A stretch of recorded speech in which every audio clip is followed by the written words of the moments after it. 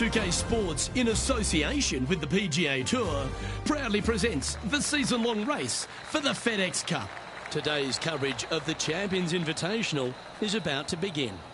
I'm Luke Elvey, alongside Rich Beam in the booth, and it's a hello to Henny Koyak down on the course, following our featured group. Hi Luke, I'm very much looking forward to bringing you the action from the golf course for this week's featured group. Now there is a sense of maybe fear, heightened competition this week, as this player has said that they're starting up a rivalry with their playing partner. Well, Henny, it sounds like they're trying to beat young Will Zalatoris. I'm really looking forward to this matchup.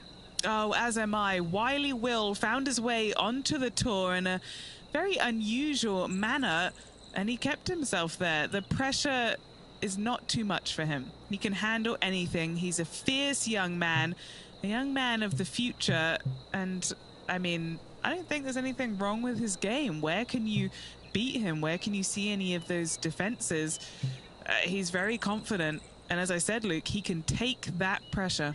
Yeah, well, he might be slight in stature. I think he's 160 pounds wringing wet, but he's big on confidence and bold with his iron play.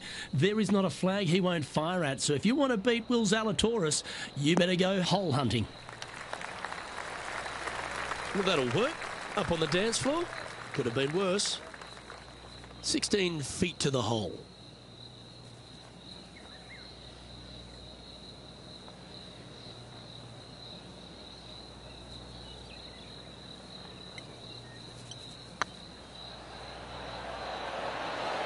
It was on a good line. An opportunity to make their par. Nice line. And now let's catch up with John McCarthy for an on-course report. What can we expect from Echo Park Golf Club this week, John? Well, Luke, one thing I can say about this after walking the course this morning, it's a long one. So distance off the tee, especially important here at Echo Park.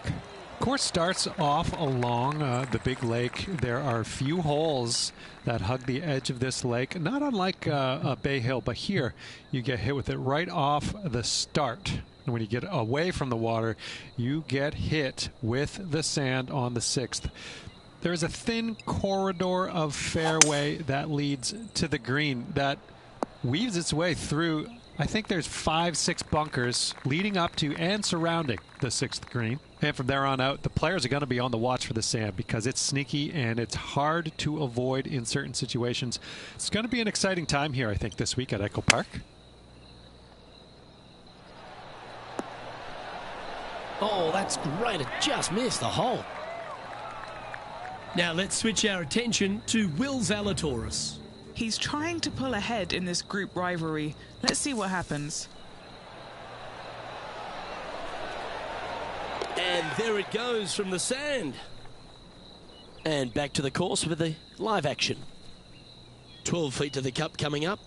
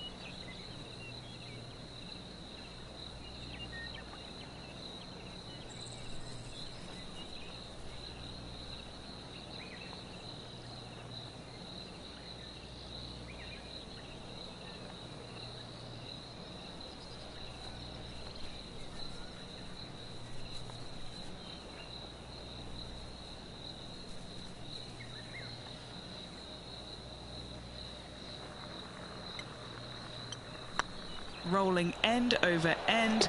This putt's looking great. And that's for birdie. Well holed.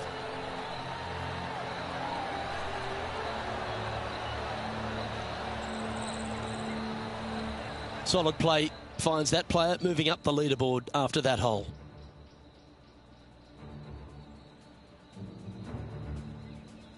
Now on the tee after a birdie. Fired up and ready for more.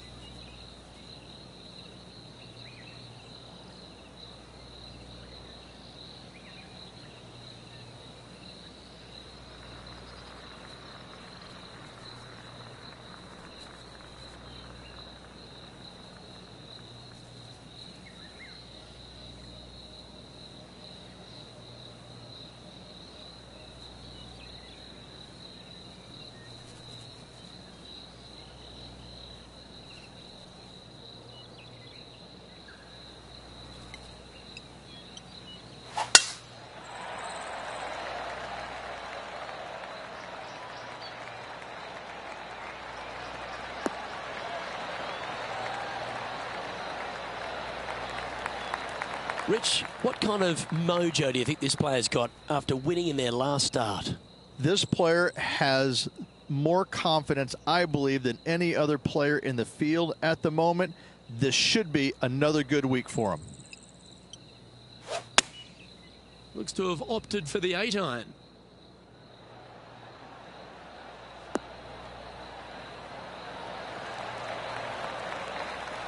Oh, that's a great approach shot. And a fantastic look upcoming. A chance for a birdie if this goes down.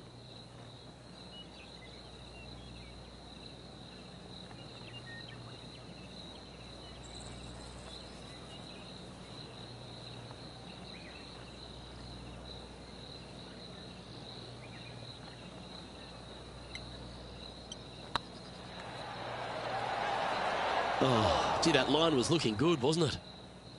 Putting for a par now. Oh, Rich, is there anything more disappointing setting up what you'd think is a makeable birdie putt, but unfortunately not able to convert? Couldn't convert after two good shots there. Disappointment as they're so close to the lead. Here we are at Echo Park Golf Club, the 4th hole, and it's a big brute of a par 4. Off the tee, your eyes look down the left-hand side and see two massive bunkers and obviously the water. So anything right of that is just fine. If you find the fairway, second shot is downhill just a little bit to a long, narrow green that has got bunkers down the right-hand side. Distance control with that second shot is absolutely imperative if they want to have a good look at birdie.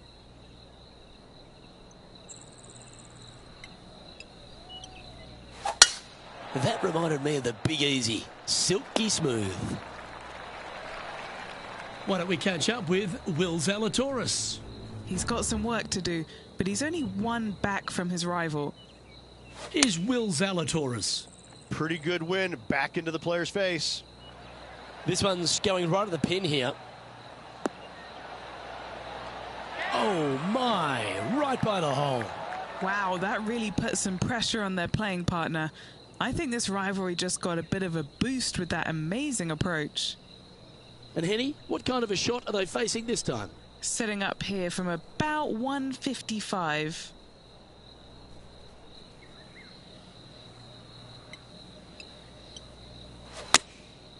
And choosing the 8-iron here.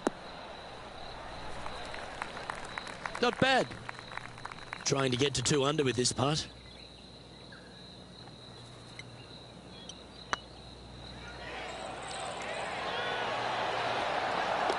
That's a lovely effort, that one. That's a handy putt to make. To the top 5 he goes.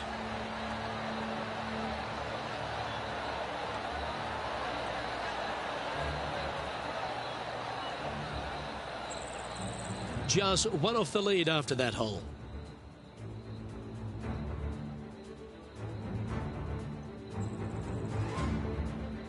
Here we are at the 5th hole. But there's no doubt they'd have some positive vibes coming off that birdie. Let's see if they can keep it rolling.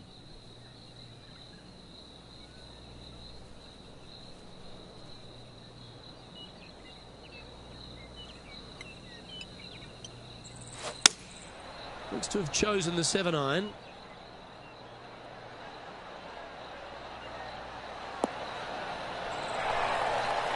Good shot there. Okay, Henny. What's he looking at with this putt? Just got to use the touch of a feather. Barely has to blow on it. This is just downhill. Just 3 feet to the cup. That's a good putt for par. You'll take it. Currently a couple under for the round. We have a short par 4 ahead of us here. Really hoping they play this one aggressively.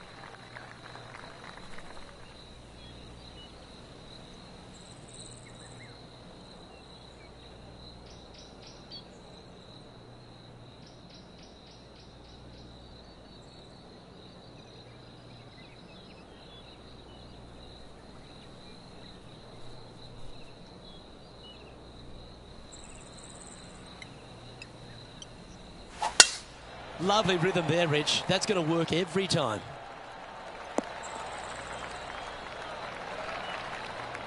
Now let's switch our attention to Will Zalatoris. Now, who'd have thought we'd see this? He is behind his rival. Can he do the catching up that's necessary?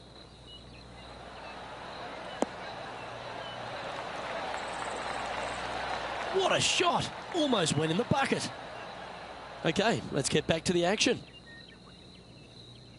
A couple under at this stage. Currently tied for 5th place.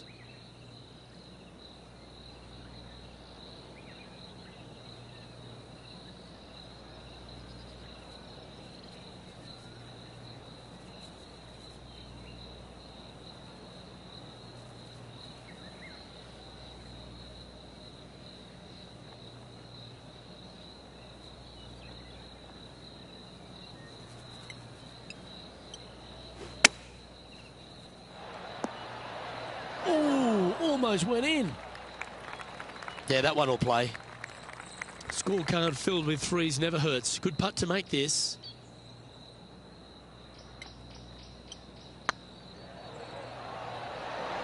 Oh, that one was zooming past the hole. And this putt to move into a tie for 3rd. Rolling end to end, this looking nice. Oh, he's up, Tiger. This one's for bogey. It's looking solid. Ah, that's frustrating. And this one will be for double bogey. And a little slide down the standings after that hole. This hole is a par 5.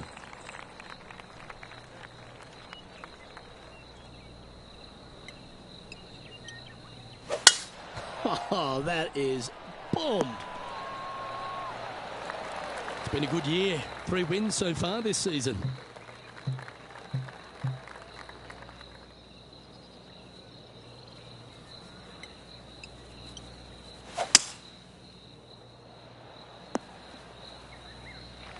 Attaboy, good shot.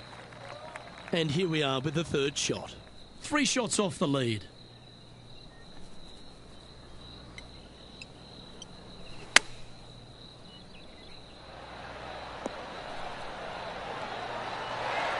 Nicely done. A spot amongst the leaders here awaits if they can make this.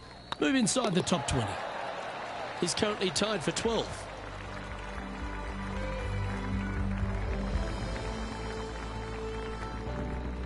Let's see what happens here at the 8th.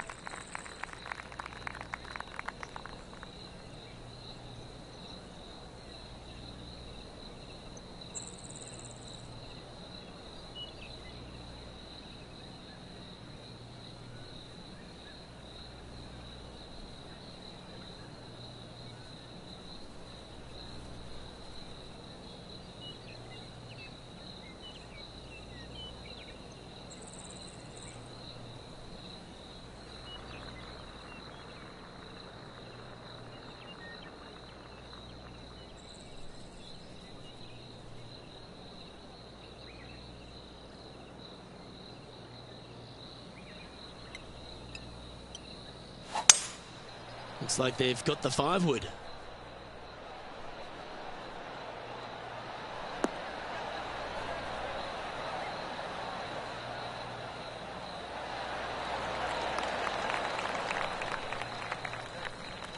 And he's hit that inside the range. Birdie at the last. This for another. A putt for a place in the top 10.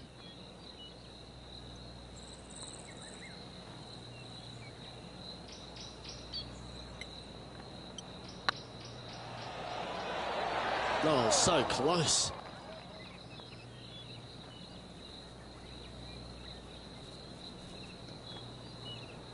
Downhill, all the way, down grain just a bit. They let it get away from him.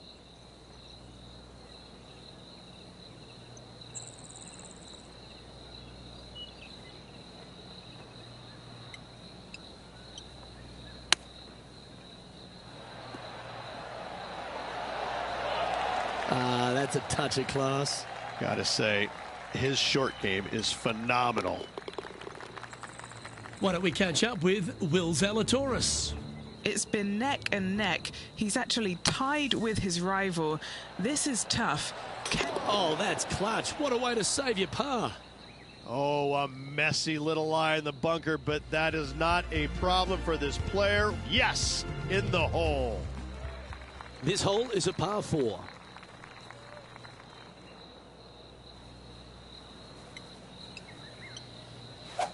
Gotta say, just some of the best rhythm in the game.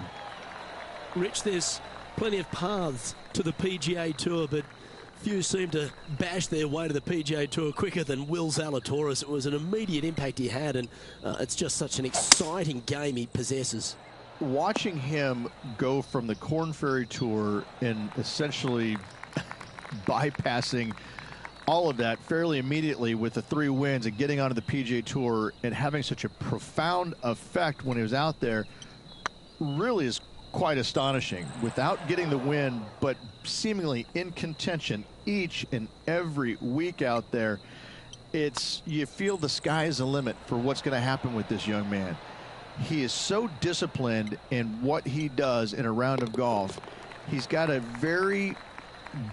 great mind in the way that he approaches the game and how he advances the golf ball to point A to point B.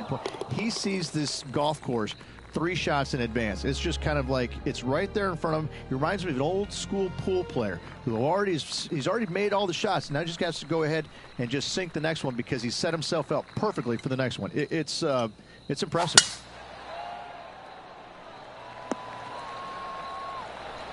Well played. Second shot here at the 10th.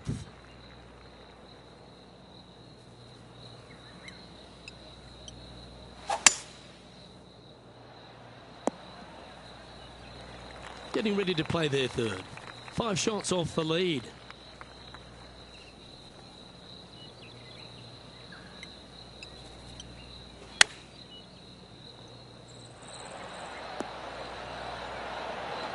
How close was that to going in the hole?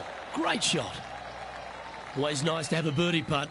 And this putt to draw even with Will Zalatoris. The leader now has a 1-stroke advantage. The 11th at Echo Park is a par 4 stretching at 430 from the back tees. Just a slight bit uphill off the tee shot. Find a spot at that far bunker, Luke, that you want to aim at and go ahead and turn it loose. From there, second shot goes over a nice little meandering stream that wanders throughout the golf course to a green, clover-like in appearance, but I gotta say, this is really one of the coolest holes on the golf course. I love it. Now let's switch our attention to Will Zalatoris. He's trying to pull ahead in this group rivalry. Let's see what happens. All right, Henny. What's he got in front of him here with this putt? Setting up this putt 15 feet from the cup.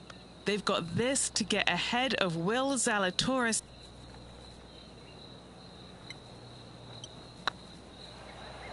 What a putt. Started this perfectly. Oh, so close. A par putt awaits. And all of them are chasing Tiger once again as we move to the next. Teeing off here on the 12th hole.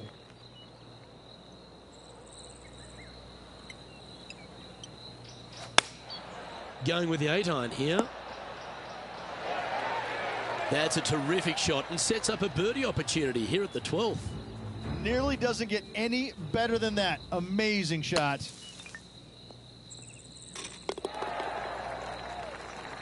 Seven feet to the cup.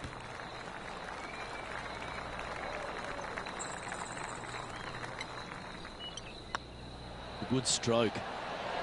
And racking up their 5th birdie of the day. And that will take him to 1 under. And the entire field looks up at that familiar sight and sees the name of Tiger Woods on top.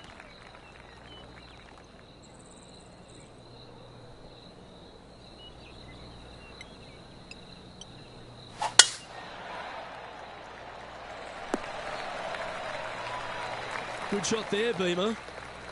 Playing from around 210 yards here. Wind is blowing from right to left here. Wants to work it against the wind. Going with the 5-wood.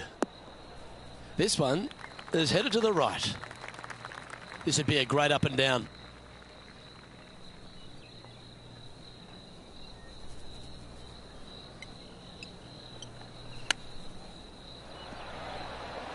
Wow, that almost went in the hole. This putt for par here.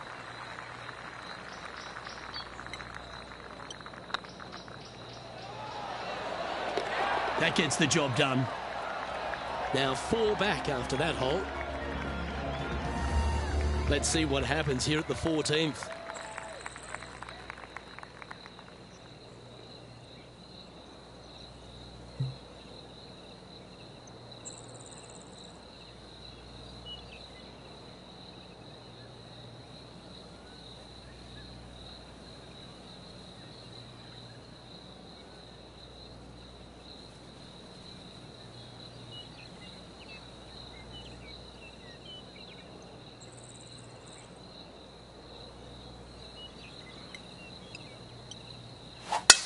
That is a pure looking draw. That's really not what we were looking for. Why don't we catch up with Will Zalatoris? He's 1 stroke behind his rival in this event. Let's get back to it, shall we? Never easy playing out of those fairway bunkers.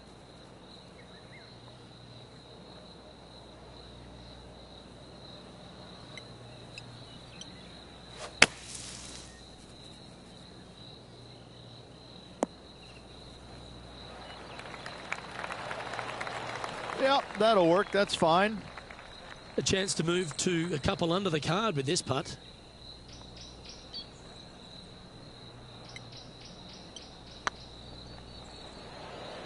Go to your home ball. Go to your home. Oh, that's good grit there. And that'll put a little pep in your step, up and down from the bunker, in for the birdie. Good job. He's currently tied for 10th.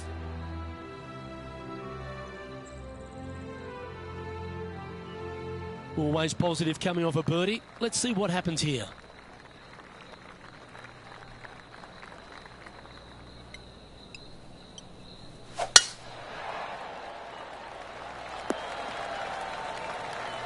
Pretty good shot there. What kind of shot are they facing here, Henny?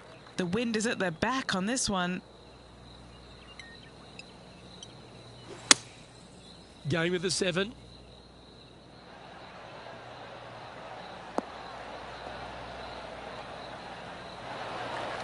Wow, showing Will Zalatoris that this rivalry is indeed not to be taken lightly. An opportunity for a birdie here. And down it goes. So that's back-to-back birdies. They're going to have to dig deep to pull this one out. Let's see what they got. Currently at -3 for the round. Managing to chase down the leaders, closing that gap. Gotta like it. We find ourselves on a par 3 here.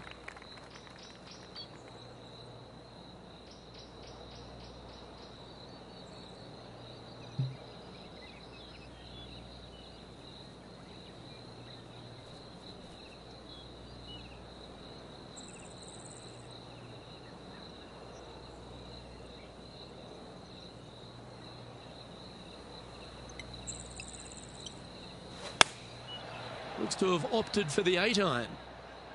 Needs to make a move soon. That's some good golf right there. Now let's switch our attention to Will Zalatoris. He's currently trailing his rival. Let's see what happens here. A chance to move into the top 5 on the leaderboard. A good putt to make.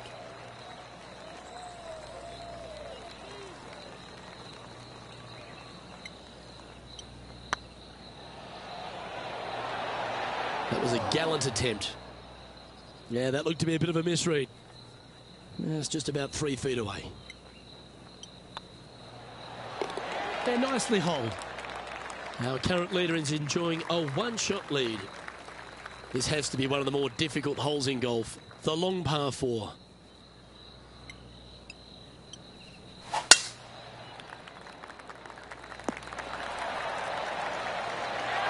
Well, Rich, this player's certainly making moves up the leaderboard, aren't they?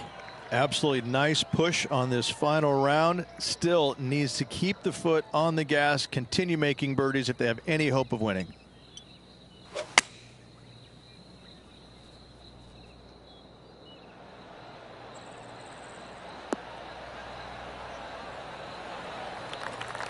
The wind was howling, but that didn't matter.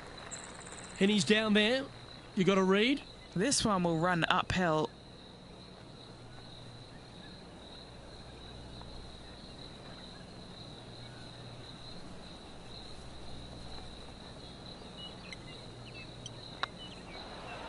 Looking better. Oh, that's a ripper. And that will take him to 4 under. Nicely played. Moving on up the leaderboard now after that hole. Well, now things have gotten interesting. Closing the gap. And as this player begins their final hole, they're 2 shots off the lead. Oh, that is crushed. Second shot here at the 18th.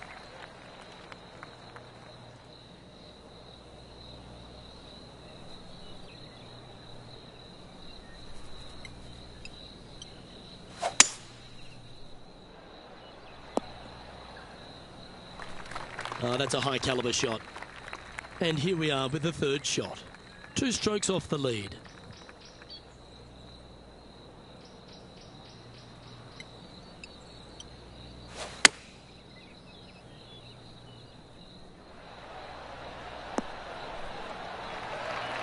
This is a ball striking clinic. Yet another green in reg here. And this putt for a final score of 67.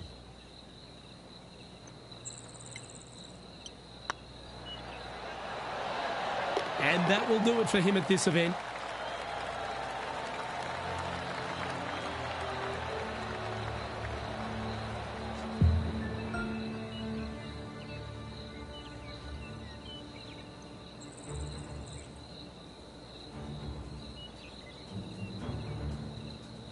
That's a shame. They came oh so close to what would have been an incredible comeback victory. The stories that we could have told if they completed the victory would be endless. Unfortunately, not getting it done, but still, what a performance on this final round. Well, that just about concludes our coverage. I'm Luke Elvey, and on behalf of Rich Beam, plus all the hard-working folks at HB Studios, it's good night for now.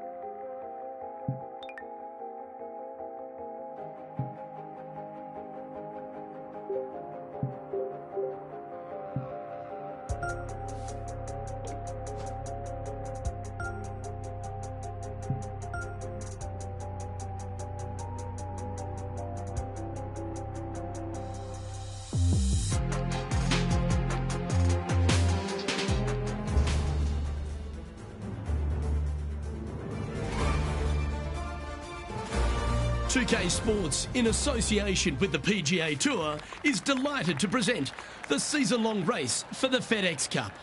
Today's coverage of the Falcon Open is about to begin. I'm Luke Elvey, alongside Rich Beam in the booth, and out on the course following our feature group is the delightful Henny Koyak. Hello, Henny. Hi, Luke. I'm glad to be here covering this week's featured group. And what a pairing, as these two have been hinting at quite a budding rivalry here. And so this week, Henny, they're vying to beat Tony Finau. This should inspire some brilliant play. Oh, Tony Finau will not be letting up this week, Luke. But he's such a nice guy, you almost don't want to beat him.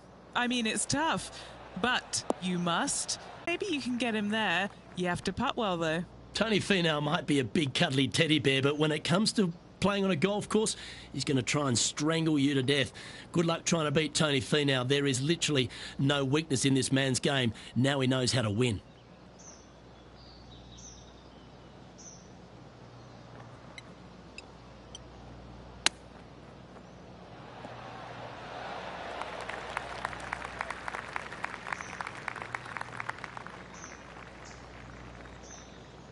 Not a sneezed. And here we are with their fourth.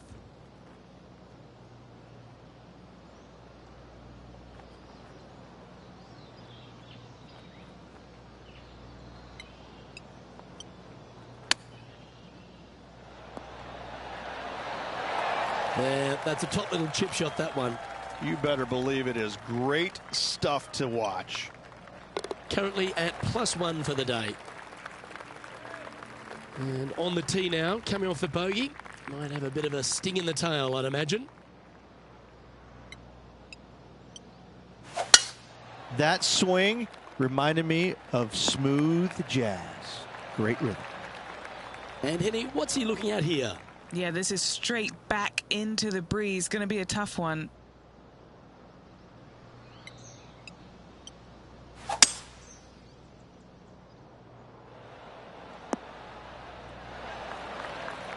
A wonderful shot and a chance for birdie here at the second. And they've been rolling the ball great today. Another great look. That's a good way to bounce back from the drop shot. And let's have a look at Tony Finau. He's just coming off a drop shot on that last hole. And after that effort, this is how the leaderboard looks. And with that now, back to level par. Always like to see your name moving up the leaderboard. Never a bad thing. Let's check in with our man on the ground, John McCarthy, for our course report. John, what will Foxhole Golf Links be serving the players this week? Well, Luke, I think Foxhome Golf Links is going to be serving up some birdies, maybe a side of eagle. The course really is right in front of these players, and what you see is what you get. Not a whole lot of tricks to it, so I think people are going to be firing out these flags all week, and I'm going to sit back and enjoy that. Hopefully the folks at home will as well. Be nice to see this one go down. Let's see if they make it. Oh, that was such a good stroke. Well, that'll play. Back-to-back birdies, moving the right direction there, Luke.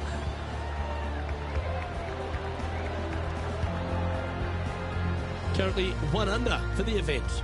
And after that good play, moving up the leaderboard. Let's see what happens here on the fourth. Going and going and going. Golf became a power game, and there's few players out on tour that have more prodigious power than Tony Finau. If he really wants to go full tilt, Rich, it feels like everyone's playing for second. He is a dynamic player that has the ability to make birdies in bunches. The ball striking, I think, is always going to be brilliant. Watching him when he was on the Korn Ferry Tour, graduated to the PGA Tour, and just keep watching this steady progression. Each and every week, he just seems to get a little bit better, and the confidence level is over the moon with this kid. And to bundle it all up, Luke, he's one of the nicest guys in the world. You want to root for a Tony Finau. He is such a likable, lovable guy, I believe, that you can't help but root for him. And the wins that he didn't get are just heartbreaking, and we felt the pain alongside with him. I love watching this guy play. I root for him every single week. Now 3 strokes back after that hole. Here we are at the 5th hole of Foxholm Golf Links. 424 par 4 from the tips. And only the really long players in the game are going to be able to fly those bunkers down the right-hand side. The shorter players are going to have to hit it out to the left-hand side with maybe not quite a driver, but from there, it's really just a flick of a second shot as this hole is just 424 yards. I'm thinking that every player is looking at this as a birdie opportunity.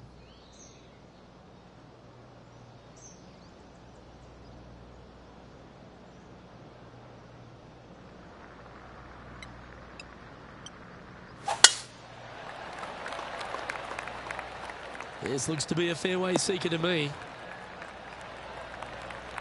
And now over to Tony Finau. Who'd have thought we'd see this? He is behind his rival. Can he do the catching up that's necessary?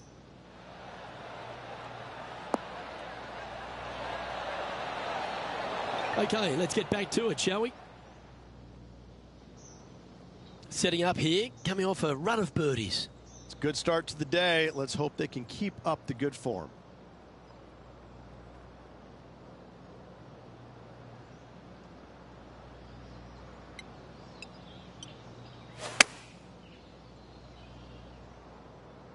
Should find the green. That's right out of the copybooks. Exquisite. Full of confidence as well with their putter. Gotta like their chances. You can mark it down. That's birdie number 4 today. And he'll move into the top 10. He's currently tied for 6th. Moving up the leaderboard. I like it. Let's see what happens here on the 6th.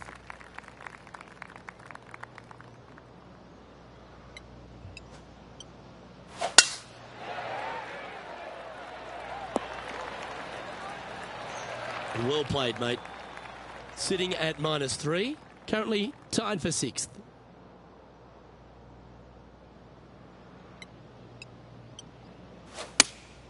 Going with the 5-iron here.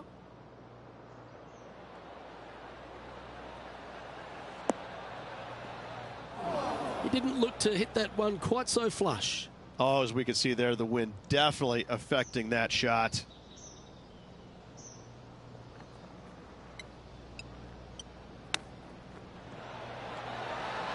Oh, I thought that one was going in. 3 feet to go here to the hole. An important par save. Our current leader is enjoying a 2-stroke lead. Time to face a par 4.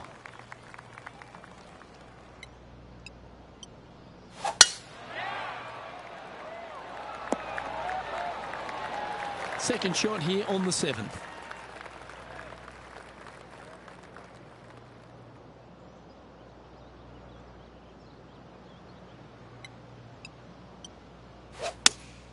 Opting for the 6-iron.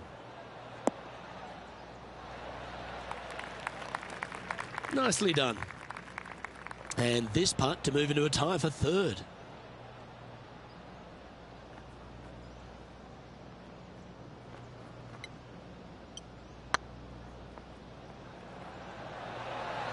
Ooh. That's just about 3 feet away. This for par. Let's take a look at what Tony Finau's up to. He's currently trailing his rival. Let's see what happens here. And let's see what that shot did to the leaderboard.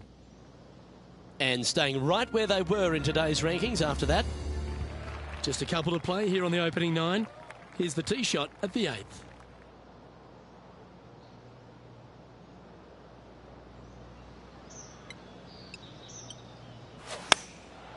And choosing the 8-iron here. Needs a little members bounce to the right.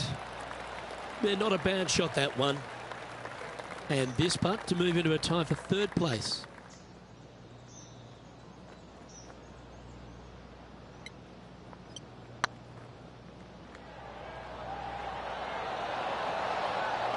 Oh, just missed. Putting for a par here.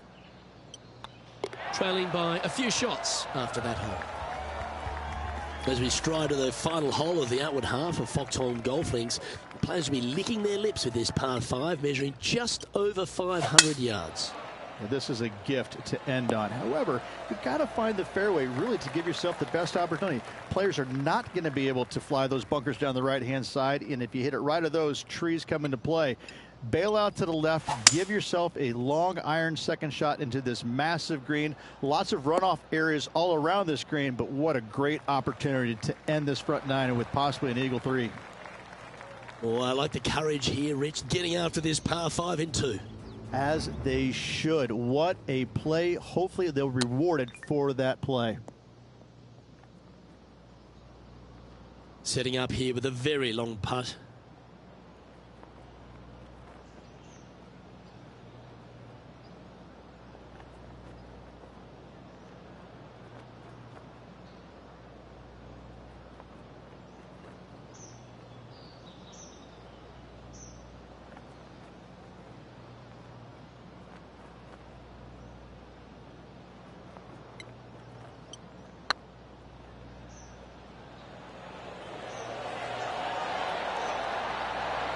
Okay, steady now. And this putt to move into the top 5 on the leaderboard. So, Rich, give us a halftime report.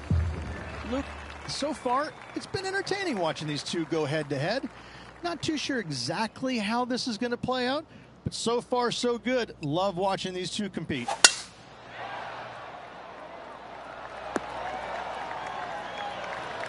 Time for the second shot at the 10th.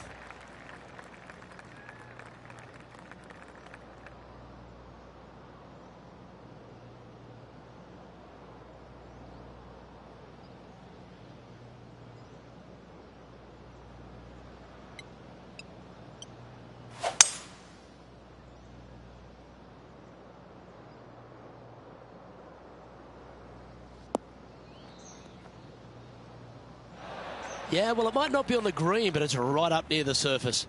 It's an aggressive play, Luke. Like to see it on this par 5. Let's return to live play now. Getting ready to play their third. Just 2 shots behind.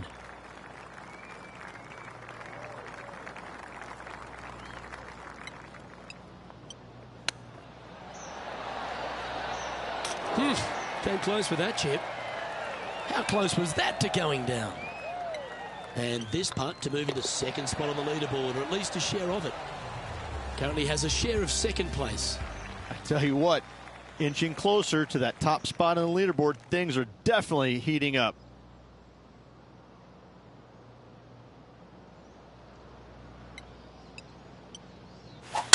That's a touch of the Freddie Couples rhythm right there.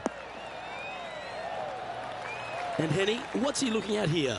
Setting up here from about 165 yards.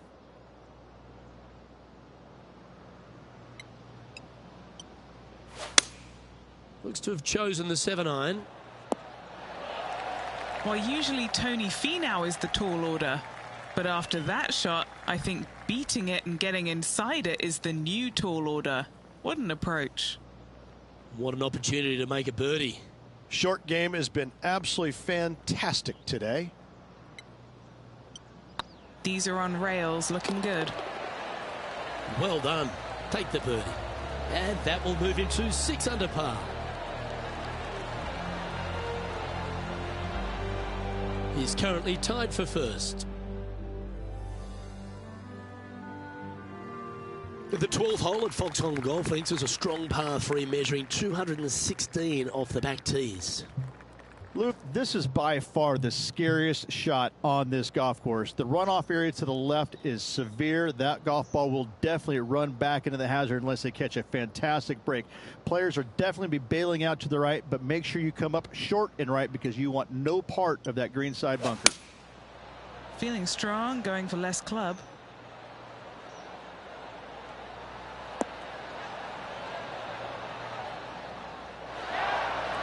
Yeah, that was great wind management there.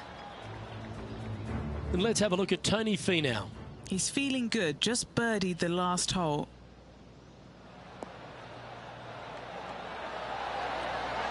Oh, that's great. It just missed the hole. Oh, my God. And now this is why you can never get comfortable, even if you're leading a PGA Tour pro. This is what they do. They mean business. Putting for birdie. Putt is underway. Well, what a performance. 8 birdies on the card. And with that, he'll move to 7 under. Incredible. And this is quality play, still on top of the leaderboard. Let's see what happens here at the 13th. Well, let's see if they can roll off that birdie at the last. Lovely momentum here.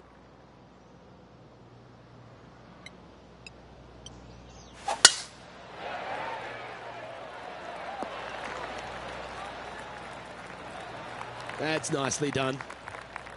Well, Rich, this won't come as a big surprise, will it? Because there's a lot of people talking about this player. They've been performing beautifully all season, and many think they can win this event.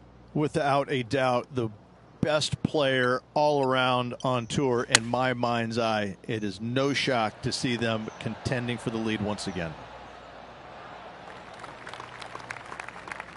Let's see if we can make this big putt for birdie.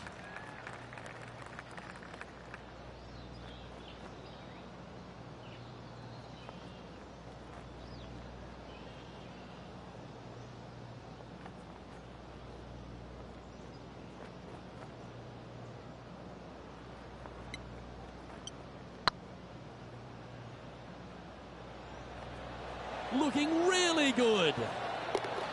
That's a long-range bomb, and with it, puts extra strain on the person chasing behind them. And let's have another look at that one. I could watch this one all day. Who would have thought that would go in?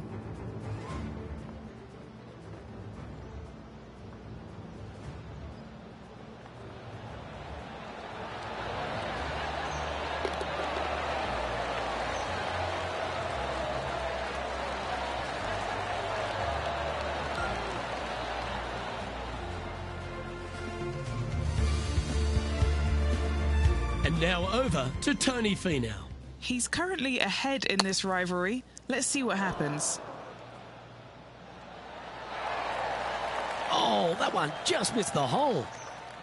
And back to the play, shall we? The leader now has a 1-stroke advantage. Looking at a par 5 here.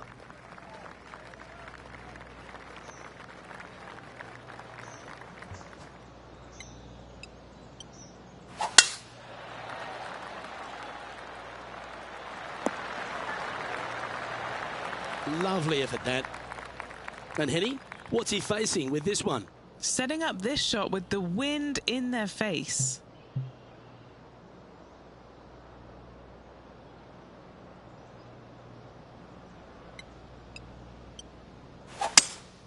Seems to have chosen the 3-wood. Hoping for a bounce here, preferably to the left. Well, that's showcasing their power there, Rich. Another green in regulation. This is an absolute clinic. What are we looking at for this putt, Henny? Setting up this putt 19 feet from the cup. Fantastic play so far, setting this up for the eagle.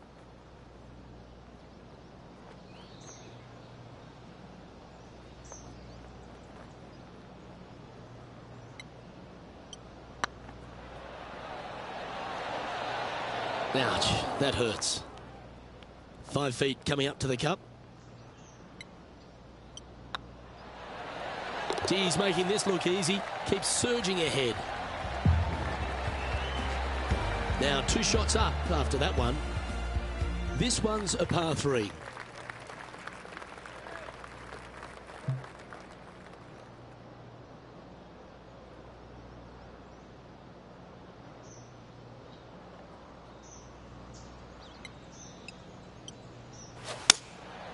Going with the 7. Gee, it's metronomic here. Green after green. Gee, golf looks easy when you're playing like this. It's amazing to see how good this player is in full flow. Let's catch up with the current proceedings. Just 9 feet remaining to the hole.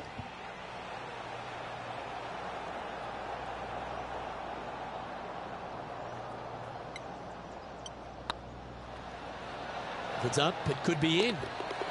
And yet another putt drops, so now 10 under par heading down the stretch. And with just a slim lead coming down that stretch, anything can happen. Currently in first position. 3 holes remaining. This is what it's all about. Time to see who is going to get it done. I'm pretty sure this player will be buoyed by that birdie back at the last. Let's see if they can deliver another one.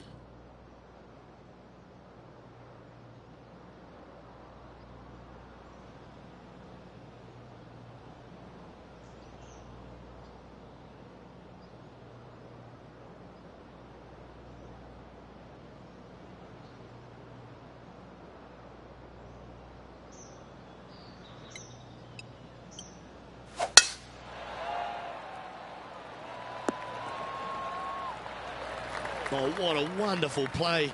Leading with intent. Absolutely massive and right down the fairway.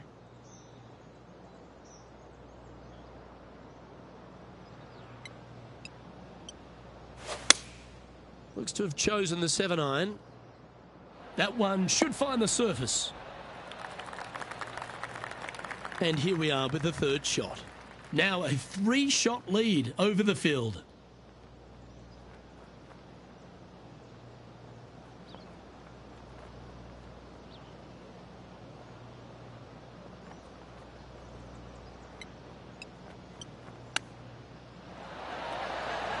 Oh, wouldn't that have been nice?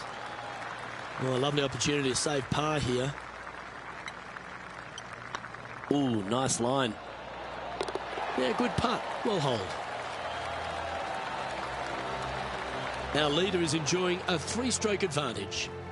2 holes to go, Luke. Can they hang on?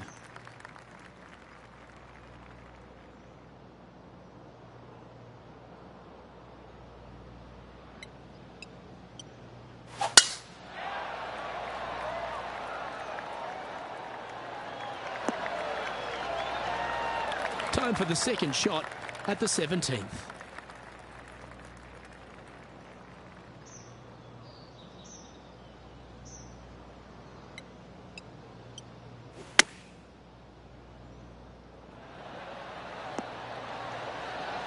Oh, almost went in.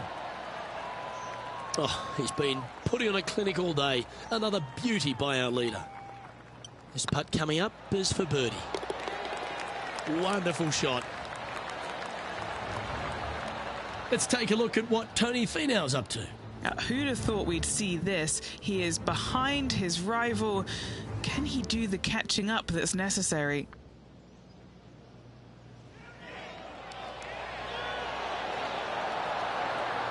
Let's take a look at the leaderboard. Our leader is currently enjoying a 4-stroke advantage. And now this player tees off their final hole of the event with the lead.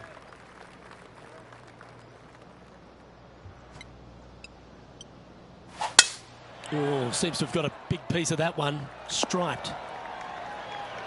Time for the second shot on the 18th.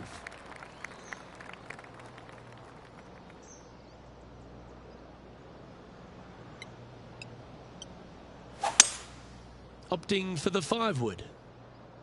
Come on, get a good bounce to the left.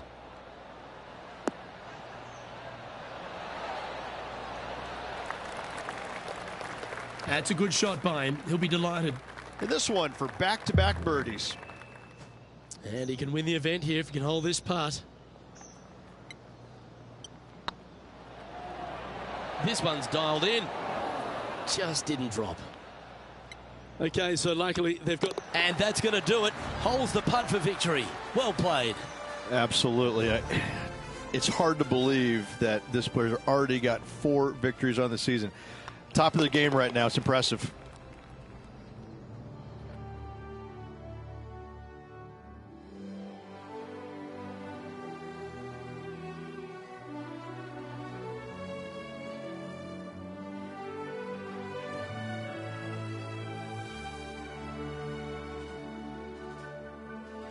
And Rich, I think you mentioned earlier that this player was your favourite. Well picked. Listen, it's not a hard pick, is it? This player has consistently been there all season long. There's no reason why not to pick them to win. They just make me look smart. That's about it. On behalf of myself, Rich Beam, and all the hard-working folks at 2K Sports, thanks for tuning in, and see you next time.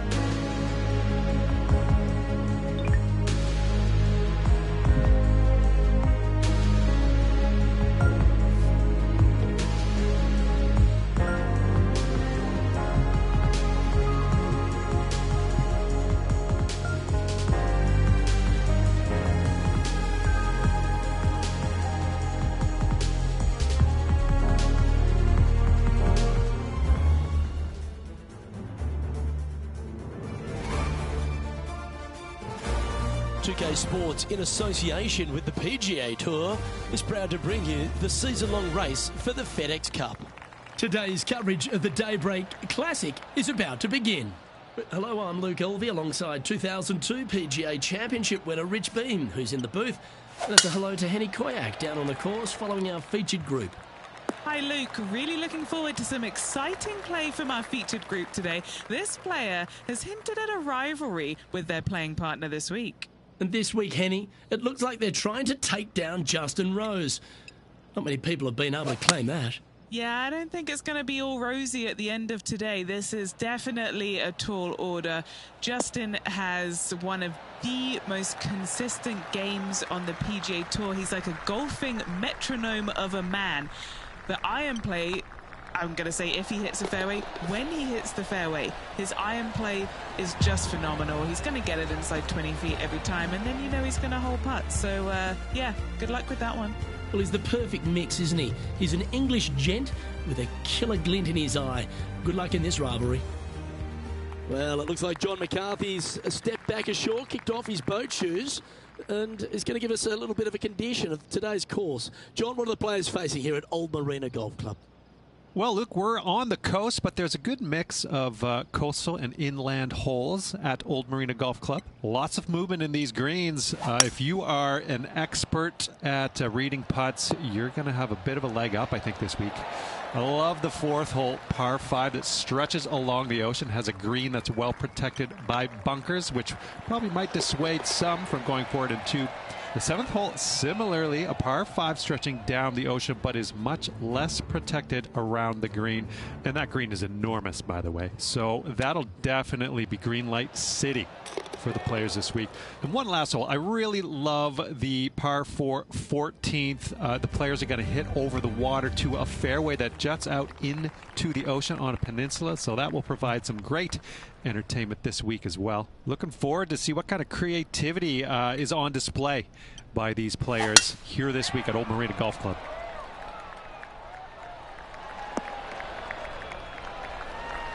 That was wonderfully done. And now over to Justin Rose. He's currently trailing his rival. Let's see what happens here.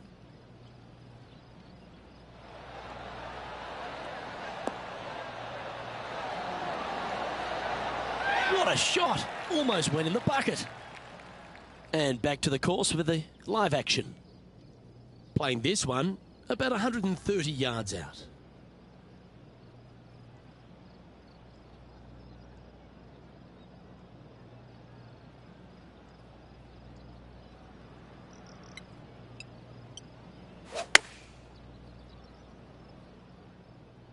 That should find the surface. That's well played. Pin high. A 7-footer right here. This is their look at birdie. That's pretty tidy. Super shot, that.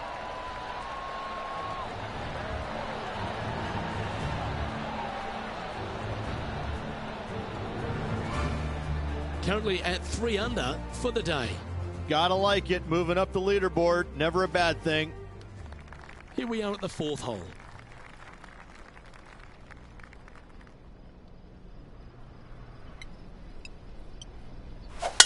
Oh, that's a sweet-looking swing, that one. Playing from around 230 yards. Just a couple back from our leader.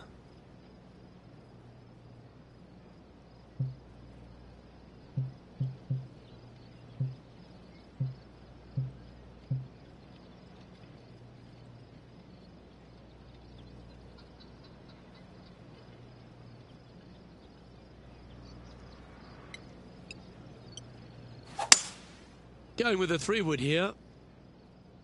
Has got this thing dialed in here. Looking good.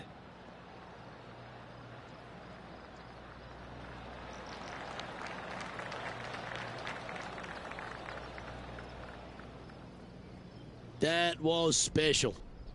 Trying to get to 5 under with this putt.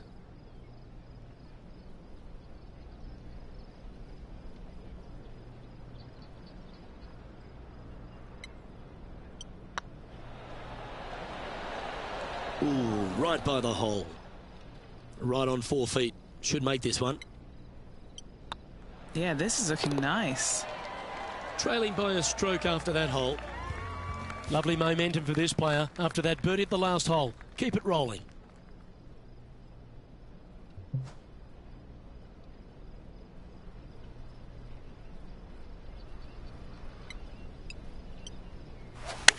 They've chosen to club down on this one.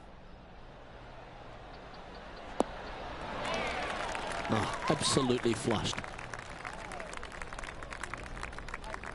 What are we looking at for this putt, Henny? Careful not to leave this one short. It's back uphill and nothing worse than leaving an uphill putt short.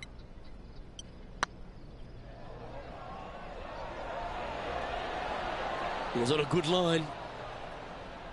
And that should secure the par on this one. Time to take a look at Justin Rose. Coming off a bogey on the last hole. And from the bunker here, looking for an up and down. So after that effort, let's have a look at the contenders and the pretenders. Currently 4 under for the round. Setting up now on a par 4.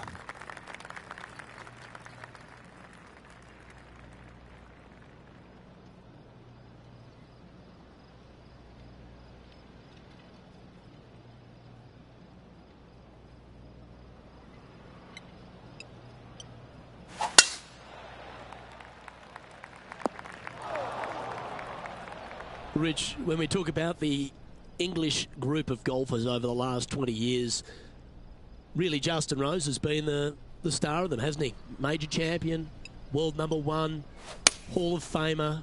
He's done it all.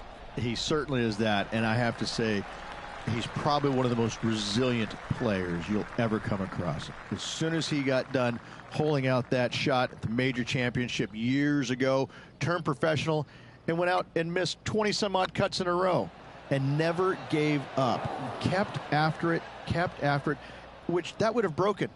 That would have broken most men, not Rose. That's why he's gone out and become a major champion.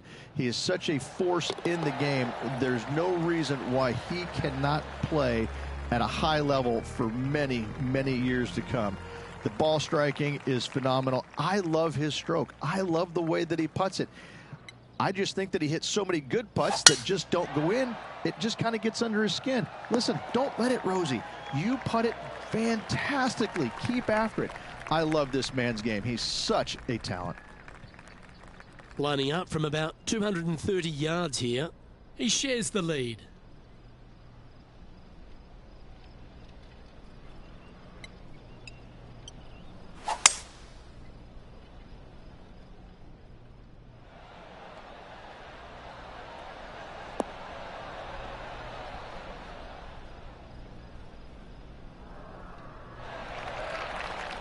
A tad wayward, but still on the surface.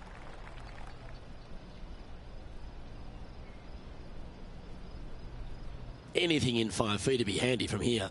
Their boldness paid off. They've got this for the eagle.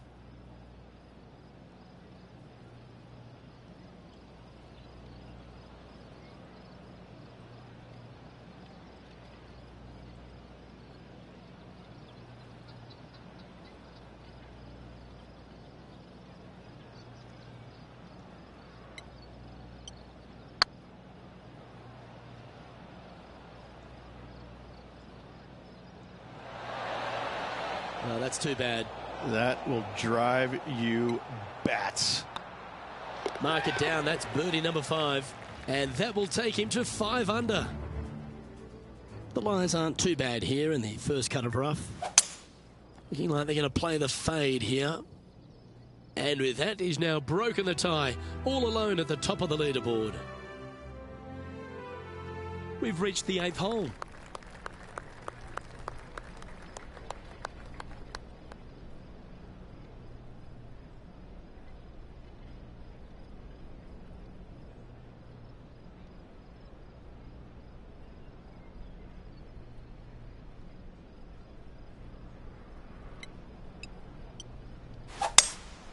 Looks like they've got the 5-wood.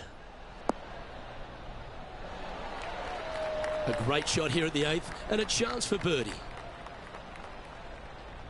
Just 3 feet to the cup. This for back-to-back birdies.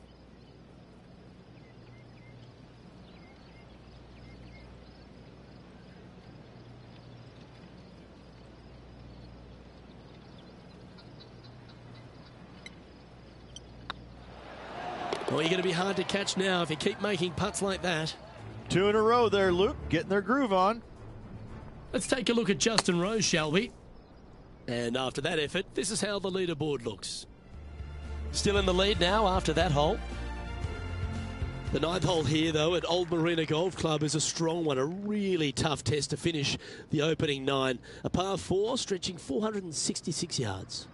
For those who like to work the golf ball from left to right, you're going to have to take a little bit of a chance by aiming over that hazard on the left-hand side. But if you find the fairway, boy, I tell you what, that's a fantastic feeling because this hole has got so much beauty. I love the second shot, the bunkers on the front, but I love how the green runs away on the left-hand side. The design of this hole, especially the green, is absolutely amazing.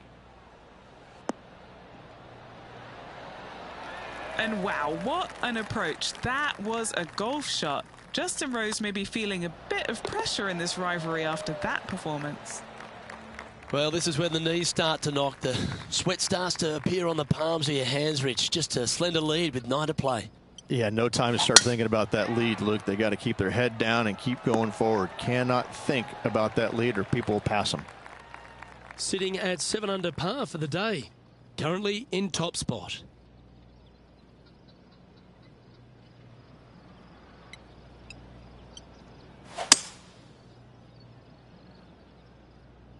This one headed in the wrong direction, out to the right. That should set up another chance.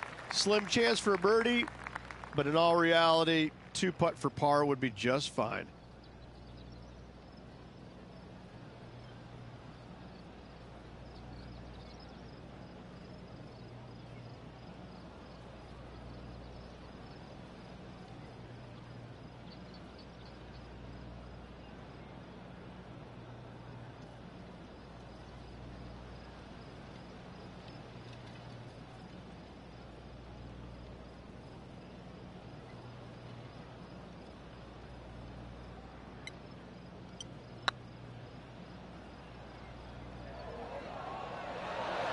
Whew, had a fair bit of pace on that one.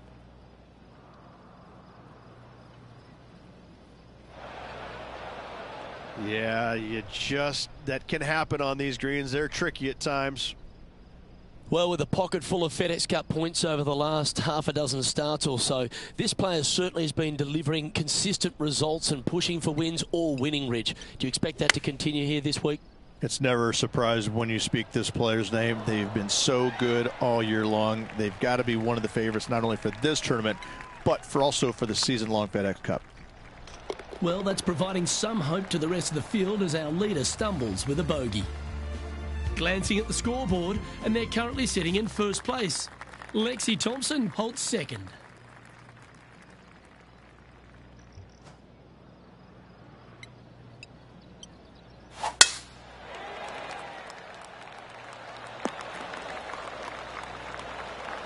Well, that's a handy shot.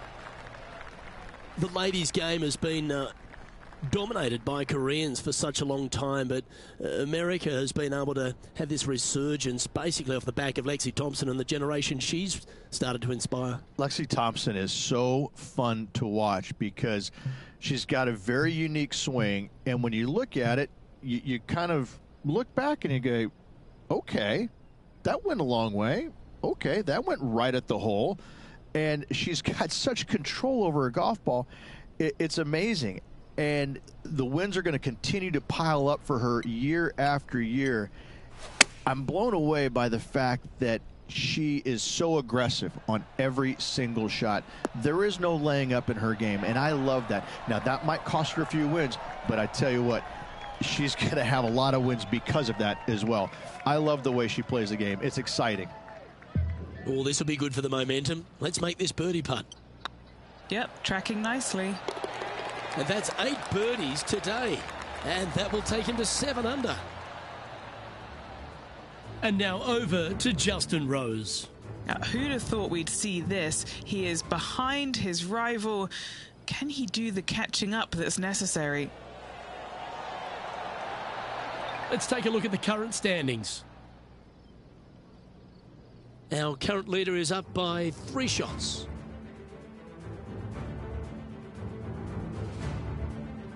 Looking to ride the momentum after coming off a birdie here with this shot.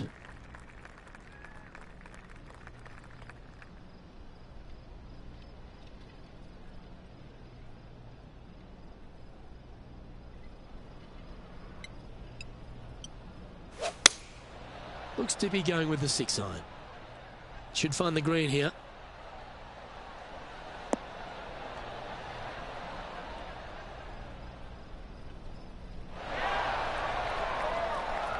Time to take a look at Justin Rose. Yeah, he just made bogey on that last one. And this putt is for a big 2 on the scorecard. What have they got in front of them here, Henny? Honestly, guys, I stopped counting at 40 feet. This is way out.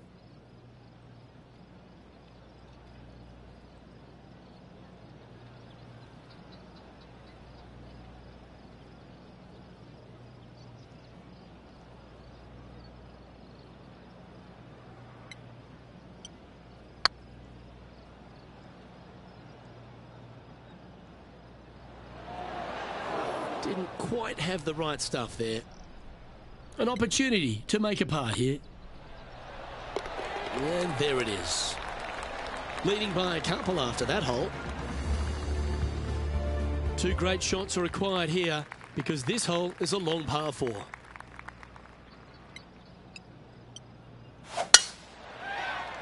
Looks like they put a good swing on that one. That should find the short stuff. Taking aim from about 180 yards here. Currently leading by 2.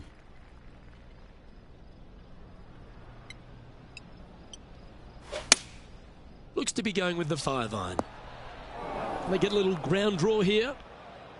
Close to the surface here, and the green side rough.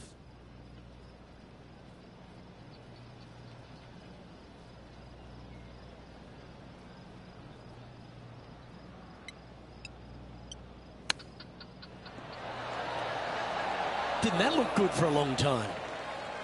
8 feet to the cup. This looks good. And in it goes for the par. So no change on the leaderboard for this player after that hole. This hole here is a par 4.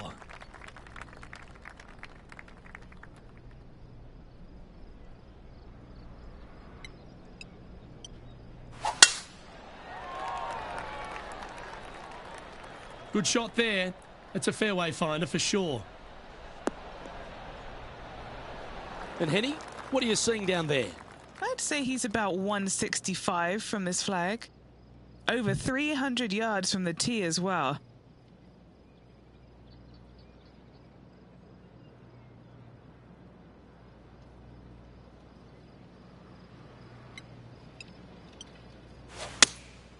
Going with the 6-iron here. They've decided to club up.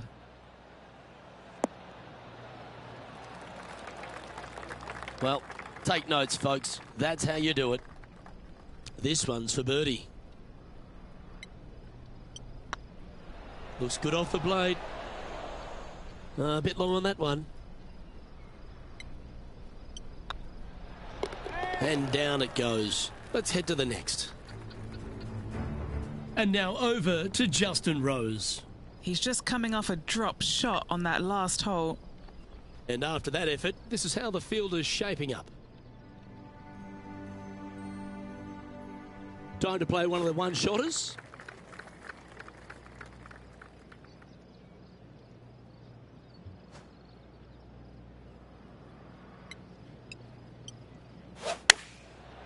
Looks like they're going with the pitching wedge.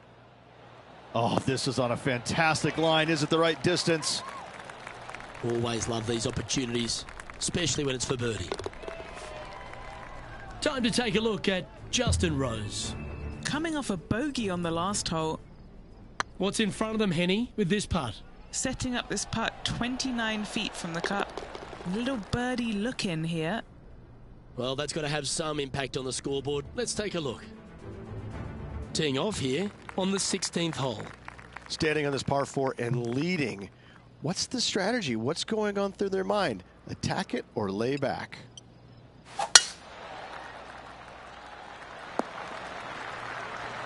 That dog will hunt.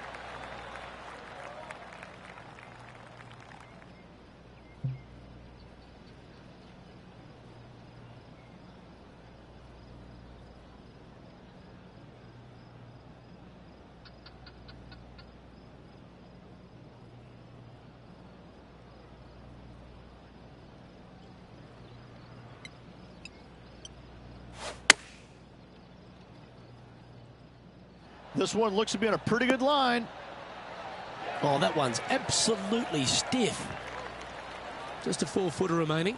Their short game today has been absolutely sublime fun to watch. He sits in first position. 2 holes to go, Luke. Can they hang on? Let's find out.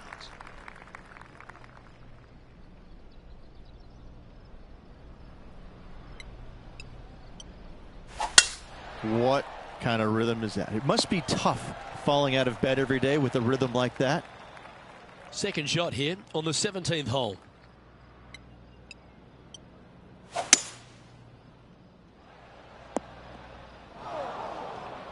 And now over to Justin Rose. He's currently trailing his rival. Let's see what happens here. Okay, let's get back to the action. Getting ready to play their third. He's got a 2-stroke buffer.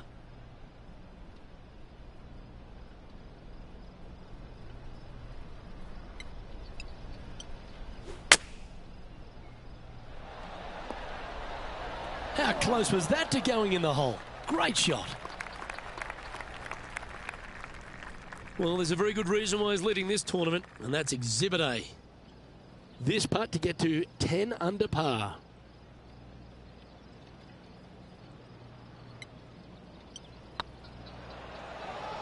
This one's looking good. Yeah, nice mid-range birdie putt, that one. And still in top spot after that hole. Keep it going. And a chance to ice the tournament here. Holding the lead, playing the last.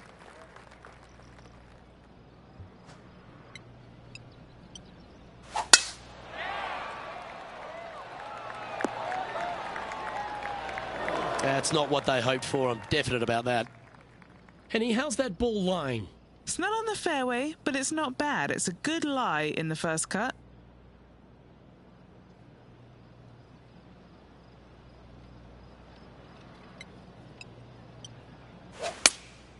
Opting for the 6-iron. Wow, did this come out beautifully. Wonderfully played. And this putt for the tournament.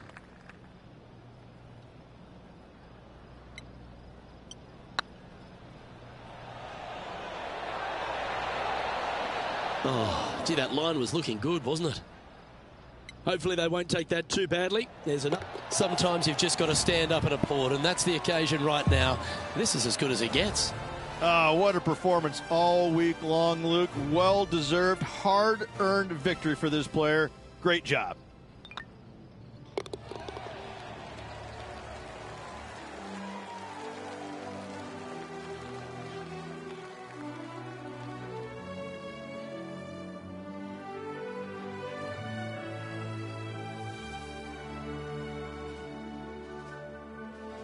And I got to give props to my boy in the booth, Rich Beam. I think you picked this one at the start of the week, didn't you?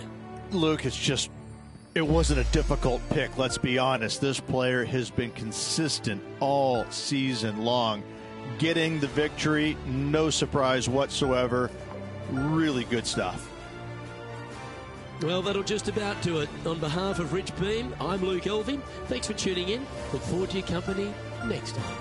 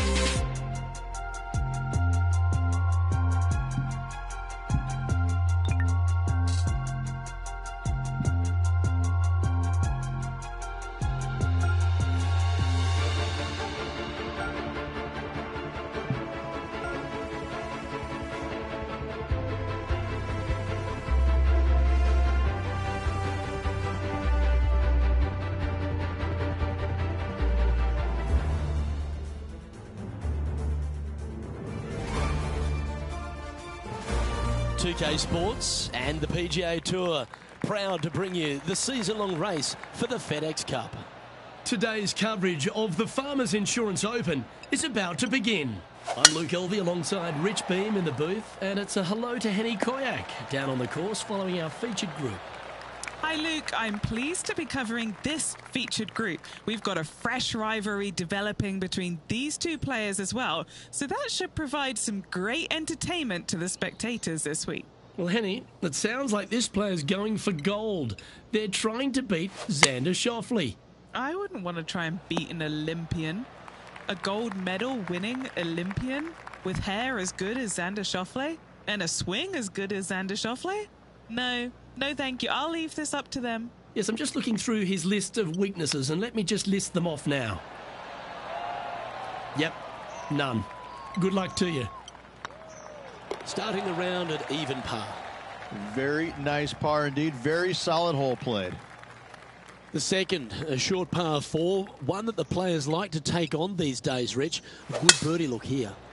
They do. It used to be where you laid back on top of the hill and took a wedge, 9-iron sometimes for your second shot, but a lot of players now are challenging that bunker down the right-hand side, getting as far down there as possible, and just having a flick with a sand wedge in for their second.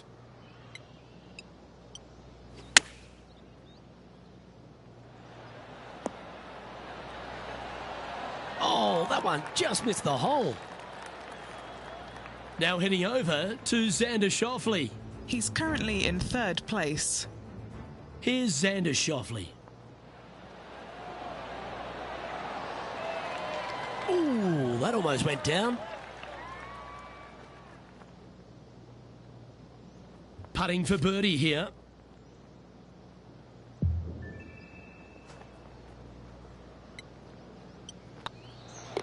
And the putt drops, and we're moving on. There are so many stunning golf holes on this entire property. And this third, the par 3 downhill, certainly one of the elite holes on the course. It might be stunning to look at, but it is painful. Can be extremely painful to play. Downhill all the way. When they tuck the pin over on the left-hand side, forget about it. Never hit it there. Only when the pin is on the center or the right part of the green should you be taking dead aim. Other than that, center of the green all day long. And just about 8 feet left to the hole. All right, guys. This for 2 birdies in a row. This looks like it's got the speed and the line. And that will put them ahead of their rival. A great performance on this hole. Heading to the next hole, and this player is currently in a share of the lead with Tony Finau.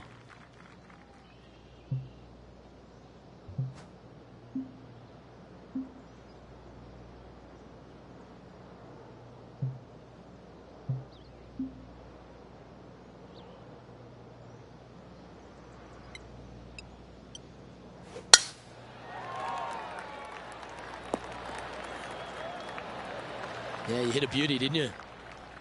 Rich, we know these days with the PGA Tour, the wraparound schedule, the tour begins in the fall, but really it's felt at the start of any new year that every time you come to Torrey Pines, the big stars come out to play. It feels like the authentic start to the season. It certainly does that, and I think that the big-name players, the accomplished players, love coming here to Torrey Pines because it's going to give them a gauge of exactly where their game is at and what they need to work on. Because you can't go around either the north or the south course and geek it around. You have to be on your game. You have to drive the ball well. Your iron play has to be spot on, and your short game better be sharp, because if not, you're going to shoot a million. Both of these golf courses very challenging, but they're fair. And I think that's what the players love about it. If you're in a good zone mentally and everything is going well physically, you can produce a 64 or 65. But if you're hitting it poorly and you're not thinking squarely, I'm telling you what, 77s and 78s come into the equation real quick. That's a big drive. And this shot from about 150 yards out. Wind's blowing from left to right. Going to try and hold it against the wind.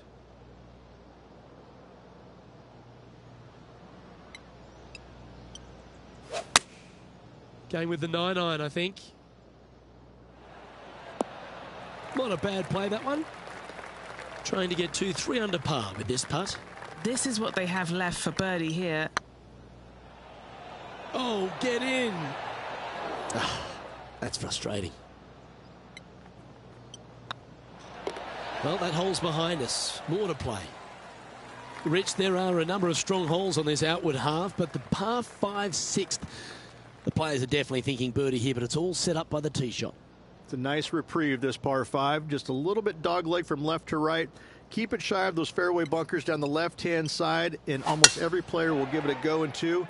This is a 3-tiered green with a low area over on the left-hand side that sees a lot of action.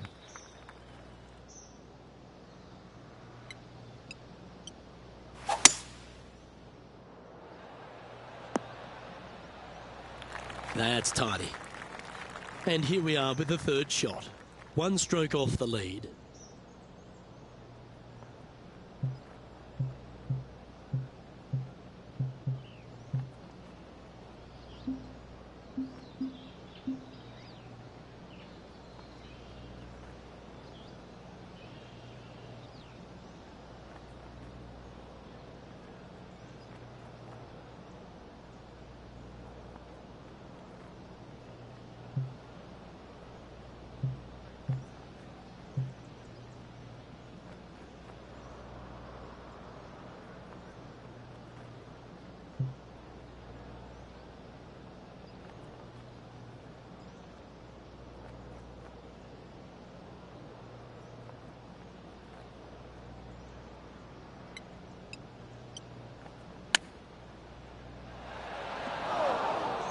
Wow, that almost went in the hole. This putt will move them to 3 under par.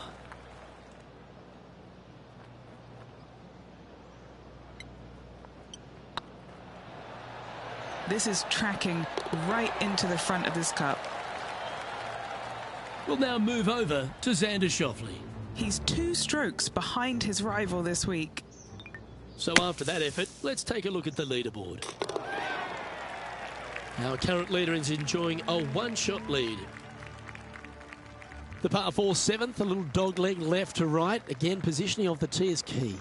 This fairway slopes pretty good from left to right. Players want to start it out at the fairway bunker down the left-hand side and just hit a gentle fade off of that. Second shot here is to an elevated green. Don't go long whatsoever here. That's when the barranca and the canyons come into play. Xander Schauffele, delightful player out of San Diego, California. He's got that cool vibe about him. Came out one early a few times, but then he seems to have struggled to find that next step, hasn't he? He's sort of golf's almost man, except when he got that gold medal put around his neck. I think that took his confidence to a place where it should have been in the first place, Luke. I think that this young man, he's got no weaknesses, very little weaknesses, if anything, in the game.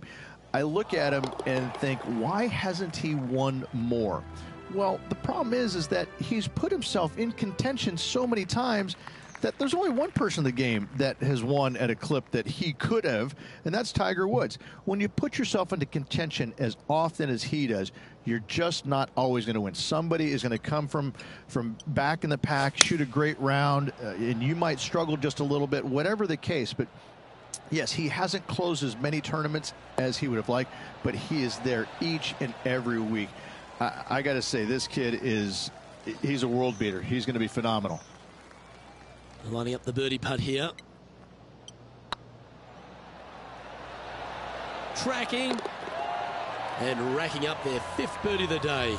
And with that, he'll move to 5 under par. He's currently sitting in 2nd. The par 5 9th is a monster over 600 yards, Rich.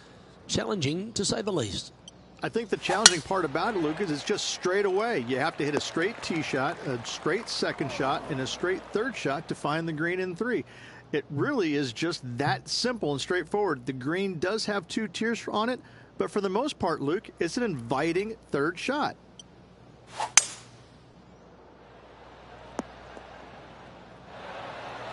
Getting ready to play their 3rd. Just 1 stroke off the lead.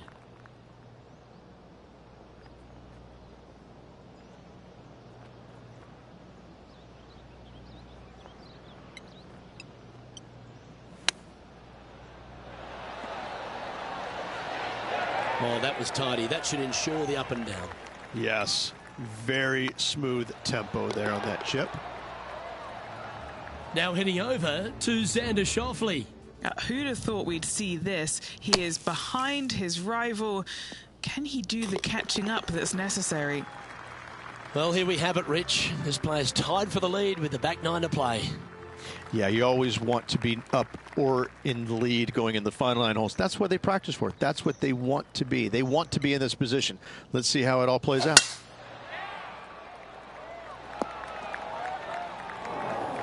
Not quite the shot he was wanting. Well, every week there's a certain bunch of players that everyone keeps an eye on. This one seems to be exactly in that company. One of the strong favourites to win, don't you think, Rich? Luke, absolutely. Week in and week out, this player has consistently performed at the highest level. I got to believe he's a lot of people's favorites to win this tournament. An opportunity for a birdie here. Good stuff today, especially the short game has been really sharp today. Oh, so close. This putt was about 8 feet. This is what they have left for a par. This is looking solid, what they wanted. Ooh. And just a little bit of clean-up work remaining on this hole. We'll now move over to Xander Schauffele. He's currently trailing his rival. Let's see what happens here. And how did that shot impact the score? Let's have a look at the leaderboard. Currently at -5 now for the day. And moving down the leaderboard as well. There aren't too many easy holes here at Torrey Pines South, but the course certainly gets tougher as we head to the par 3 11th. This green from the back tee looks minuscule. There's just not a lot of room on the front of it. Even the back section, which it does get a little bit wider, it still is very small. A massive shelf, top left. If you get it up there, happy days for you. If not, just find the green, 2-putt, make 3, move on.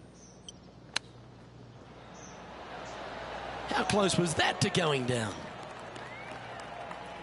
Just 6 feet between he and the hole. This one to save par. Looking good so far. That's a good putt to make, that one. Managing to maintain their position on the leaderboard after that effort. We head to the 12th hole. This par 4 is as big and as strong and as tough as you find anywhere on the PGA Tour. This is about as tough a hole as you're going to find anywhere on the planet. Prevailing wind coming right back into the players. You just have to step up and hit a solid tee shot to find the fairway. From there, you're going in with a mid to long iron, sometimes even a hybrid, to a green that sits just above you. Not a ton of movement, but enough from back right to front left to make you think. Setting up here with a very long putt. Now heading over to Xander Schauffele. Who'd have thought we'd see this? He is behind his rival. Can he do the catching up that's necessary? And this putt to move into a tie for first. Always nice to hold those for birdie. And that will take him to 6 under. All right, Rich. The par 5 13th. So much has been said about it. I'm interested in your thoughts. This is one of the most interesting par 5s you'll ever play. If you hit a good tee shot, find the fairway, and you have the opportunity to reach, then happy days. But if you don't find the fairway or can't reach, now you've got to lay up into a low area where you're going to have a third shot that's absolutely blind. This third shot could be one of the most difficult third shots on the PGA Tour, bar none.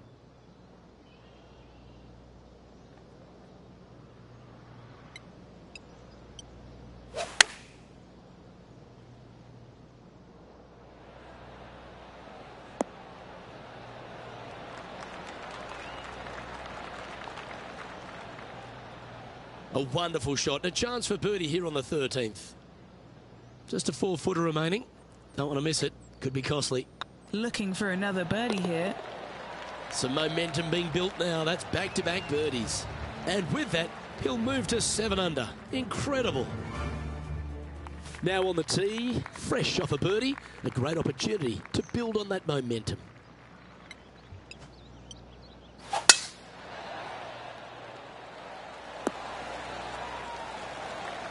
Oh, well done. And what's in front of them there, Henny? Setting up here from about 145 yards.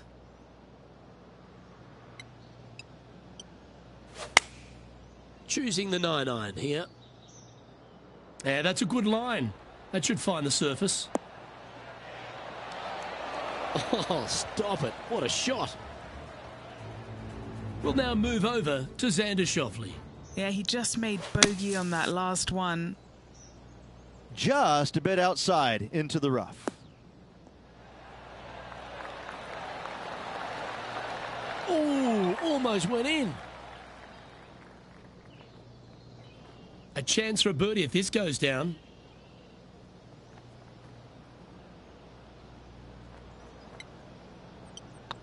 It's half a chance of being holed, this one. Now 2 shots up after that one. We stride across the 15th, Rich, and we talk about strong par 4s. This is another one. As big as 12 was, Luke, this is almost twice the size, if you can imagine it, with a tiny landing area out there. This is possibly the meanest hole on this golf course. Not hardest, meanest. If you've walked off with par on this hole, job well done, my friend. Do you think they drew that up differently in their mind? One of the rare misses for this player today, Luke. They've been hitting a lot of greens today.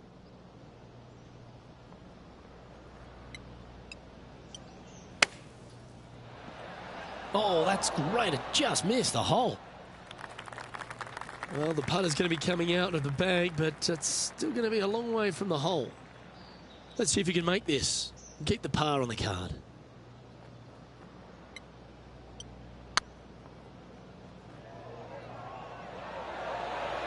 Ouch, that hurts. 3 feet to go here to the hole. This will be a good bogey. Well, the leader giving a little hope for the rest of the field there as they put down a bogey on the scorecard. With just a small sliver of a lead, this could go any different direction down the stretch. The leader now has a 1-stroke advantage. 3 holes remaining, Luke. This is getting awfully fun.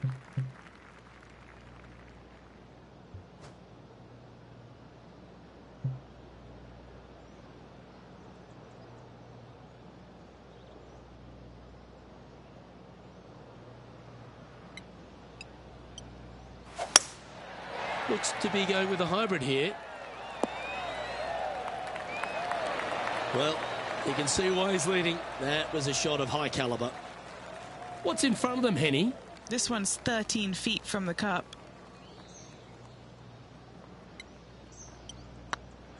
This one's tracking. That's inside the range. And that will take him to 8 under. And maintaining top spot on the leaderboard after that. 2 holes to go, Luke. I know who I like. That one's right out of the top drawer. This one from about 160 yards out. Currently leading by 2.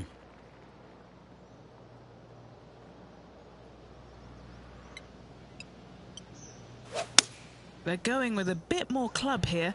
Let's see if it was the right call. A birdie putter waits.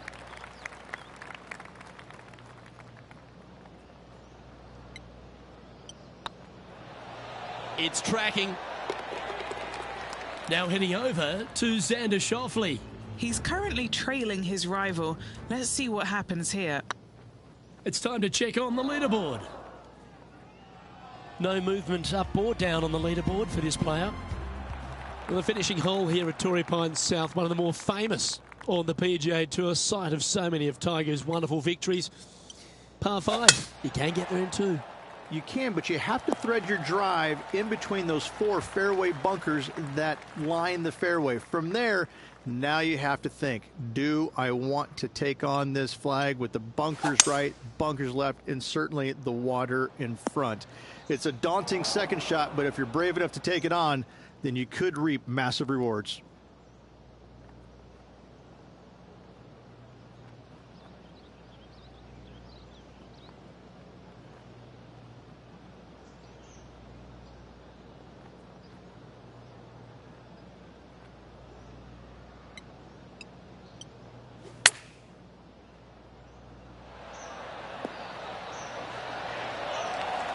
Great shot.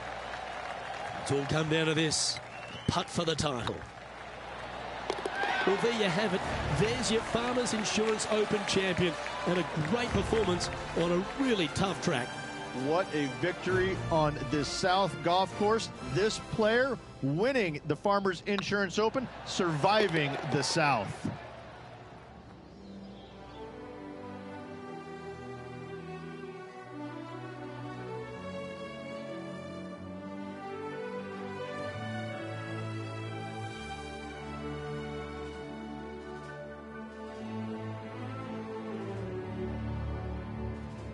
And Rich, credit where credit's due. I think you picked this victory. Well, even a blind squirrel gets an acorn every once in a while. No, listen. This player's been there all season long. They're just one of these rare players that is seemingly in contention every time they peg it up. Well, on behalf of myself, Rich Beam, and all the hard-working folks at HB Studios, thanks for tuning in, and we'll see you next time.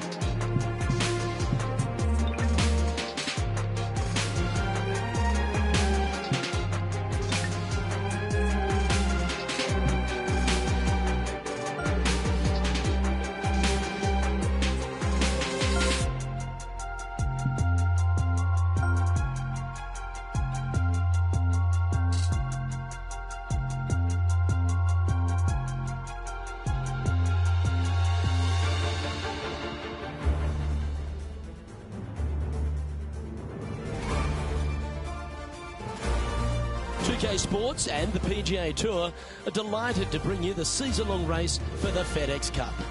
Today's coverage of the AT&T Pebble Beach Pro-Am is about to begin. I'm Luke Elvey alongside Rich Beam in the booth, and it's a hello to Henny Koyak down on the course following our featured group. Hi Luke, I'm pleased to be following this featured group as there are rumours of quite a rivalry kicking off between these two players. Well, it looks like this player is aiming to beat Lexi Thompson, which very few people can boast. This should be an exciting showdown, Henny. Luke, Lexi's young but has been on tour for about 30-40 years, it seems. She's been playing forever. She doesn't lack in experience. She can do it all. Not to mention, you'll be looking at her back for most of the day because she'll outdrive you. Yes, Lexi loves the long ball, and so do we. Good luck in this rivalry, because when Lexi gets on top, it's very hard to beat her.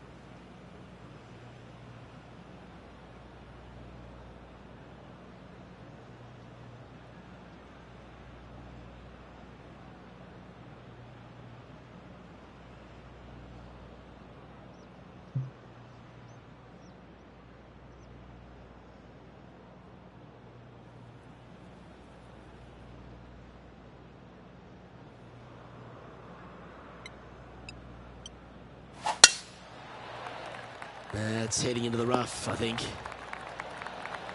Rich, a little bit of undulation change here at the opening hole. The ball will be below the player's feet on this approach to the first green, so they need to take that into consideration. You might want to play for a little bit of a slice shot.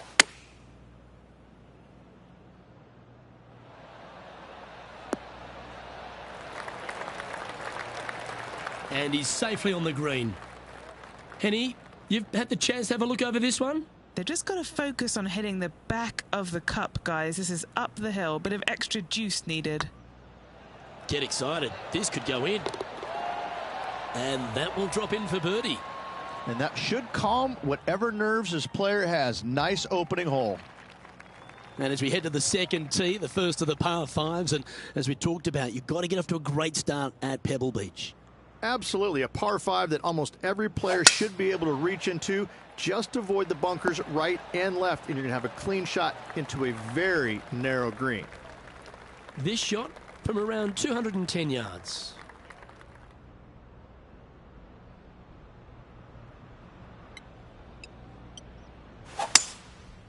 Going with the 5-wood. This one's heading left, I think. And here we are with the third shot.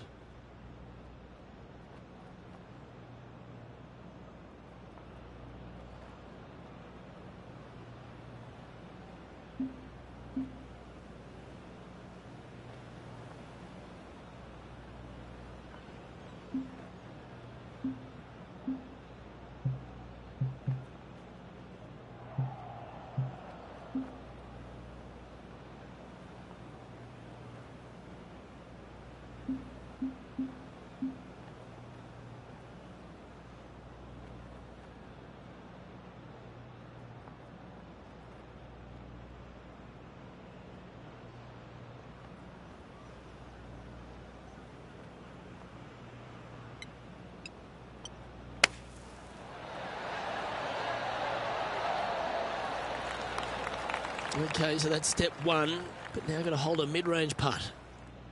What an opportunity to make a birdie. That was a gallant attempt.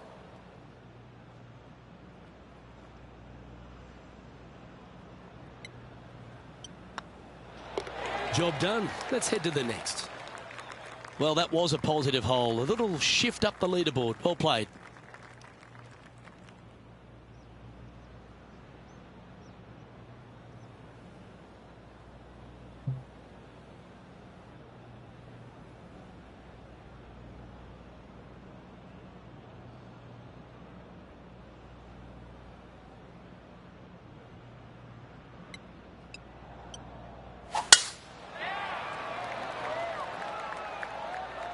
This one should find the rough. Second shot here on the third.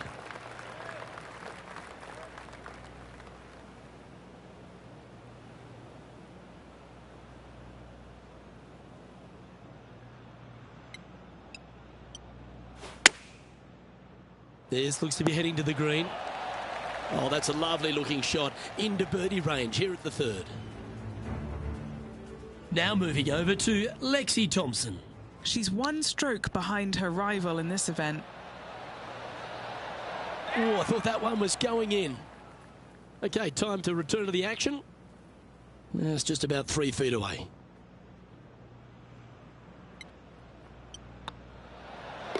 Okay, let's head to the next. And as we take a look at the leaderboard, it's Xander Schauffele in first place.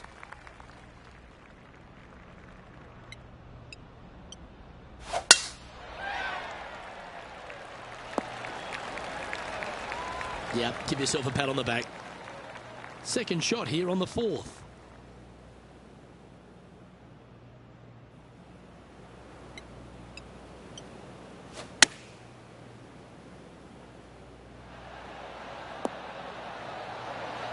Handy effort, that one. And this putt to move into a tie for second. Hey, that's a chance. Oh, what a super shot. Gotta like it. 2 in a row. He's feeling it. And now they're sitting in second place behind Xander Schauffele. Always like to see your name moving up the leaderboard. Never a bad thing.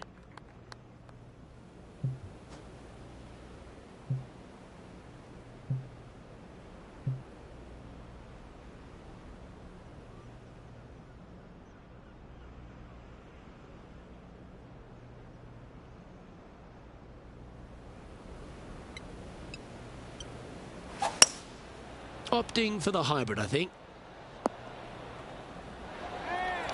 Taking things up a notch in this Lexi-Thompson rivalry, that shot will add some fuel to the fire. Even for the day. Oh, stop it. What a way to make your par. Oh, this one out of a smelly spot on the golf course, but no bother for this player. Not a bad line, this. Nice one. 4th birdie of the day. And with that, he'll move to 4 under par. He finds himself in a share of the lead. The 6th hole here, Rich, at Pebble Beach, is a tale of two halves, isn't it? A strong tee shot down the hill towards the ocean, and then the second, the approach shot back up the hill. There's no doubt about it, Luke. This is just a spectacular par 5. The beauty of it, though, is that you can mess it up in a hurry. This is a very difficult par 5. Don't make any bones about it. After a very consistent run of play over the last half a dozen starts or so, Rich, this player's coming with a whole heap of confidence, and they look to me to be one of the players to beat. Do you agree?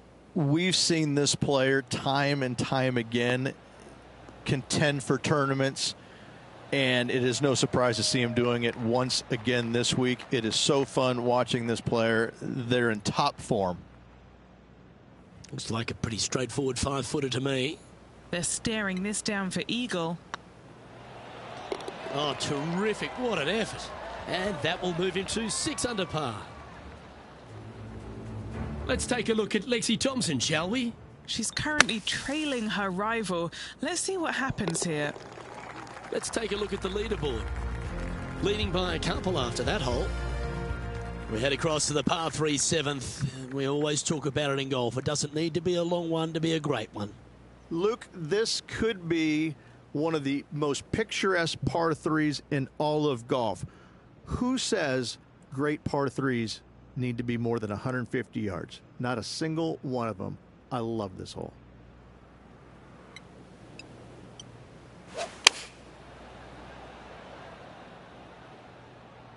Yeah, that one's looking good. This is beautiful to watch. Well, the practice is paying off here, Luke. This player is relentless. Now moving over to Lexi Thompson. Yeah, she's down, she's behind, her rival's scooting ahead. Let's see what happens. And after that effort, this is how the leaderboard looks right now. Currently 7 under for the round. Well, after the beauty of the 7th, we go to the beast that is the 8th. Is there a tougher 2-shotter on the property? Not to my knowledge, no. At just around 425 yards, you're going to lay up to the end of the fairway. No driver needed. But the second shot is where it gets difficult. Downhill, a very small green. You knock it on here in 2, and you've done well. From around 180 yards out. Currently leading by 3. Looks to be going with the 6-iron. Quality shot, that one. And this putt is for birdie 3 on the scorecard. Come on, ball. Don't deny him. That's a good putt to make. We'll take that. Gonna like it. 2 in a row. A quick look at the leaderboard has this player currently in first place, with Xander Schauffele in second.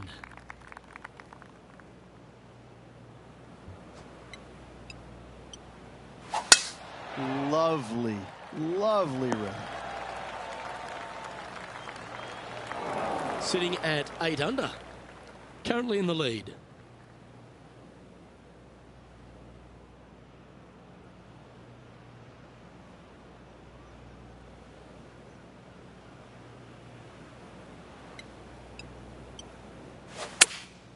Opting for the 5-iron. Oh, I didn't see this as possible. What a shot. Yep, they Houdini'd that. That's brilliant. Let's take a look at Lexi Thompson, shall we? She got one back on that last hole. Got great connection here. Yeah, this is looking good. That was a beauty. And as good as they putt, you almost have to guarantee this one. Putting for birdie.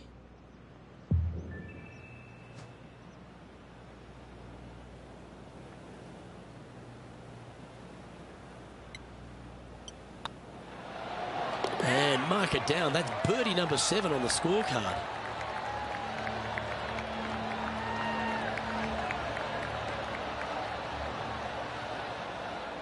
Lovely position for our leader here, Rich. Out in front, but a few holes to go.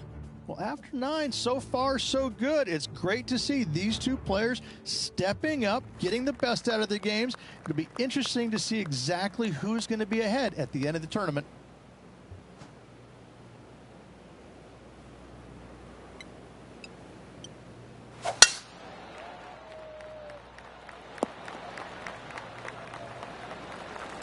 And this shot here coming up from around 130 yards.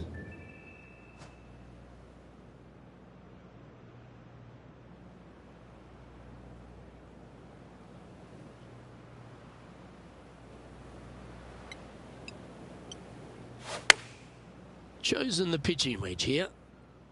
This should play. A wonderful shot and a chance for birdie here on the 10th. Oh, these are good for the momentum, these ones, right on 8 feet. Well, what a performance. 8 birdies on the card. Our leader is up by 4 shots now. Well, Rich, we start to head home, but first we've got to head up the hill on this short par 4 11th. Thankfully, a breather hole after the last few. This is just a 3-wood. Could be a driver up the hill. Second shot, very short, but beware, this green pitches severely from back to front. Watch the spin on your second shot.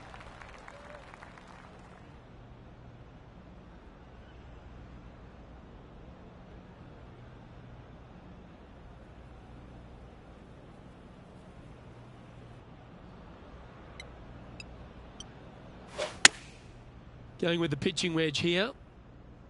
This one is heading towards the nasty stuff. Well, a little off the target with that one. Missing it short there. They will definitely be upset.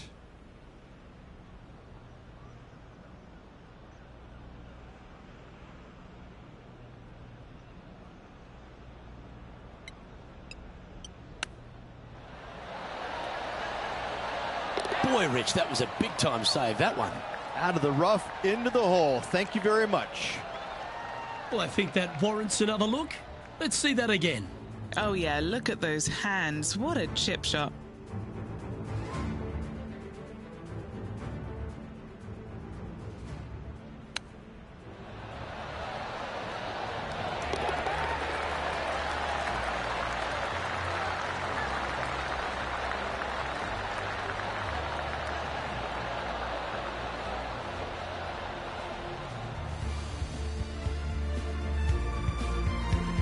And this is quality play, still on top of the leaderboard.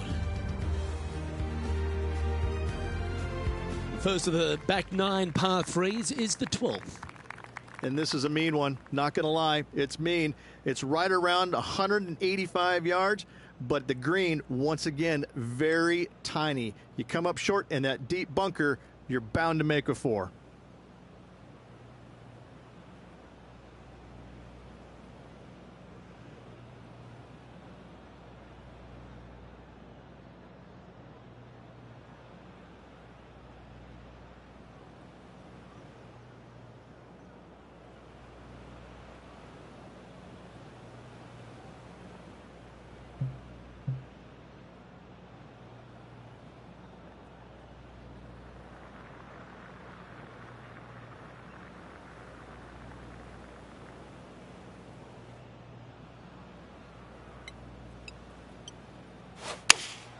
Going with the 5-iron here.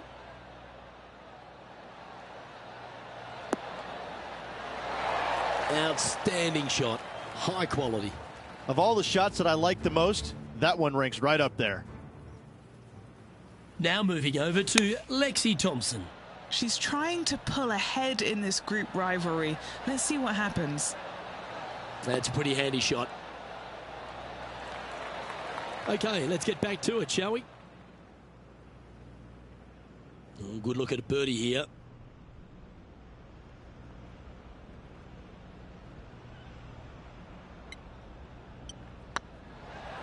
Just didn't drop. Okay, Henny, what's he looking at with this putt? Firm back up the hill. This will be a good one. This one's tracking. There it is. Leading by 6 strokes after that one. Rich, let's head to the 13th tee at Pebble Beach, shall we? And what's the decision off the tee? Aim it right, just shy of those bunkers down the right-hand side, and you've got a mid-iron for your second shot back up the hill. Again, a green that pitches severely from back to front as well as right to left. Do you like the view from where you're standing, Henny? And from around 135 yards.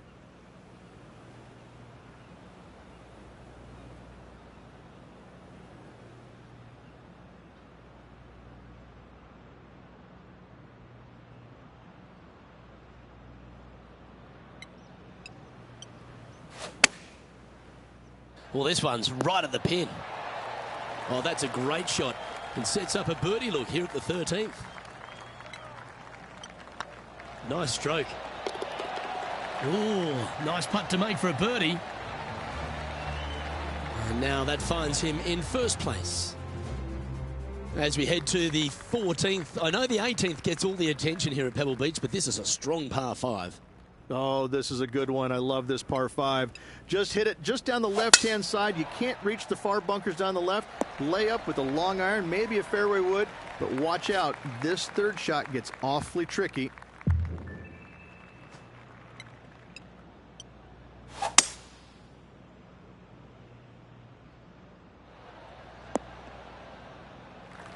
You like that, didn't you? Getting ready to play their third.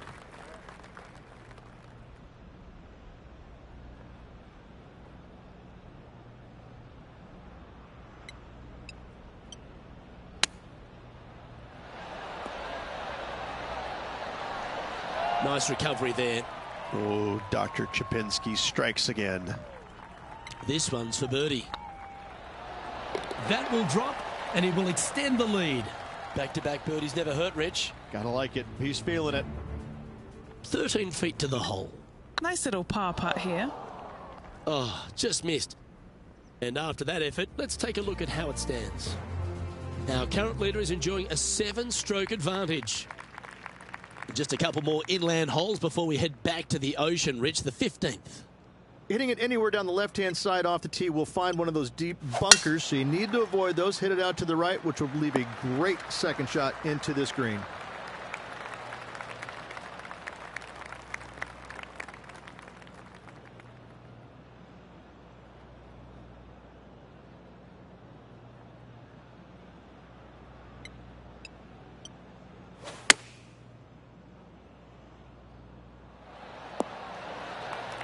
Well, that certainly makes putting a lot easier when you can hit a shot like that. Gotta like their chances from there. Always love these opportunities, especially when it's for birdie. The putt drops, and it's 14 under par, heading down the stretch.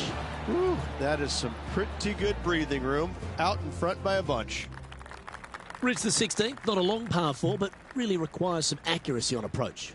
It does. Lay up to the top of the hill, and you can look down on this green, which pitches severely from right to left. Just a wonderful short par 4.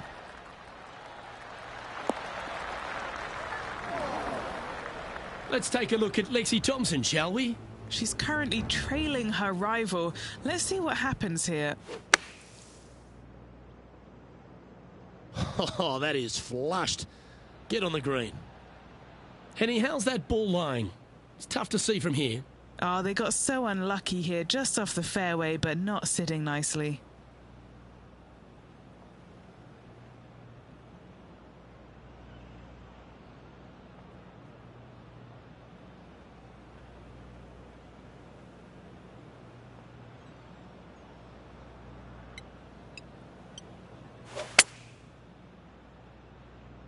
Nice out the rough here. Oh, well played. Into birdie range here at the 16th. Trying to get to 15 under now with this opportunity.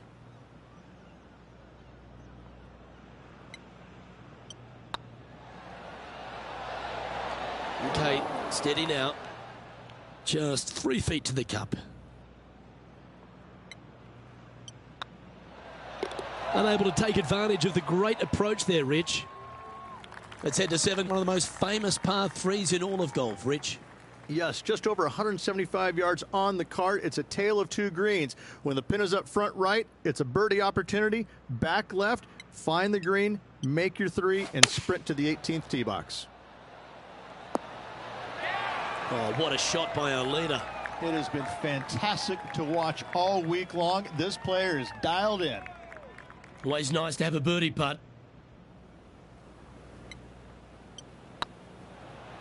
Hey, nice looking line. That's frustrating. And that should secure the par on this one. And still in top spot after that hole. Keep it going. Well, Rich, as we find our way to the 18th tee, few holes in golf capture the imagination more than the finishing hole here at Pebble Beach. So much history on this hole. Aim it at the trees right in the center and hope you don't get unlucky and get underneath one of them. From there, it's going to be a layup out to the right and just a short third shot. What a wonderful, wonderful finishing hole.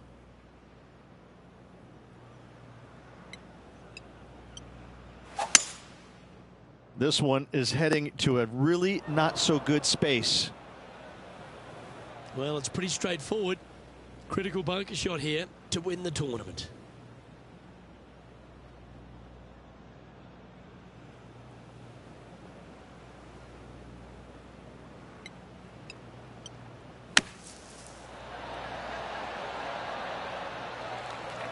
Oh, that's outstanding. Another great shot by our leader. And it's all come down to this. Make this putt and win the event. Oh, gee, that line was looking good, wasn't it? Not the end of the world. There's another chance here to close out the victory. Well, you can start etching that name into the Wall of Champions, forever etched in history here at Pebble Beach. AT&T Pro-Am champion. Well played. And no better feeling, Luke, than to win on this classic layout. Pebble Beach Golf Links, a victory they will surely remember for the rest of their days.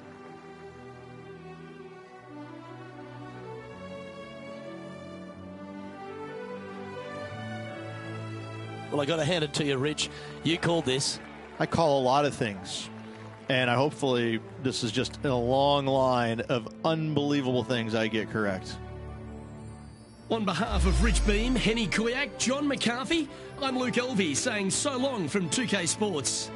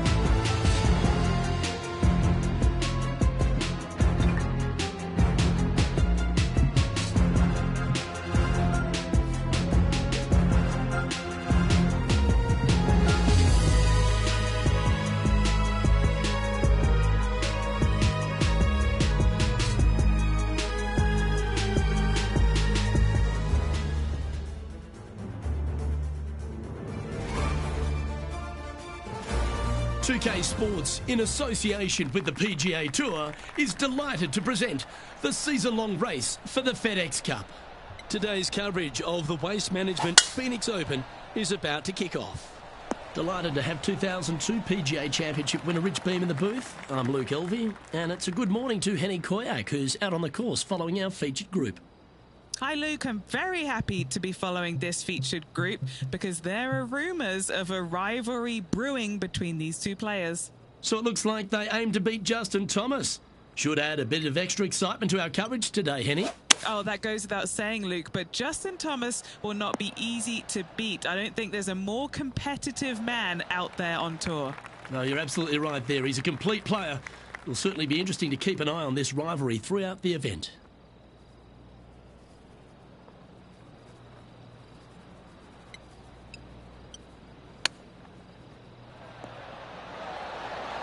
Didn't that look good for a long time? This putt's about 4 feet from the hole. He's got this for his par. And that's an opening hole par for this player. That's a rock-solid par right there. The second hole at TPC Scottsdale is a mid-range par 4, playing 442 yards from the tips. The bunkers on the right side need to be avoided, which leaves a good mid to short iron approach to a green that is bunkered front, left and right. So a good accurate approach required.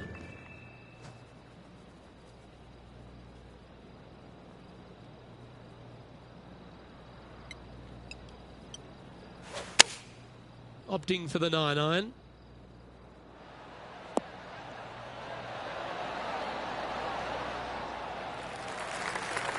Nicely done. And this effort by Justin Thomas.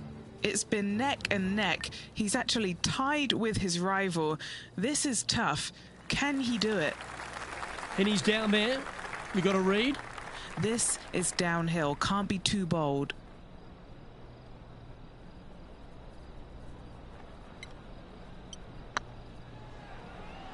This has eyes for the hole. Ooh. A par putt on the table. So no movement on the leaderboard, remaining at even overall. The third here at Scottsdale plays over 550 yards from the tips. It's a strong par 5, which requires 2 big shots to get to the green. The first shot needs to avoid that bunker on the left-hand side to give you a chance to go for the green. But if you're laying up, it's laying it back to a number between those 2 bunkers that sit on the left side of this fairway, around 150 to 100 yards out. Rich, I know it feels like we say this each week, but I just love being here in Phoenix. If there is one event on the tour that just seems to elevate itself beyond all the others because of all the people that come here to enjoy it, it's this one. It is certainly a different event than all the others. Now, there's other tournaments that are trying to replicate what they do here in Phoenix, but none of them are successful with it. When you have as many as 650,000 people coming through the gates during the week, you know you're in for a different, unique opportunity here on the PGA Tour. And to play in front of all those folks, even though you know most of them aren't really watching you play golf, they're kind of looking around the crowds and being entertained by everybody else. Still, to have all those people just seemingly right on top of you, it gets to be a little nerve-wracking for some of these players. Solid par putt, that.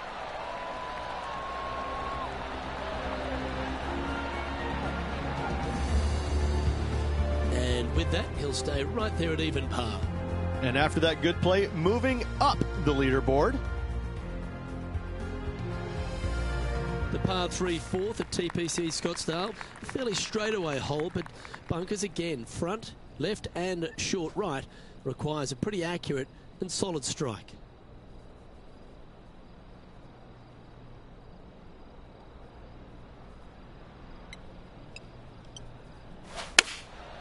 Going with the 6-iron here. Yeah, tidy looking shot, that one. All right, Henny.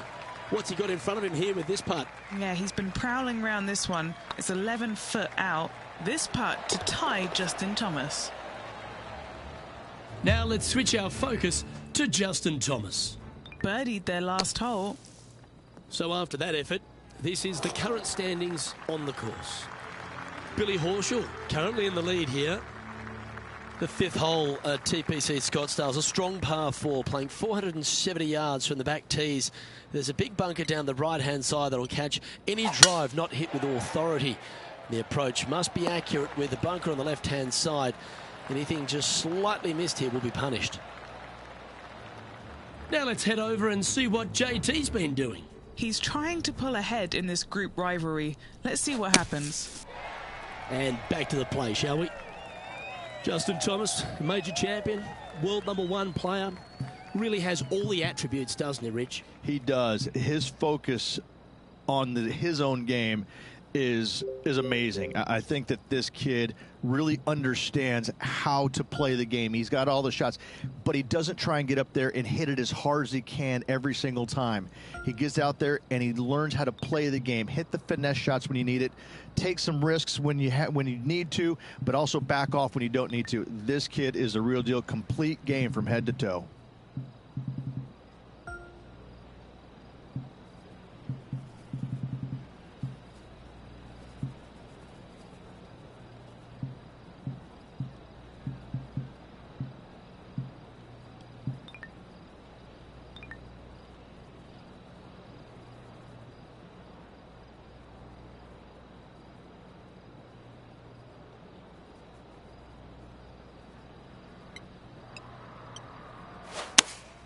Going with the 8-iron here. And this player seems to not be too intimidated having Justin Thomas in their group today. That was a fantastic shot into this green. Just one off the lead after that hole.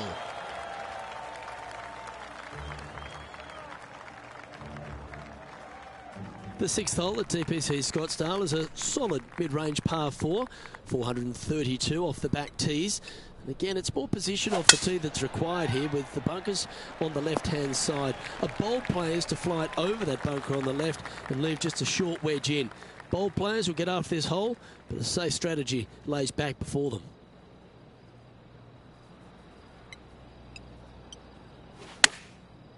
Looks like they're going with the pitching wedge.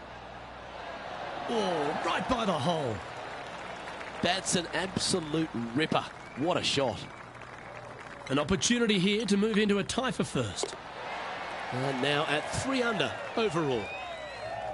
The seventh here at Scottsdale is a par 3, a straightaway hole, but bunkers left and right of this green ensure that a nice straight shot is required.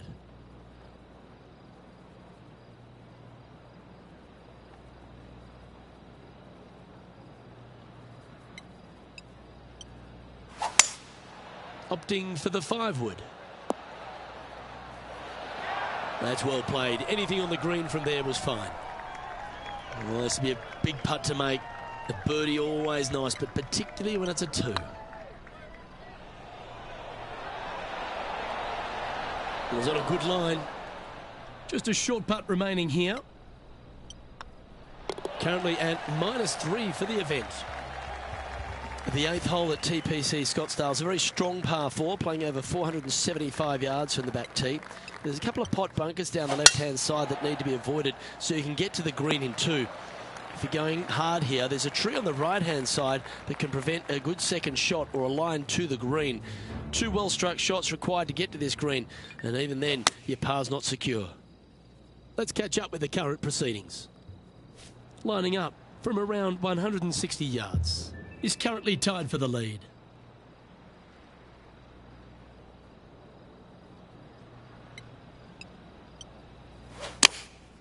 Looks to have opted for the 8-iron. No harm, no foul there with that shot. This putt right on 12 feet to the hole. What a great opportunity here for a look at a birdie. And with that, that's their 4th birdie. And that will take him to 4 under. And just keeping it in neutral on the leaderboard.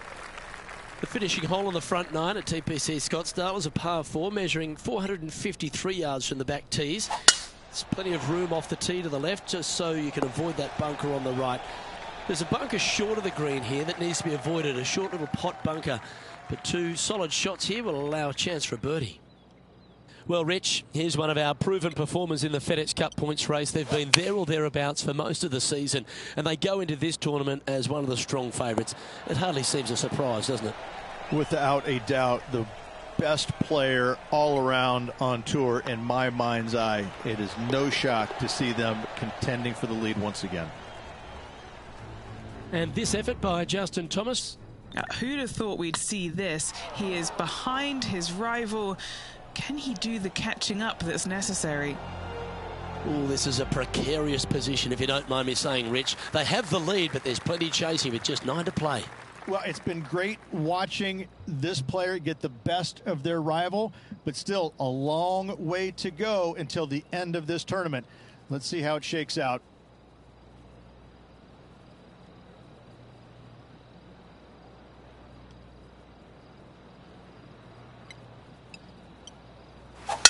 Eight days a week, that rhythm works. Oh, sometimes you need a hacksaw to get out of this rough. No, this is like hitting it into a head of cabbage. I mean, it literally is just awful. Going with the hybrid. Needs a little ground help to the left. And here we are with the third shot. Currently in the lead by a shot.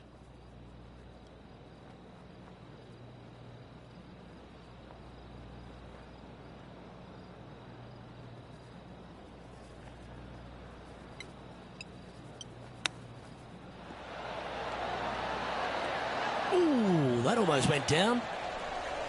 And this one is for his par.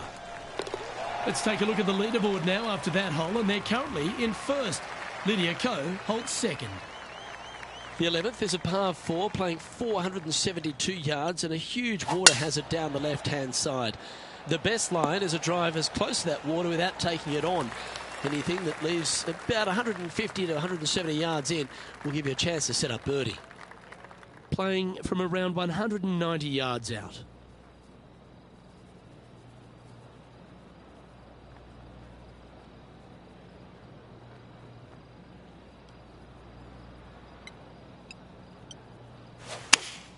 Looks to be going with the 5-iron. And he's safely on the green with that shot. Now let's switch our focus to Justin Thomas. He's currently trailing his rival. Let's see what happens here. Not afraid to go deep. This putt's for 6 under par.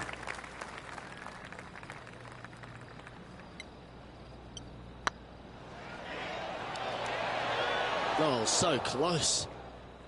3 feet to go here to the hole.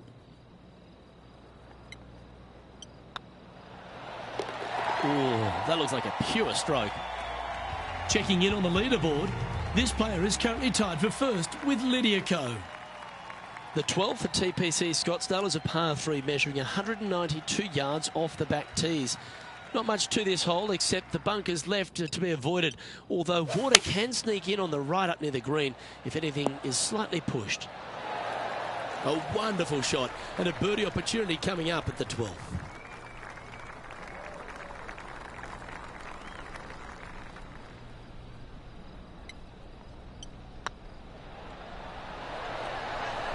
Yeah, you like the look of that right off the blade. And that will take him to 6 under. Lydia Ko coming off a birdie on her last hole, and that will take her to 2 strokes off the lead. And gaining ground on the leader. Things are getting tight coming down the stretch.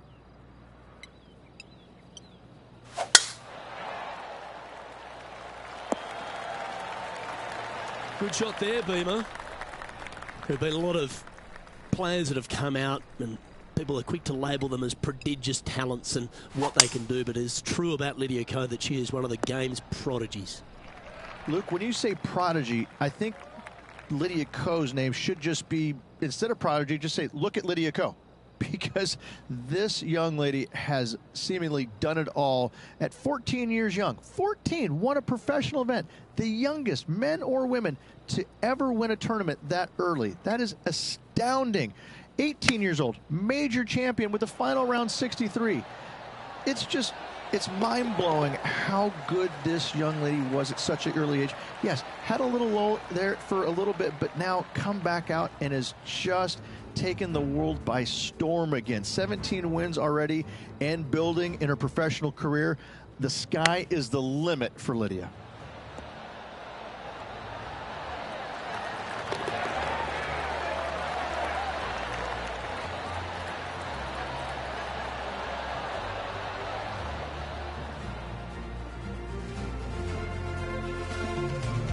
This is their 5th shot.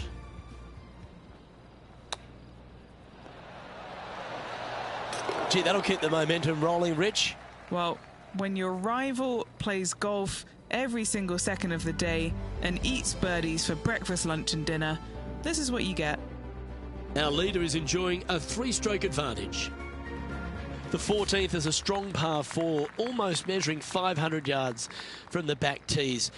The bunker that sits in the fairway should be covered. Anything around 190 to 200 yards out will give you a green light to go for this flag, although a 4 here never hurts. And he's down there. Setting up here from about 165 yards. Wow, that one was a fairway splitter.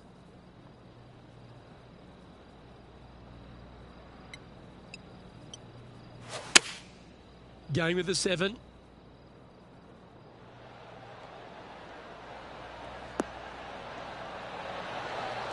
What a shot! Almost went in the bucket.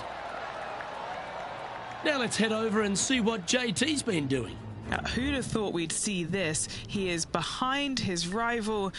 Can he do the catching up that's necessary? It's just about 3 feet away. He's staring down a birdie putt here. Oh, what a round this is. 7 birdies today. And after that fine display, they are holding first spot on the leaderboard, with Lydia Ko trailing in 2nd place. The 15th is a very important hole, the par 5, 553 yards from the back tees. Either makes or breaks around here at TPC Scottsdale. That huge penalty area to the left is to be avoided if you're to make a decent score. A good drive will allow you to go for this island green in 2. Although if you're too far back, no point taking it on as there's water everywhere to collect your ball. Laying up to the 115, 20-yard marker will give you just an easy wedge here and a chance to still make your birdie. Oh, just absolutely abused the golf ball there with that shot.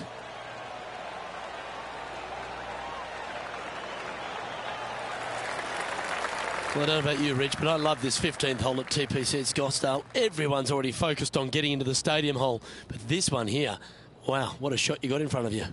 I'm laying up 8 days a week and hitting wedge in there close for my 3rd, Luke. No chance I'm taking on this 2nd shot.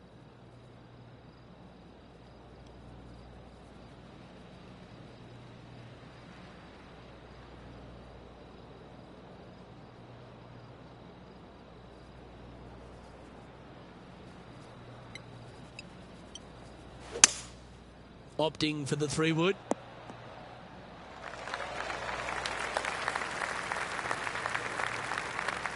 Well, this person displays the power game in pure fashion there. 2 big hits there, knocking in on this par 5 and 2.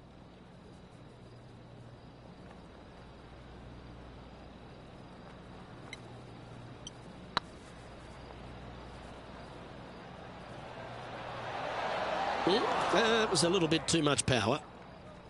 This would be a great up and down.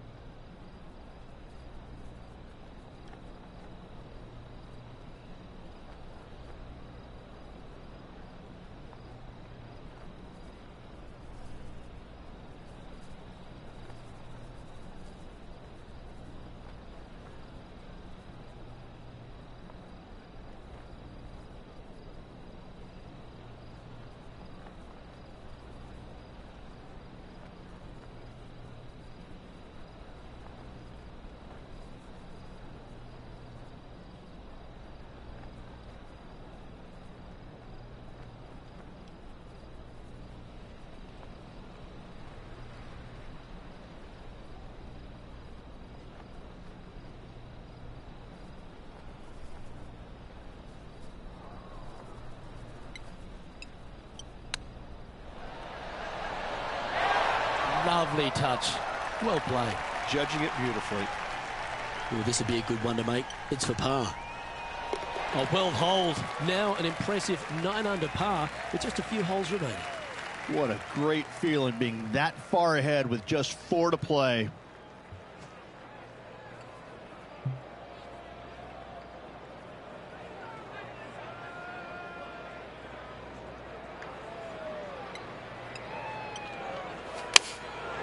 And choosing the 8-iron here.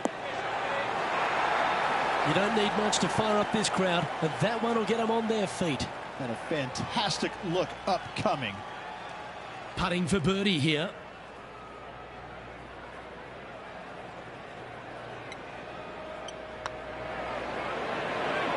Ooh, right by the hole.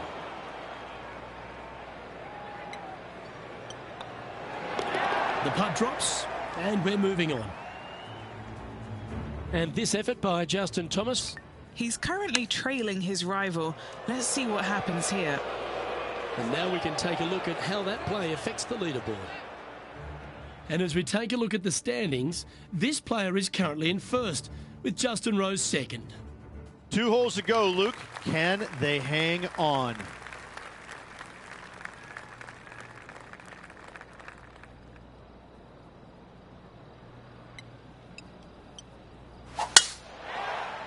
Oh, good drive. That one should find the fairway. I love seeing stuff like that. That's exactly what I've done. Nobody wants to see somebody laying up on a par 4 that's drivable. Pull out the big stick.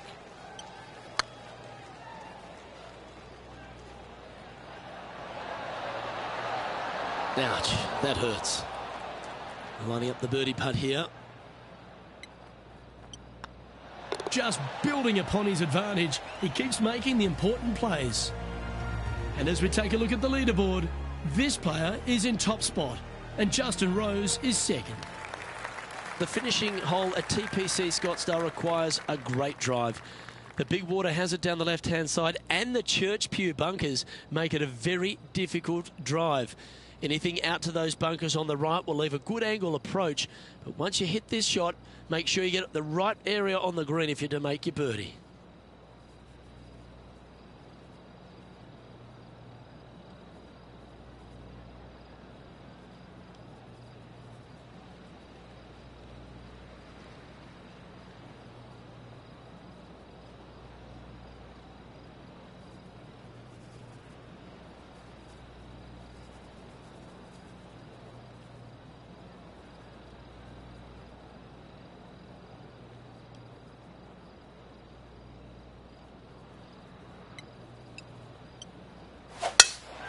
Look at that.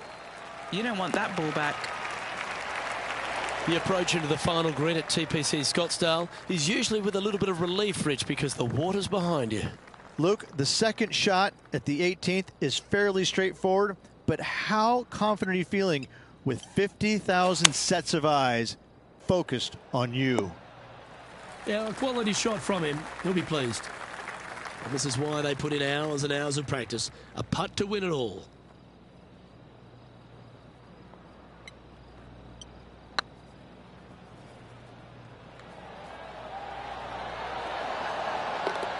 Well done to this player who was able to tame TPC Scottsdale and walk away with the WM Open victory. And an impressive victory it was there, Luke, in front of 125,000 fans on this Sunday.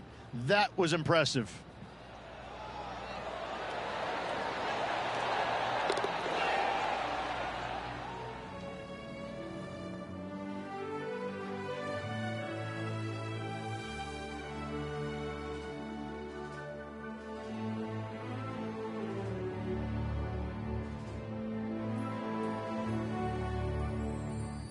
And Rich, I think you mentioned earlier that this player was your favourite. Well picked. Listen, it's not a hard pick, is it? This player has consistently been there all season long. There's no reason why not to pick them to win. They just make me look smart. That's about it. On behalf of Rich Beam and all the hard-working folks at 2K Sports, I'm Luke Elvey. Thanks for joining us. See you next time.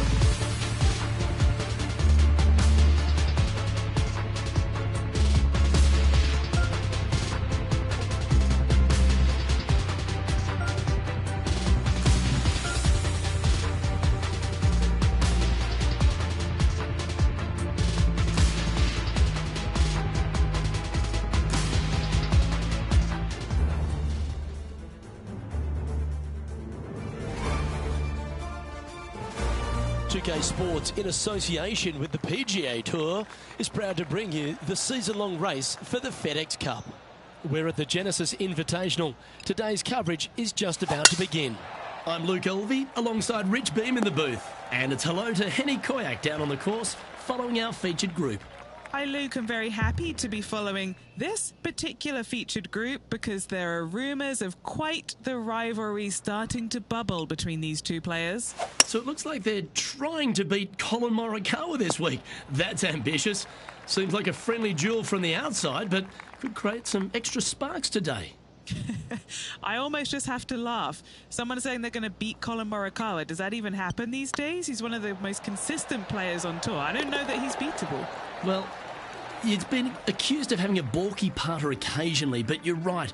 Iron play as good as Tiger Woods in his prime. The short game's irresistible, but I think the most impressive thing about young Colin is his mindset. He's got a 40-year-old mind on a 20-year-old body. No wonder he's winning at a decent rate of knots. That's heading for the fairway. But what are we looking at with their approach shot, Rich? Because really that's all the challenge here on this par 4 second.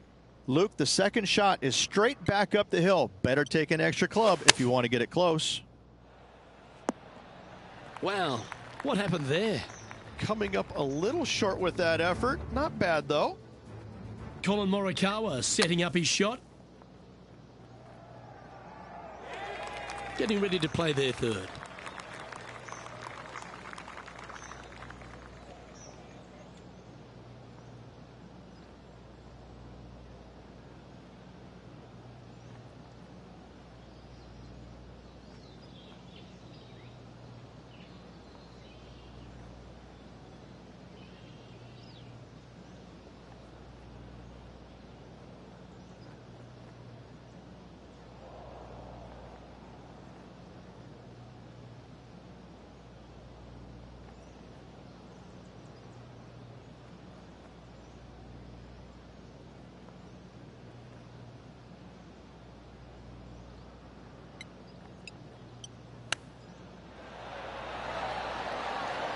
Oh, wouldn't that have been nice? And this putt coming up for his par. At -2, going along nicely today.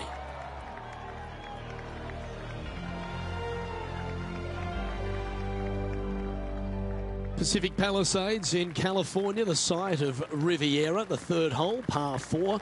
Elevated tee shot.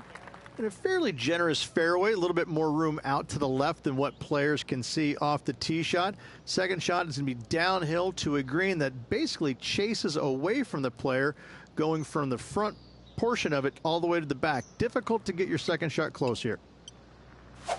Wow, that was just striped. What kind of shot are they facing here, Henny? This is looking around 115 yards out.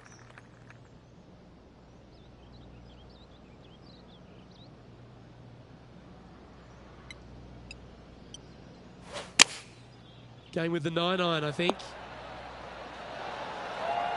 Outstanding approach shot. Luke, nothing gets past you. Yes, this kid is a stud. Be nice to see this one go down. Let's see if they make it. Yes, they've made it. And stepping up the standings after that effort. So many wonderful holes at the George Thomas designed Riviera Country Club. This par 3 fourth has to be one of them. This is a spectacular par 3. Ideally, players want to hit a tee shot that moves significantly from right to left and moving with the contour of the green. If they can do that, then they've got an opportunity to hit it really close. If they challenge the pin off the tee shot, well, it could come up short in that bunker, and that is a massive no-no. Well, that's well played and a great birdie opportunity coming up here at the 4th. You know what? That deserves a golf clap.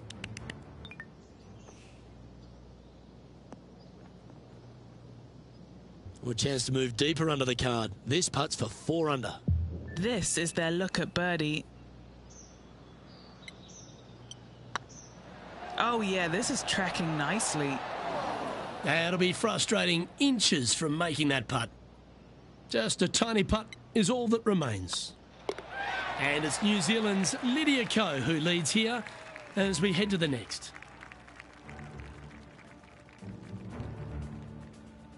Rich, the PGA Tour is basically a power game these days, although the 5th here at Riviera forces players just to hold off the tee.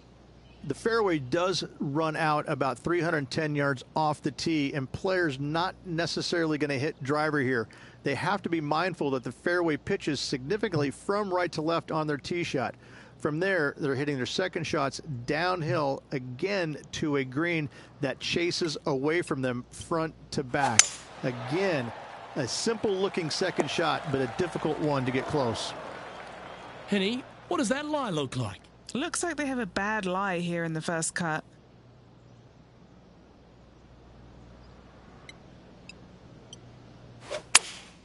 Looks to have chosen the 7-iron. Yep, solid connection. This is looking good. They have absolutely flushed that one. Colin Morikawa, he was meant to be the original and best approach player, but I think we have a new sheriff in town.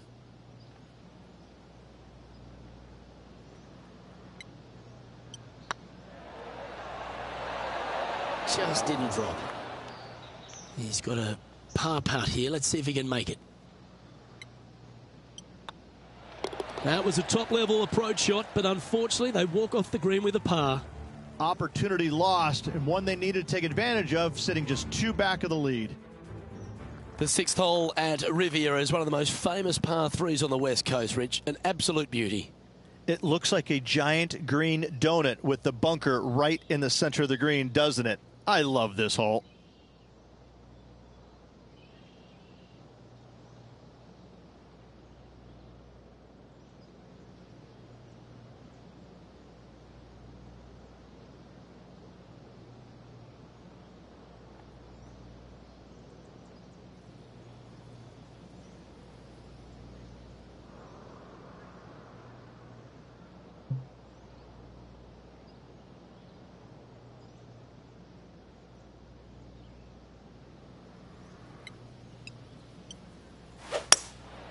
Looks to be going with a hybrid here.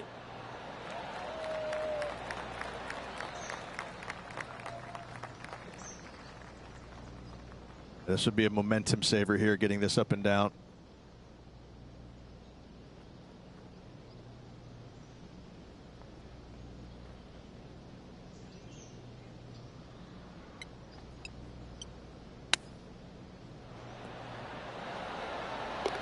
Oh, what a ripper from long range. And a chip in, Luke, just what the doctor ordered. Oh, that was a touch of class. Wouldn't mind seeing that again. Yeah, they were looking at an up and down, but just down.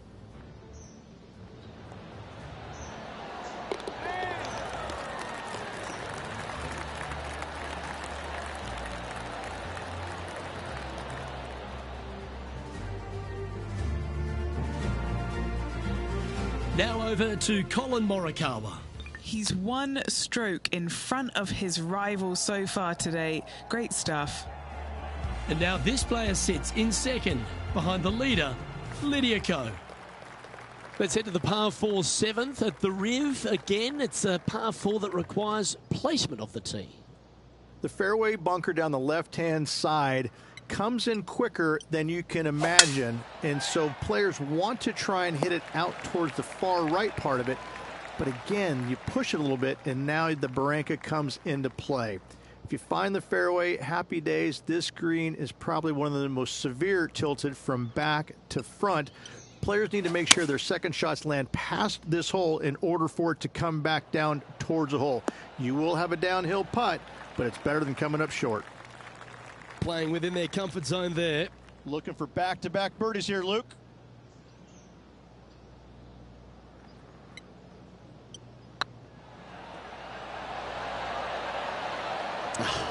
That's frustrating.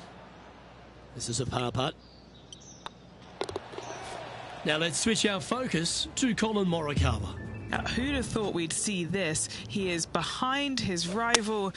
Can he do the catching up that's necessary? And with that hole, they're sitting in second place behind the leader, Lydia Ko.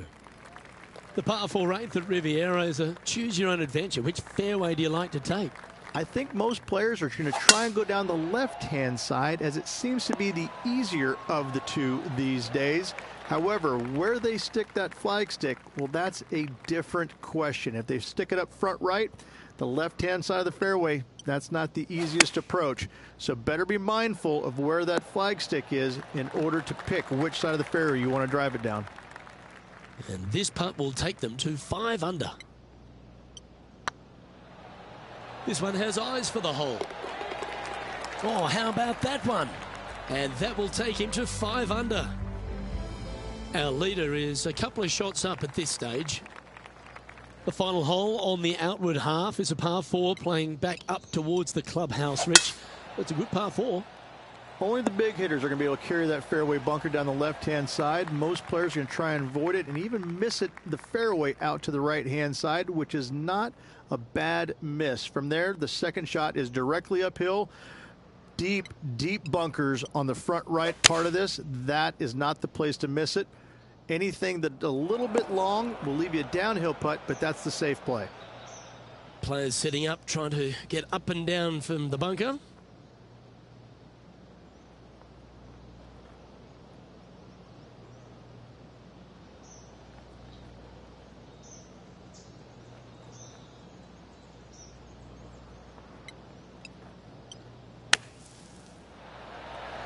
Oh, that one just missed the hole.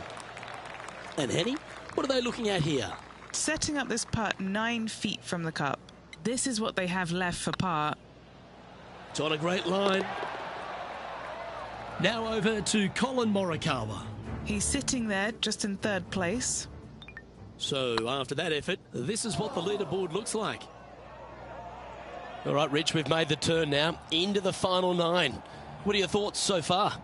2 strokes off the lead with 9 to go, Luke. They're going to need to put something special together.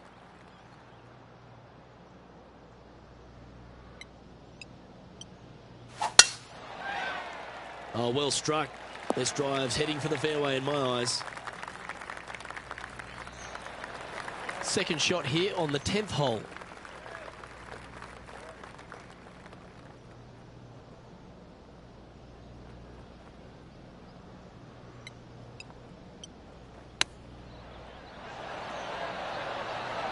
Wow, that almost went in the hole. Just 4 feet remaining between him and the hole. You can mark it down. That's birdie number 4 today. And that will move him to 6 under par. He's currently in the 2nd position. The par 5 11th, one of the better scoring holes on the course. Players are thinking 4 when they stand on this tee. It's just a long straightaway par 5, almost a runway, if you like. Both sides of this fairway flanked by huge eucalyptus trees, which frames this tee shot brilliantly. You find the fairway, second shot, once again, straightforward. You must avoid that bunker front right at all costs. That is deep and nasty. You're not going to enjoy being in there.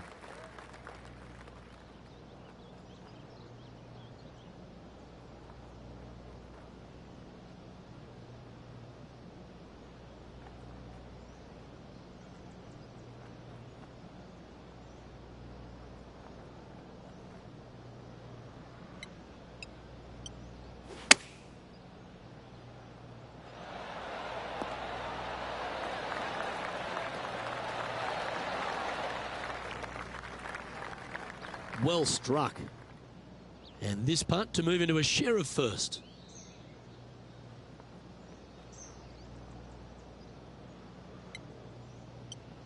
That's tracking. Gets that one to go down, and that's back-to-back birdies. And that will take him to 7 under. Now let's switch our focus to Colin Morikawa. He's currently trailing his rival. Let's see what happens here. Oh, what a shot from the bunker. And after that effort, that's how it looks.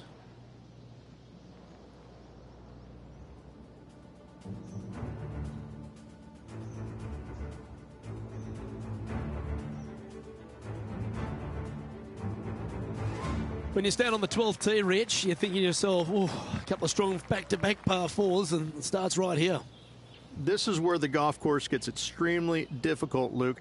This tee shot moves from left to right, but massive overhanging eucalyptus trees down the right-hand side prevent you from hitting a high draw over them.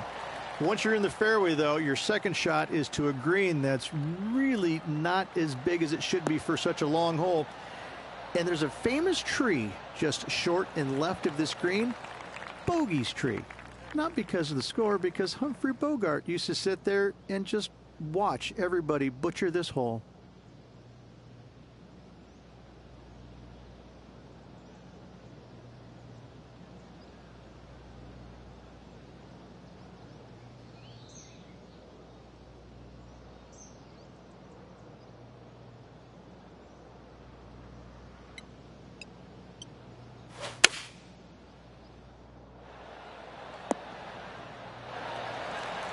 Wow, what a shot. Now over to Colin Morikawa. Who'd have thought we'd see this? He is behind his rival. Can he do the catching up that's necessary? This one just outside 7 feet to the hole. Good looking putt. Mark it down. That's 6 birdies today. And with that, he'll move to 8 under par. Awesome play. Rich, the 13th hole. Slightly different look off the tee. It's really cool. This tee shot is framed by large eucalyptus trees, both right and left, requires a draw. Nothing else to do. You have to move this golf ball from right to left off this tee. If you do it correctly, well, that golf ball could chase down there miles down this fairway. If you find the fairway down there, you're going to love the second shot. The difficulty gets when the pin is all the way back left in this little peninsula. You miss it a little bit left there, you're going to find the barranca, and you're probably going to find a bogey or worse. Beautiful swing there. Playing from around 150 yards here. He leads the field by a stroke.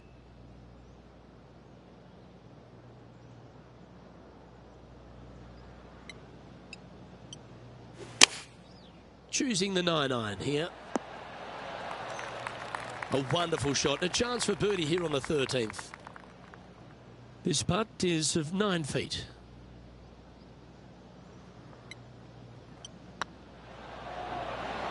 That was a gallant attempt. Pretty good chance here. This one's for par.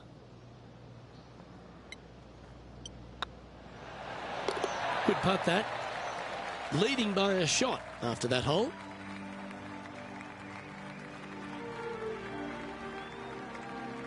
The 14th, Rich, I know it's dear to your heart, the par 3. You made an ace there in tournament history, won a car.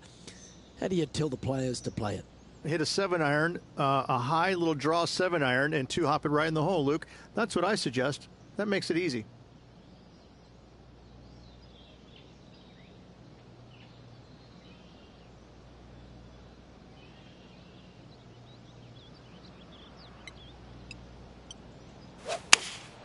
Opting for the 6-iron. Oh, look at this. Right down the throat. Well, that'll be one of the shots of the day, that's for sure. Oh, that was pure. What are we looking at for this putt, Henny? It's 13 feet out. Unlucky for some.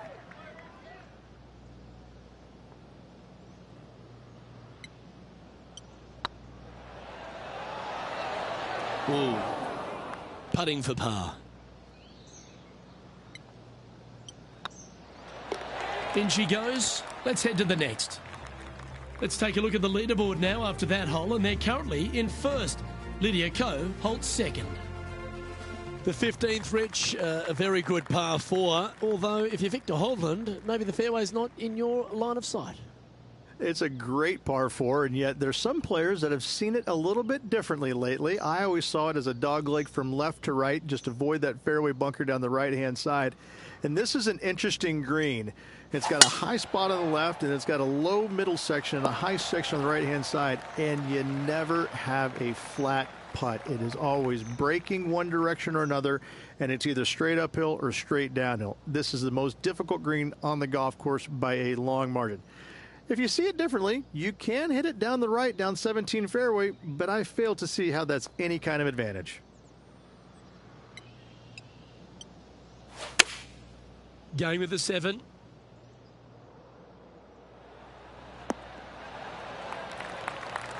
And here we are with the third shot. Currently in the lead by a shot.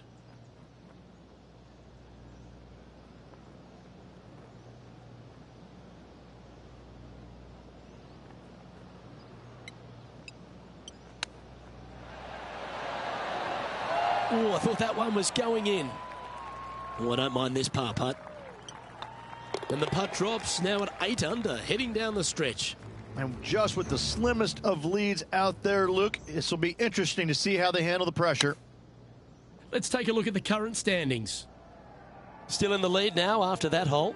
3 holes remaining, folks. Hang on to your hats. This is going to be a wild and woolly finish. The 16th at Riviera Ridge is the last chance to get amongst the birdies on a par 3. A breathtaking short par 3, 166, an island green surrounded by bunkers.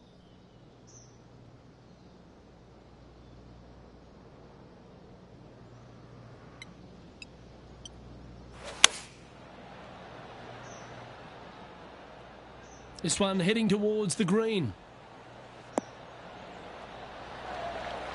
Pay attention, folks. That's how you play golf. Full of confidence as well with their putter. Gotta like their chances. Pretty straightforward 4-footer coming up here. This is what they have left for birdie here. And mark it down. That's birdie number 7 on the scorecard. And after that performance, they'll stay right where they are in the standings. 2 holes to go, Luke. Can they hang on? Let's find out.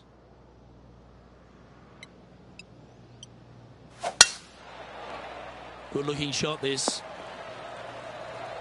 Well, that's right out of the top draw. A great shot from our leader. Huge tee shot there, Luke. What a display of power.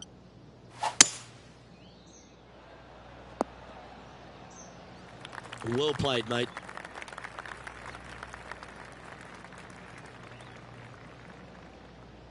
Getting ready to play their third. He's got a 2-stroke buffer.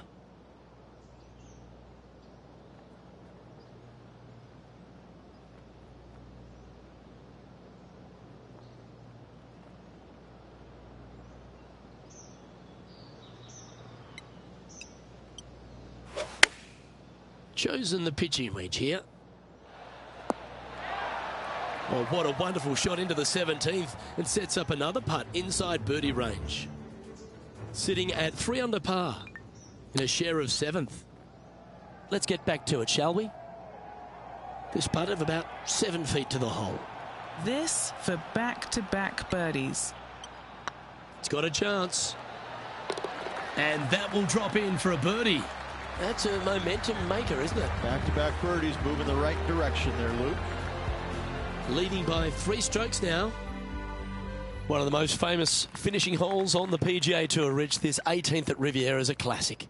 Aim for the palm trees in the distance, which are located just on the left-hand side of the green. A good tee shot there will set up an awesome-looking second.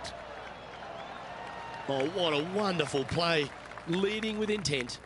That drive was simply astonishing.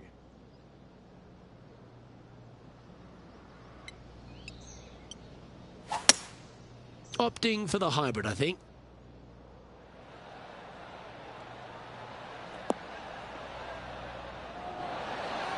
That was special.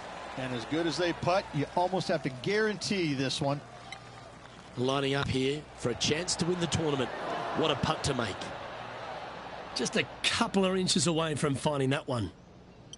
All right, well, a spectacular week comes to a close. Congratulations to the Genesis Invitational winner, Riviera, the home of your champion.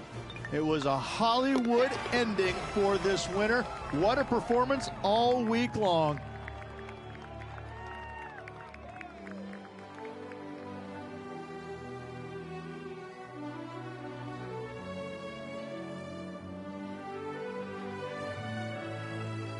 And Henny, it goes without saying that this player dominated their rival today. Yes, Luke, we doubted them, but they got the job done and they took down their hero. The rivalry is theirs and theirs alone, and they can boast about this on social media for, well, weeks now.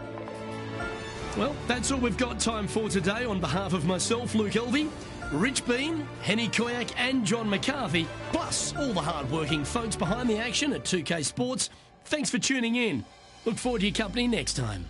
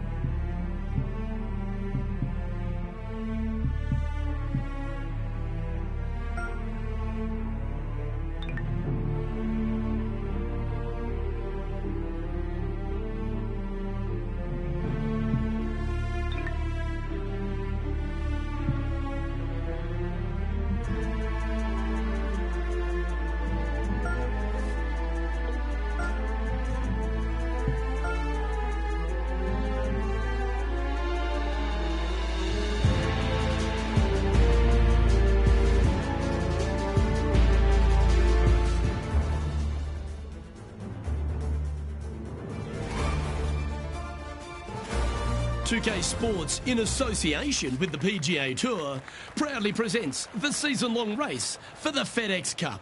Today's coverage of the Northern Shore Open is about to begin. I'm Luke Elvey alongside major champion Rich Beam in the booth, and it's wonderful to welcome in Henny Koyak, who's out on the course following our featured group. Hi Luke, I'm very pleased to be covering this particular featured group because there's a fresh rivalry developing. I smell rivalry in the air. It's going to provide some great entertainment to both the spectators and us this week. Well, this week, Henny, it looks like they're intending to beat the big-hitting Brooke Henderson. She might be a kind Canadian, but certainly a fierce rival. Yeah, she's not going to say sorry. Just make sure you don't look in her trophy cabinet beforehand because you might get intimidated. There's some big major championships in there. Brooke Henderson, speaking of big, hits it big, got big game, and is just so lovely on top of it all. I almost don't want her to be beaten. Yes, she's a born winner, isn't she, Brooke Henderson? This is going to be a tough rivalry, but one, if you can win, will certainly build your confidence. 6 feet remaining to the cup. Little birdie look in here. It's on a good line. And with that part hold, it's back-to-back birdies. 2 in a row there, Luke, getting their groove on. Currently a couple under for the event. Moving up the leaderboard. I like it. Time to take a look at what this par 4 might be in order. Really hoping they play this one aggressively.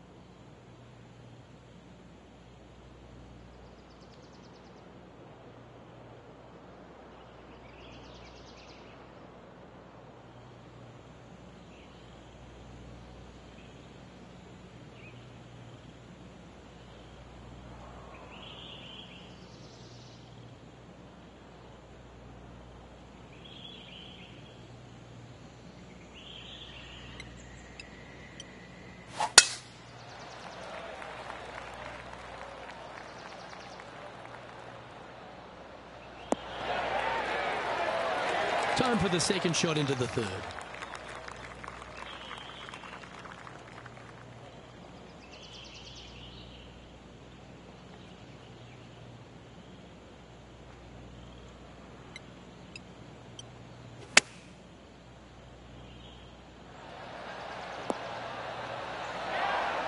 Not bad. This putt just 5 feet away from the hole. This one started out on a good line. And down it goes. And now over to Brooke Henderson's next shot. She made bogey, gave one back on the last hole. So after that effort, let's take a look at the leaderboard. And there's no movement on the leaderboard after that hole. Here we have a long par 4. It's going to take 2 great shots to get on.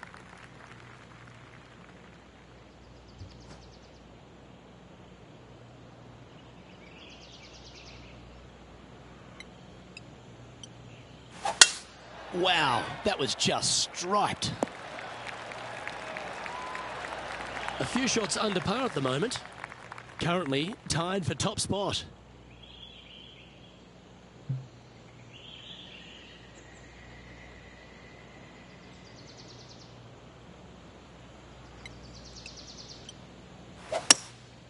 Going with the hybrid. Clubbing up, smart. Got to control it though. Let's see. Nicely done. What's in front of them, Henny, with this putt?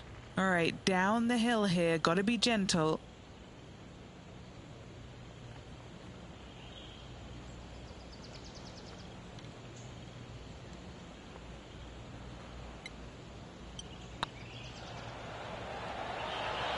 Okay, steady now. 7 feet to the cup.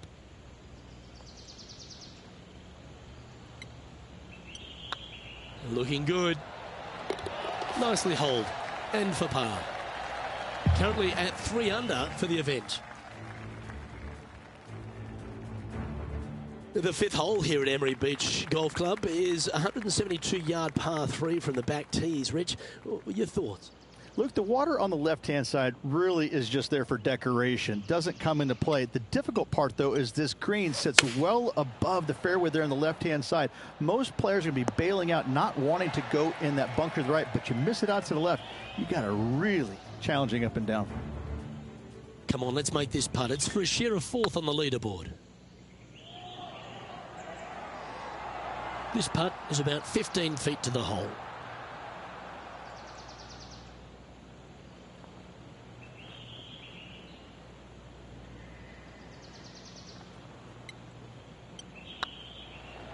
It's got a chance. It was on a good line. An opportunity to make their par. Right over the spot they were looking at. That's well holed. And staying right where they were in today's rankings after that. Here we have a long par 5.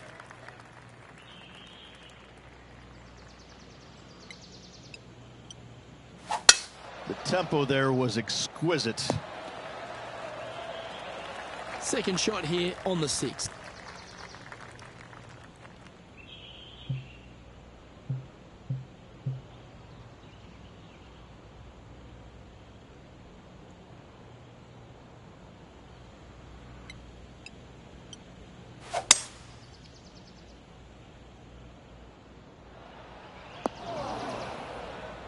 Sitting at -3 in a share of the lead.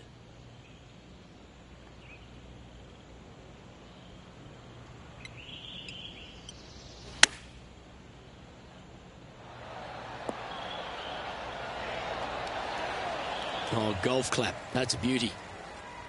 4 feet to the cup. Oh, nice looking putt.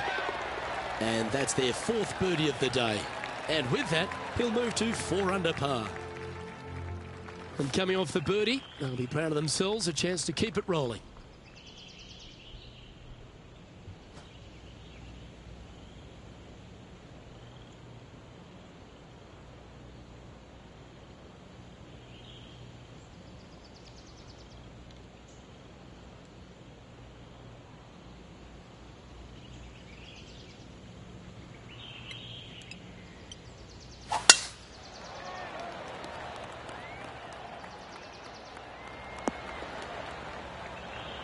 That's nicely done. What do we catch up with Brooke Henderson? She had a bad previous hole, came off with bogey.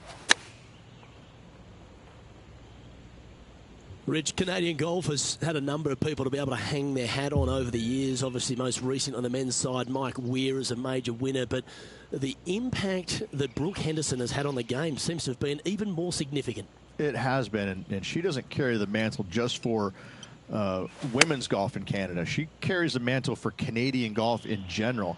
She's such an amazing, delightful young lady to be around. Her personality is infectious. She's just a good soul. And she carries that around to the golf course. I mean, 2-time major winner. But what I'm impressed about most with her game, Luke, is the fact that, you know, she is such a long hitter in the game. You don't quite see too many women in the game right now that they don't talk about hitting it long like we do in the men's game. But make no bones about it, she hits it a long way out there. That gives her a massive advantage over some of the other players, and that's why she is such a prolific winner on the LPGA. Looks to be going with a hybrid here. This needs to go a little bit right once it lands. Oh, they're dialed in. It's an absolute clinic. I tell you, you just dream about days like today. Greens and regulations, spot on all day. Awesome. Let's return to live play now. Trying to get to 6 under now with this putt.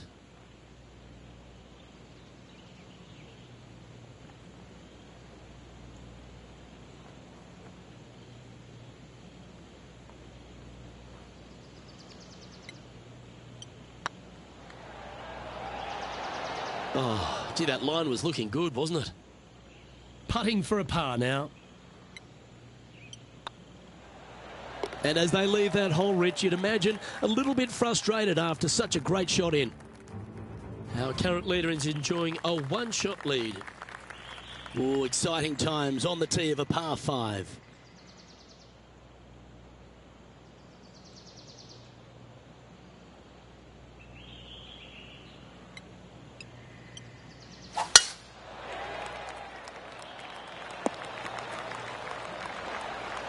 Time for the second shot here at the 9th.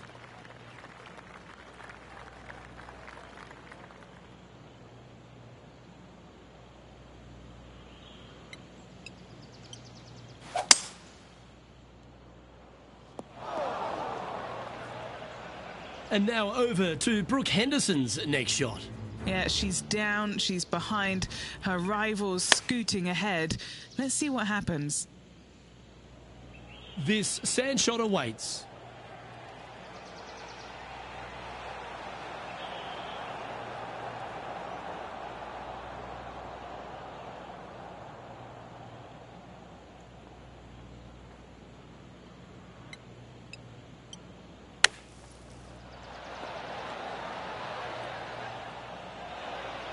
Playing their fourth shot.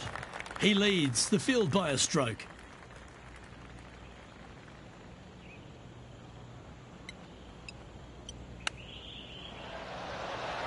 How close was that to going down? Right on 4 feet. Should make this one. This for par. Well, a lovely position for this player, Rich. Tied for the lead as they make the turn. Yeah, exciting position, isn't it? You'd rather have the lead on your own, but listen, tied for the lead. Pretty good spot to be in. They're going to have to work to earn this victory. Wow, that was just striped. Here we are, Rich. A wonderful opportunity on the table. The chance to go back-to-back. Just how big would that be? Obviously massive, but I'm very impressed. They've put themselves in a position to win for the second week in a row. Impressive. What a shot from the rough. This is gorgeous. This putt coming up is for birdie.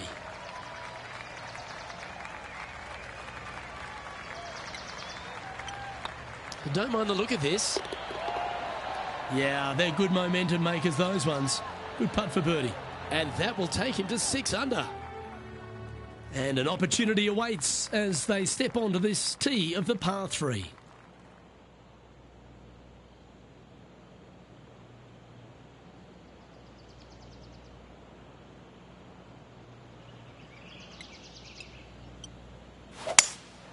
Looks like they've got the 5-wood.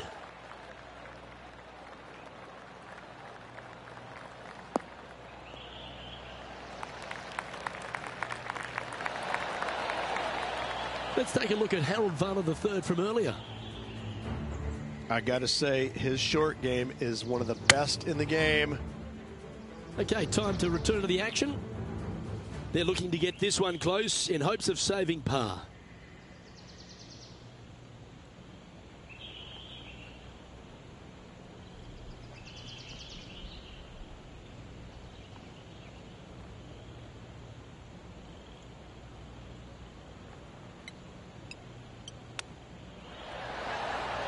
Ooh, that almost went down. I like that. Always good when you've got hands like that around the green. Great touch. You've finished your work on that hole. Let's take a look at the next one. Here we are, Rich, on the 12th tee at Emery Beach. And this par 5 is at 550 from the back tees. And what a hole this is. Bunker down the right-hand side comes into play if you really mishit it. But the one right in the center, that little zit, I tell you what, that is going to make some players angry. I can promise you that. If you avoid all that, second shot, fairly straightforward. Anything bailing out to the right is going to lead to a really simple pitch shot for your up and down birdie. And here we are with the third shot. Currently in the lead by a shot.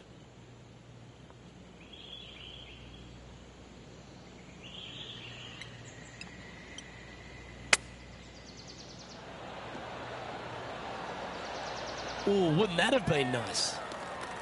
There's part of about 6 feet coming up.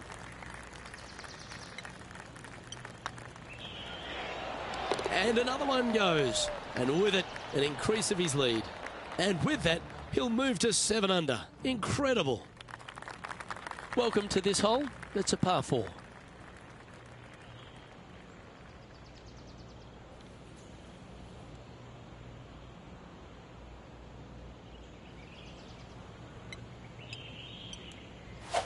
Now, great rhythm on that swing.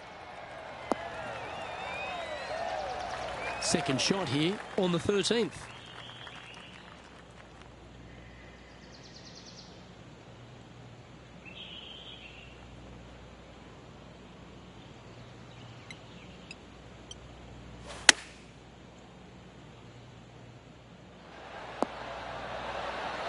Oh, that had eyes goes for it. Lovely shot. Wow, what can you say? Holing it out from the fairway. Every player loves that feeling. What a shot indeed.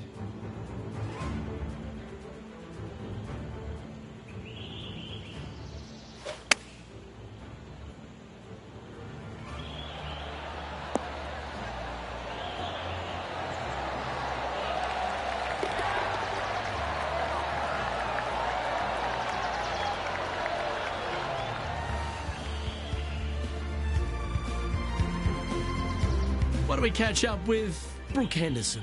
She's currently in 4th place. Big time play, that one. At the right time, too. All over the parking lot, but a chip in for par saves the day. Our leader is currently enjoying a 4-stroke advantage. All right, getting into our final stretch. Time to tee off here at the 14th.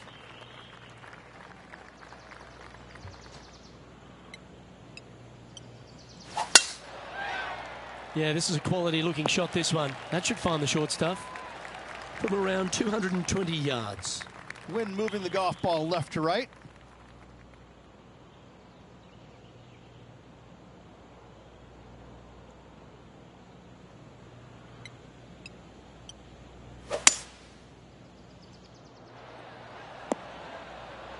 Oh, that was so close to going in.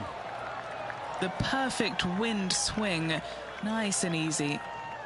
What an opportunity to make a birdie. Hang on, this looks pretty handy. And that's 8 birdies today.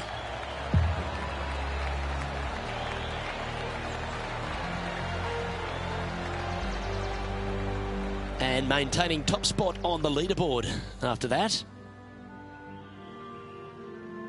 Time to hit a good one here at the 15th.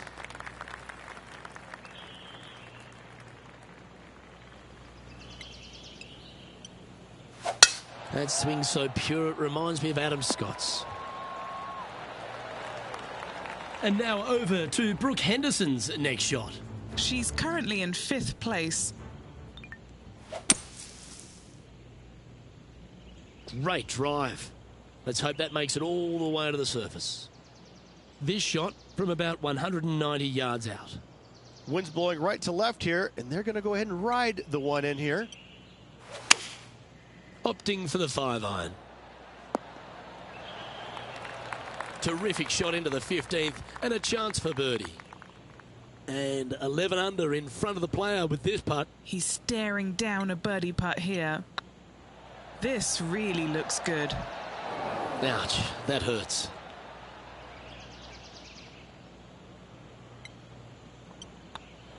That's a disappointing par in the end after such a terrific shot in. Leading by 5 shots after that. 3 holes remaining. This is what it's all about. Time to see who is going to get it done.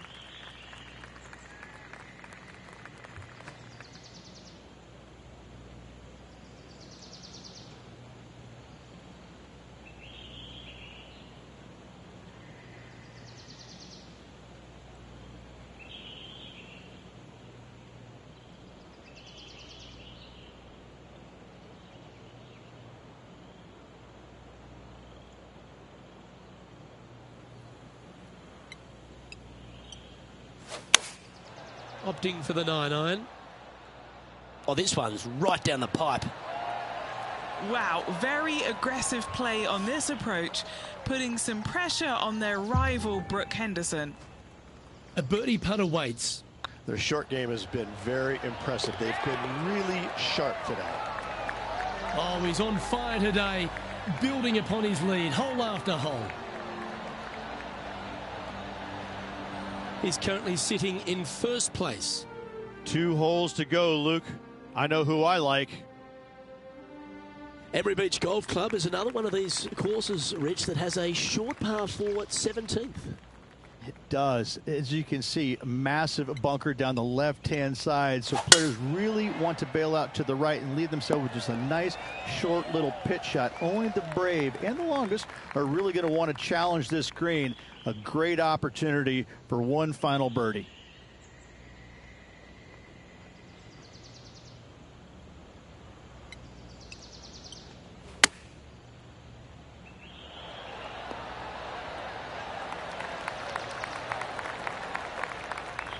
Well, that was fantastic.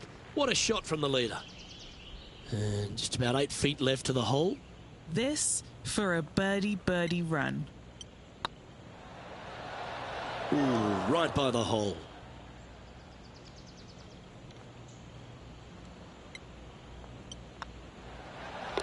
And that puddle drop. Well done. What do we catch up with Brooke Henderson? Well, she's in 5th, and she'll want to climb from there. And after that effort, this is how the field is shaping up. Our current leader enjoys a 5-shot advantage. Well, this is when the adrenaline really starts to kick in. Leading the tournament with the final hole to play. Good luck. Well, there's a very good reason why he's leading this tournament, and that's Exhibit A. Oh, really leaned on that tee shot. That went forever. Playing this shot from around 220 yards here.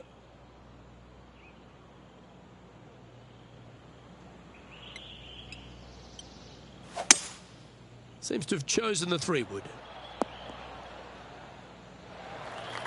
Good play there, Rich. I like it a lot. What a sensational play on this par 5 there, Luke. Oh, what a time to chip one in here to win the event.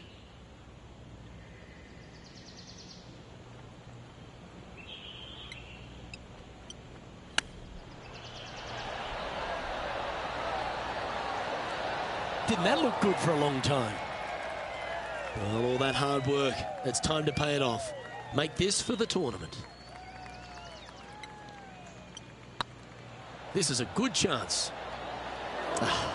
That's frustrating. Don't sweat them. Well, Rich, they say winning becomes a habit, and this player's certainly making a habit of it.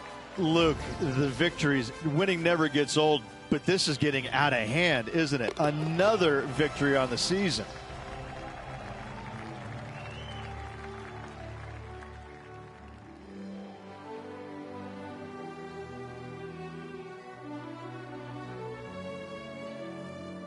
And Rich, they only had a narrow margin the entire back 9, but they were able to pull out the win. That's very gutsy, isn't it? Luke, impressive win all around. I got to say, a gutsy performance at the end of the tournament. Final 9 holes. Job well done. Well, that was a thrilling day. And on behalf of myself, Luke Elvey, Rich Beam, and all the hard-working folks at 2K Sports, thanks for your company. We look forward to the next time you join us.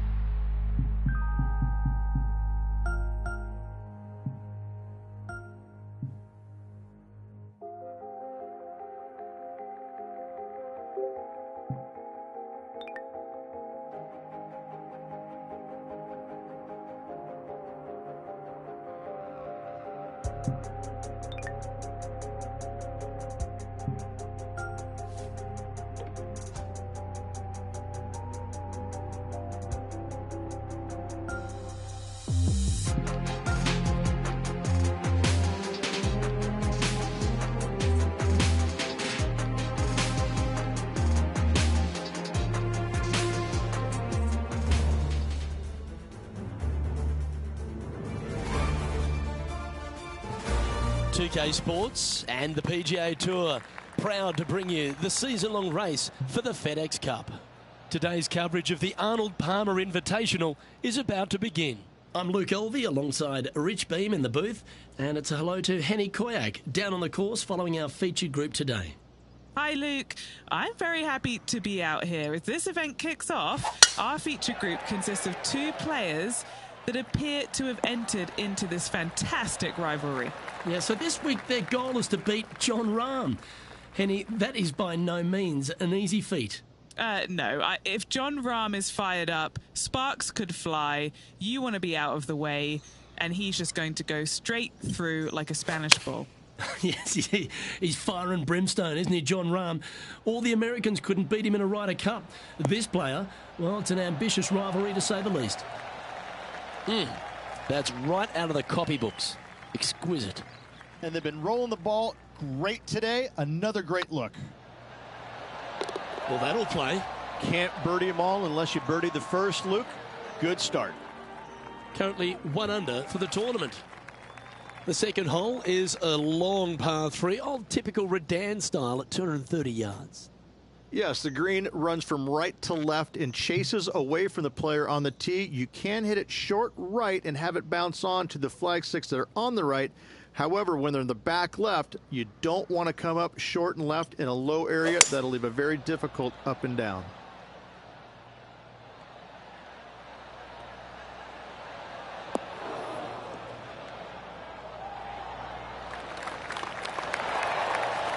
That was wonderfully done. We'll now move over to Jon Rahm. He's currently trailing his rival. Let's see what happens here.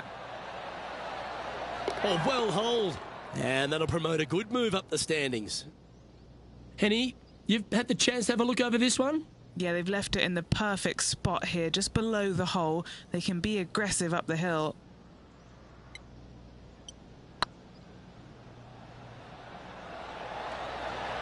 Oh, just missed. Oh, what a shame. That would have been a nice one to hole. An opportunity to make a par here. Our work here is done. Let's head to the next hole. Rich, the first exposure to the famous lake here at Arnold Palmer's Bay Hill Club and Lodge is the third. There's a lot of intimidating tee shots on this golf course, Luke. This could be number 1. Water down the left-hand side you obviously want no part of. But if you miss it right in the rough, that is very gnarly and nasty to come out of. The green works away from the player, moving from right to left. The miss is out to the right, but watch out. It's awfully quick coming down that green. Don't chip it or putt it in the water.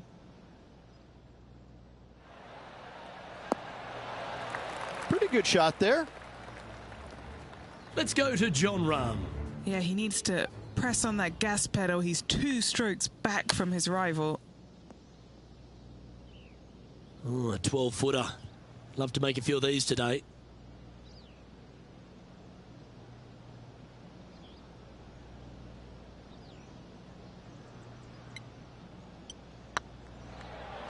Go on, get in the hole. That's a lovely putt to make for birdie. Take some pride in that one. And that finds him in a share of second. The first of the par 5s, Rich, the 4th hole. Yes, Luke, you got out of bounds on the right-hand side. That shouldn't come into play for the players, but those bunkers down the left-hand side certainly will. If you get a good tee shot away and you find the fairway, the second shot uphill to this par 5, you can reach, but still lots of trouble lurking around this green. The great Severano Ballesteros inspired an entire generation of European golfers, particularly his own Spanish golfers, and I feel that we might even have the best Spanish golfer of all time in Jon Rahm, Rich. I absolutely agree with that. I believe in the game right now, Luke, that if there's one player that all others are fearful of when they get on top of the leaderboard, I think Jon Rahm's name would be #1 because he seemingly has zero weaknesses. I can't find a single one. I look at his game and it is so complete, you just get envious of it, don't you? Because it is so good everywhere. Off the tee, iron play, the short game, the mentality, the vision, the imagination. He's got every single tool that you could possibly want in this game. He is by far, I believe, the most complete player in our game today. Yeah, it certainly feels like we're in the Jon Rahm era right now.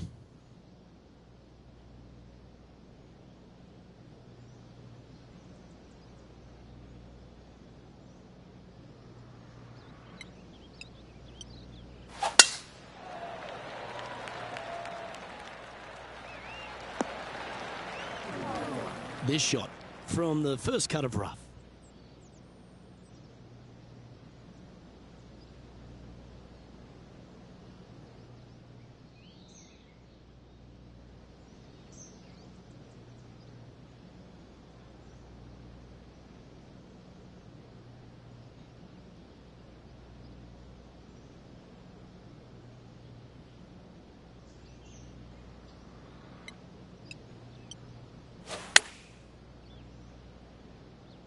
Yeah, this is lovely. Big time play, that one, Beamer. Got to say, I can't see them not making birdie here, Luke. And still in top spot after that hole. Keep it going. Now we head to the famous par 5 6th. Rich, a lot of players are thinking birdie, maybe even eagle. Out to the right, most definitely the widest part of the fairway, just left of the left-hand bunker out there. We'll leave a layup out to the right, and then you just have a short pitch on from there. This is a really solid birdie opportunity.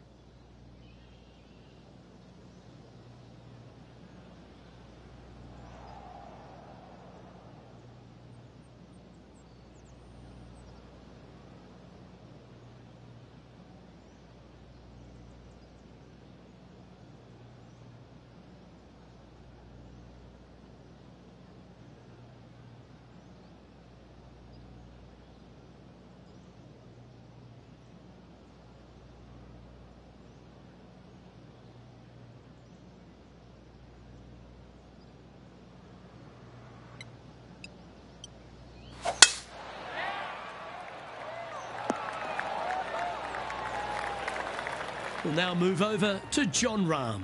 He's just coming off a drop shot on that last hole. Jon Rahm getting ready for his next shot. Okay, let's get back to it, shall we? The great Severano Ballesteros inspired an entire generation of European golfers, particularly his own Spanish golfers, and I feel that we might even have the best Spanish golfer of all time in Jon Rahm, Rich. I absolutely agree with that. I believe in the game right now, Luke, that if there's one player that all others are fearful of when they get on top of the leaderboard, I think Jon Rahm's name would be #1 because he seemingly has zero weaknesses. I can't find a single one. I look at his game and it is so complete, you just get envious of it, don't you? Because it is so good everywhere. Off the tee, iron play, the short game, the mentality, the vision, the imagination. He's got every single tool that you could possibly want in this game. He is by far, I believe, the most complete player in our game today. Yeah, it certainly feels like we're in the Jon Rahm era right now. Mark it down, that's birdie number 5. And with that, we'll move to 5 under par.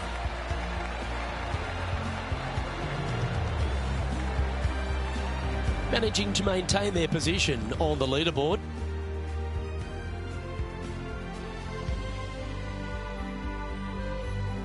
Let's have a look at the 7th hole of par 3.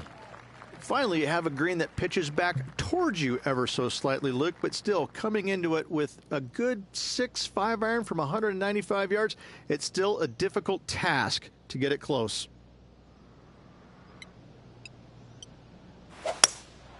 Opting for the hybrid, I think. Not a bad shot, that. Still a chance. What have they got in front of them here, Henny? This one's 13 feet from the cup.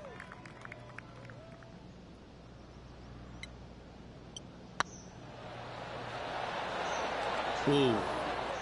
Par putt coming up here. Down she goes. Let's head to the next. Let's go to Jon Rahm. Coming off a bogey on the last hole.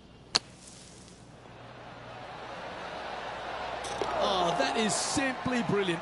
What a shot. And this is why you got to keep your foot on the gas at all times. These guys and girls are good. Our current leader is up by 3 shots.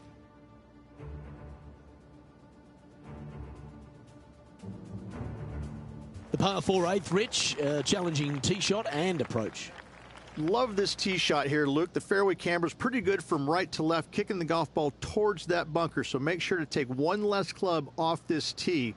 From there, you make sure that you take enough club for your second shot to carry the front edge. If not, that golf ball will come falling back off the green into the drink. This shot coming from around the 150-yard marker. Now a 3-shot lead over the field.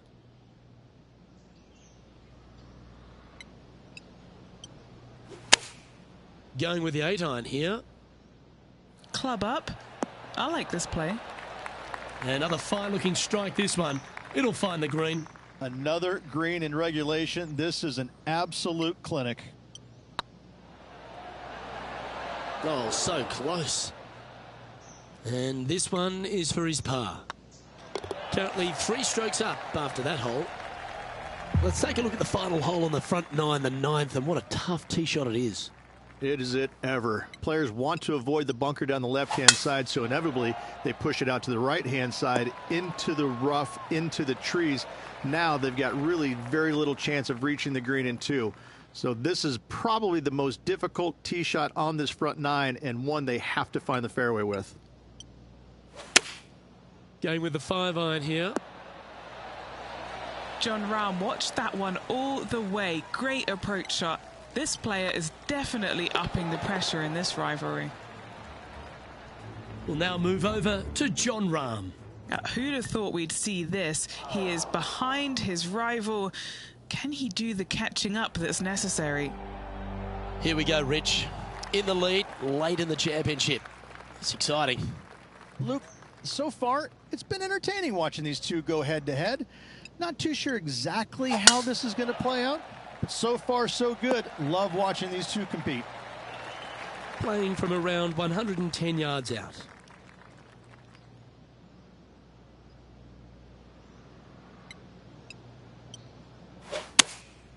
Going with the 9-iron, I think.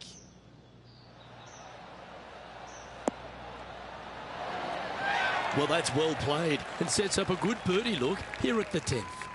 Of all the shots that I like the most, that one ranks right up there. Currently in first position. The par 4 11th resembles the par 4 3rd, doesn't it? The big lake on the left-hand side. It does. It just has a little more landing room here on the left-hand side, however.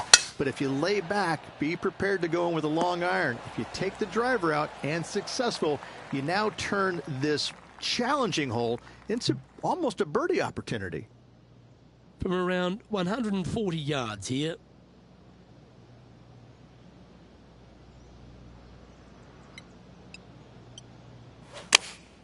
Choosing the 9-iron here. Well, that's beautifully judged. Let's go to Jon Rahm. He's happy, just came off a birdie.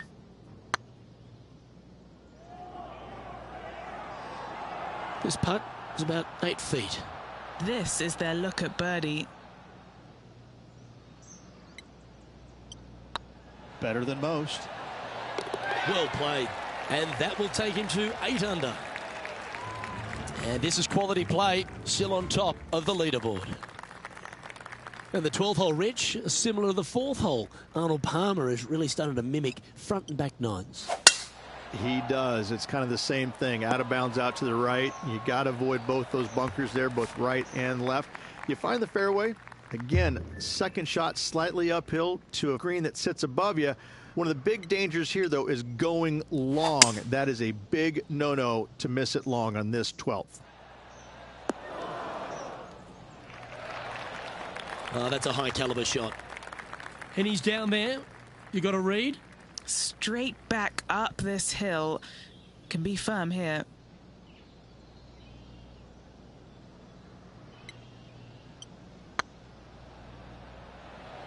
Oh, you know you want to.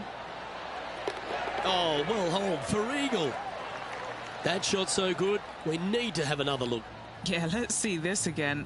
Have this one on repeat.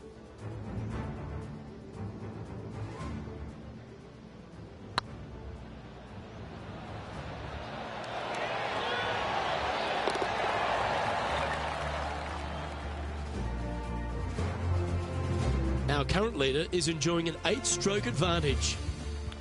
Number 13, not a long hole by anyone's stretch, but the pond in front of the green really plays havoc. It does, more so than it should. It's just a long iron or a hybrid off the tee. Find the fairway down the right-hand side, open up the angle for your second shot, and it's obvious you just don't want to miss your second shot right. So bail out to the left-hand side, make it par. Pretty simple.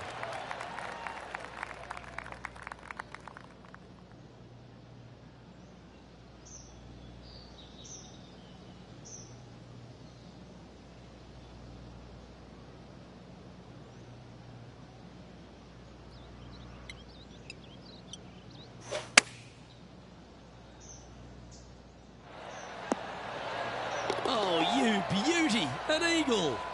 Ooh, tasty little pitch shot. Gets it to go. Fist pumps all around. Oh, that's an absolute beauty, hey Beamer. Why don't we take another look at it? This shot was absolutely perfect. Looks just as nice on the second viewing.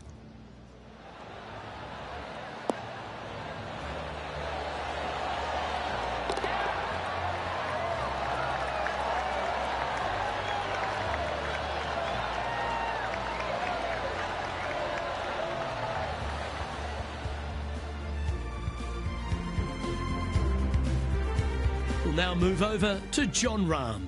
Yeah, he just made bogey on that last one. Oh, well, that shot took some serious skill. Okay, let's get back to the action. Our current leader now enjoying a 9-stroke lead.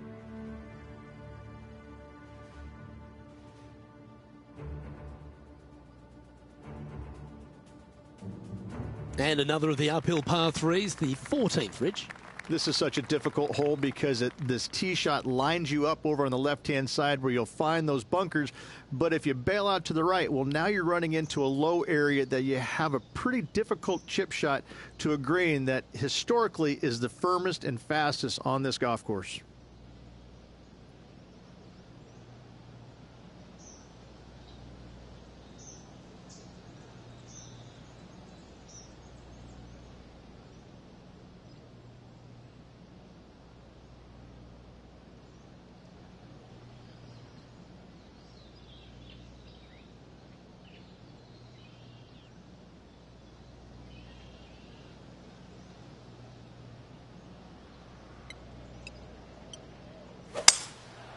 Going with the 5-wood.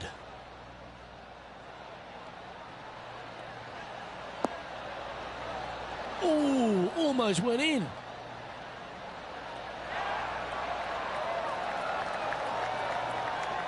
That was a little bit of a misfire, I'd say. Needed to take a little less club on that approach.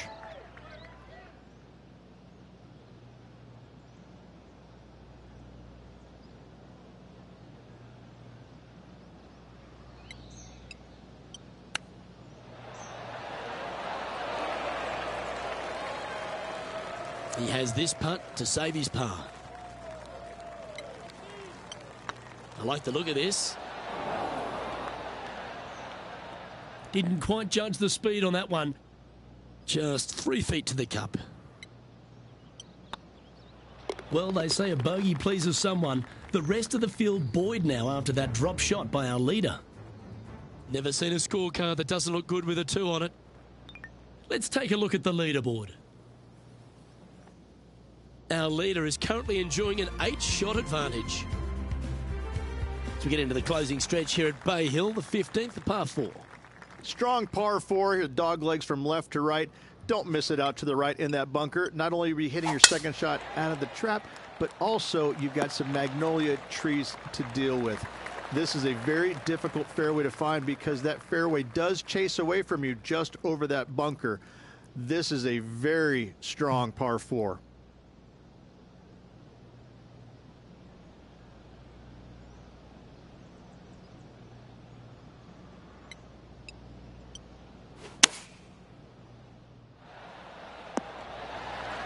That's a great shot here at the 15th. It sets up a look for birdie. Let's go to John Rahm. He's just coming off a drop shot on that last hole. And they'll tap this in for birdie. You know, it's not if you make bogeys, it's how you respond. Well done. What a great feeling that must be. Seemingly an insurmountable lead for this player with just 4 to play. That should find the cut stuff. Rich, good chance to get this green in 2. Yes, this player's found the fairway, and now they've got the opportunity to knock this on in 2. Be wary of coming up short and left, obviously in the water, but don't be anxious to miss it out to the right, especially in that bunker that's over in the middle of the green on the right-hand side. That really can wreak havoc with the players. Try and find the green at all costs with this second shot. Putting for eagle here. That's impressive. He just keeps extending his advantage over the field. The par 3 17th, Rich, has got a wonderful atmosphere around it. Looks visually quite stunning, but my word, it's a brute. This hole causes more stress for the players, I think, than any other hole on the golf course, with possibly the exception of number 3.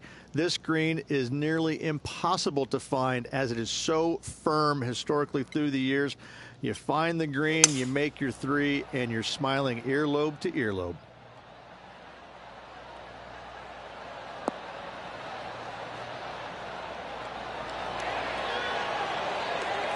A wonderful shot here at the 17th and a chance for birdie.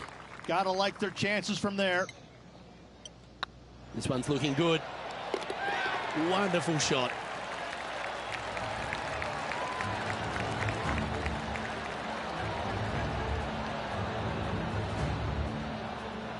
Leading by a potentially insurmountable 11 strokes after that one. Not sure why I said potentially. And I don't know if the rest of the field is up for catching them here today in this final round of action. What a lovely position to be in. Holding the lead, playing the last. Good luck.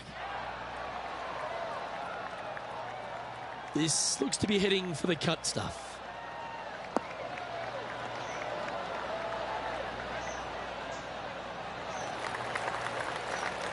Plenty of daunting approach shots on this golf course, Rich, but this one at the last is as tough as it gets. It is, Luke. When the pin is up front, there's just not a lot of room for these players to work with, both left or right. When the pin is in the back part of the green, you do have a little bit more room, but you have to favor long and left. We've seen too many golf balls come up short in the penalty area too many times over the years.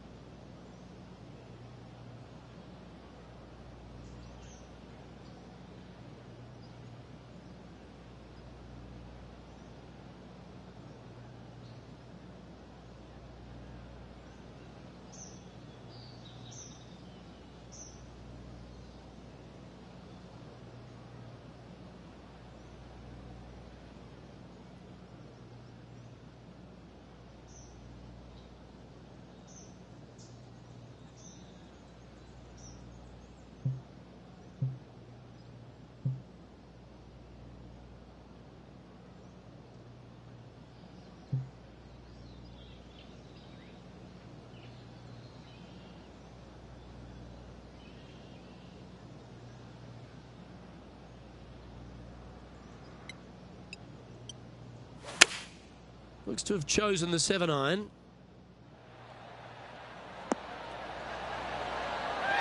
Oh, that's a great approach shot. Made birdie on the last, looking for a second in a row here. Get this putt to drop, and he'll win the event here.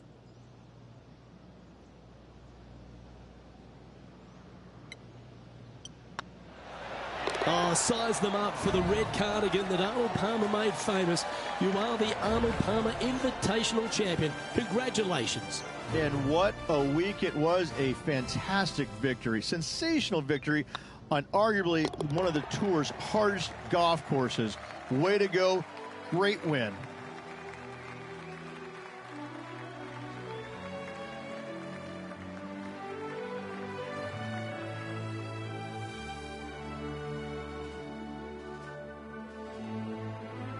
And Rich, mark that down as one of the outstanding wins we'll see this season. It's always impressive when you see a player outshine their fellow competitors, because all of these players are really good, but this player made everybody in the field look very, very average. So good was their performance. Well, another great day of action here at 2K Sports. On behalf of Rich Beam, the entire hard-working folks and team here, I'm Luke Elvey. We look forward to your company next time.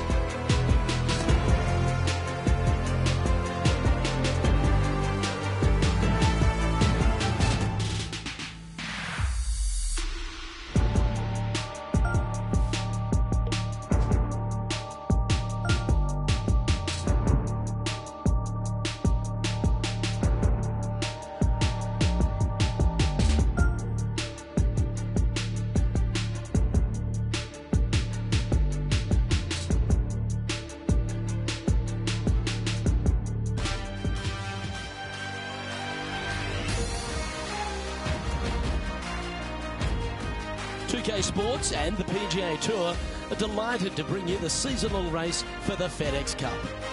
Today's coverage of the Players' Championship is about to begin.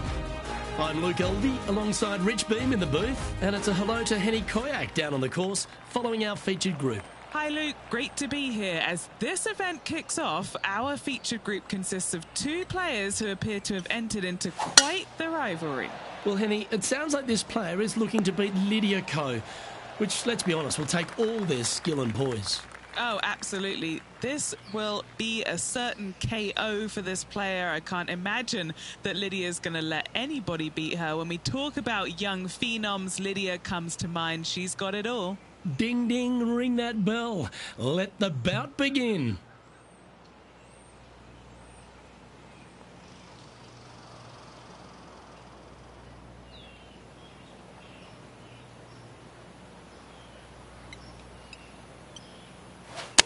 All right, we're going with an extra club here.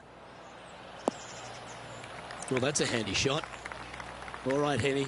What's he got in front of him here with this putt? Setting up this putt 23 feet from the cup. This is buckets.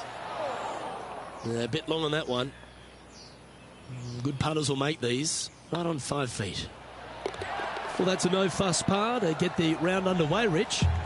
Nothing wrong with an opening par, just easing their way into this round.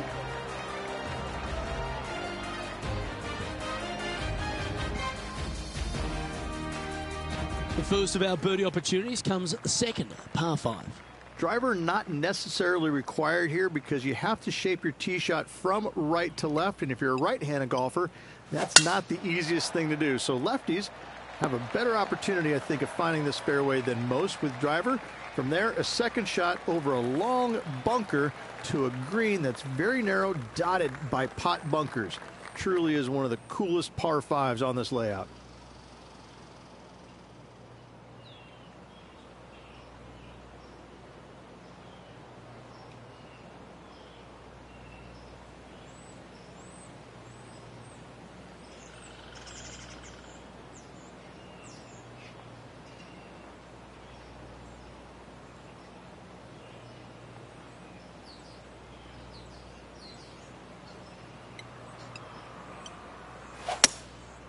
Going with the hybrid.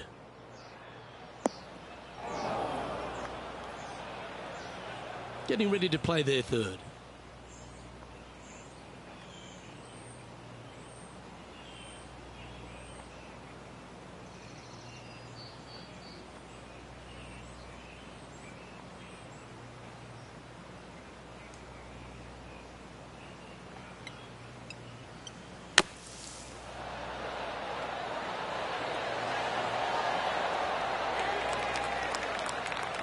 Okay, safely on the surface, a chance for a putt to be holed here. Good look at a birdie here. Rolling end to end, this looking nice. Now switching our focus to Lydia Ko. She's currently in third place. And let's see what that shot did to the leaderboard. Currently 1 under for the day.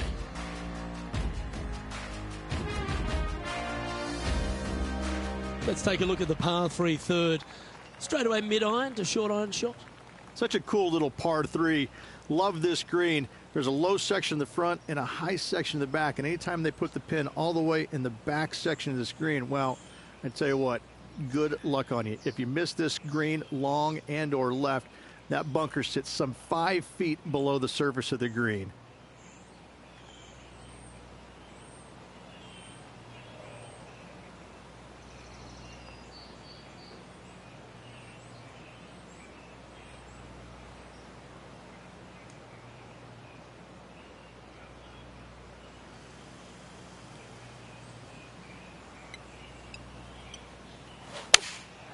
Going with the 7.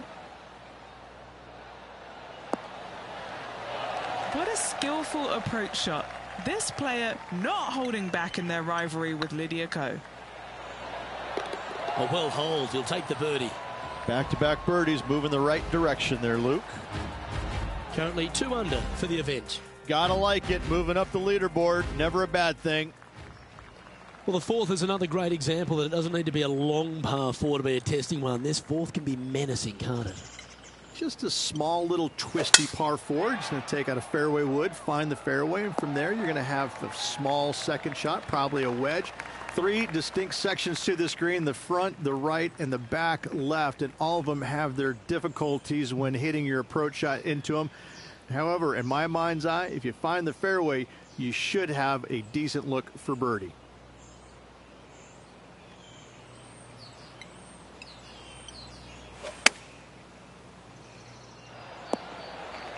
Okay, that'll work. Why don't we catch up with what Lydia Ko's up to? Well, she's got that 4th place spot now. Wow, that almost went in the hole. And back to the course with the live action. And this putt to move into 3rd.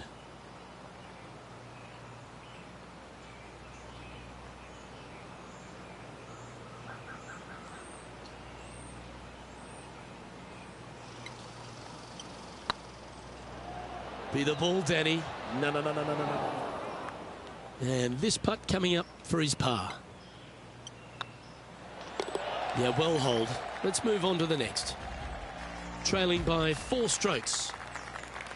All right, Rich, the par 4 5th. Strong hole this one, isn't it? Huge mounding down the left-hand side that you want to avoid at all costs. The bunker down the right-hand side, to be fair, is not that bad, but a little further right of that, though, that's the water. You want no part of it. Second shot is downhill to a green. To be fair, that's mostly flat, runs from back left to front right, but one of the more benign greens on this layout. We need this one to bounce right. Yep, that shot safely on the green. Already had a few birdies today. Another opportunity for another one. Let's take a look.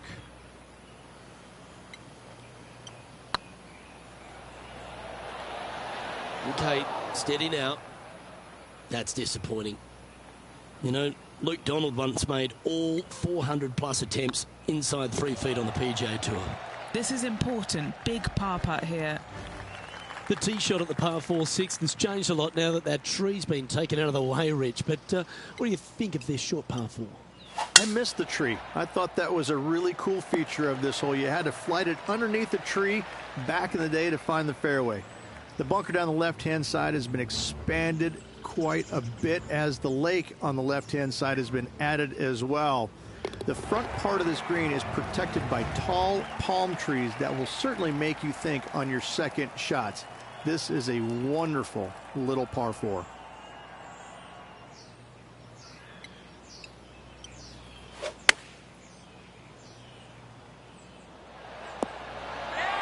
This is one of those great ball-striking displays, fairways and greens. A pleasure to watch.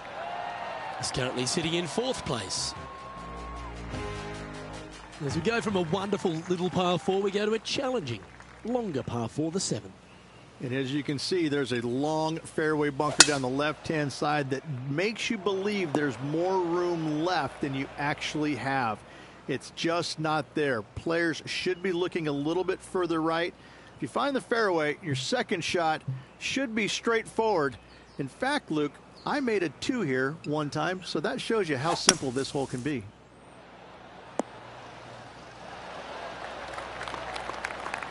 Trying to get it to 4 under with this putt. Looking for another birdie here. This one's online. What a disappointment. That was a sensational approach, Rich, but you've got to feel like an opportunity was lost. And being a couple off the lead, they can't afford to miss those birdie opportunities.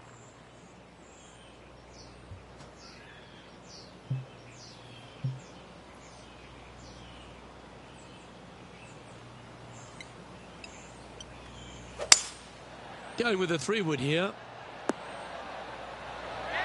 Nicely done. This putt is for a share of second.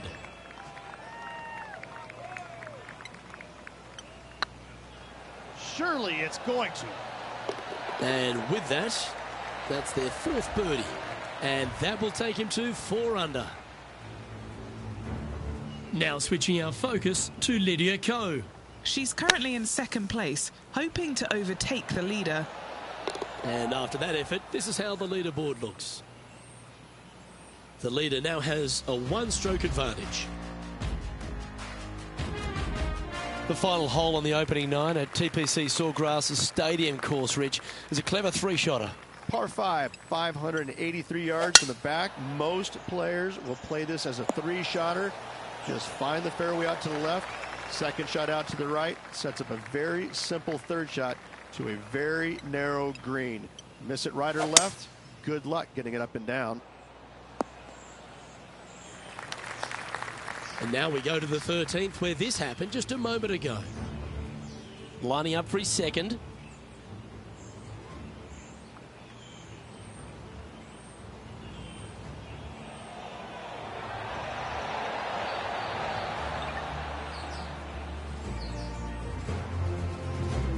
And here we are with the third shot.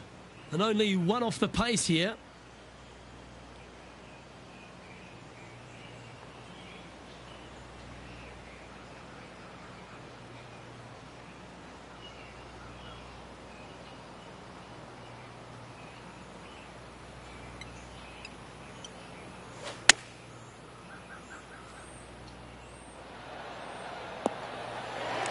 Eight feet to the cup. This for back-to-back birdies. Oh, did you see that one fly by?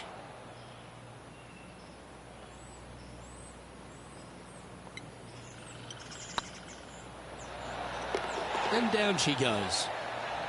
Lydia Ko is currently in the lead as we head to the next tee. As you make the turn here at TPC Sawgrass, the 10th hole is a clever one. Pretty basic par 4, just 424 yards from the back tee. Players take out a hybrid or a 3-wood, hit it out to the right-hand side, which will leave a short second shot. However, lots of undulations on this green, so make sure your second shot is the correct distance. From about 130 yards here. They need to flight this one down into the wind.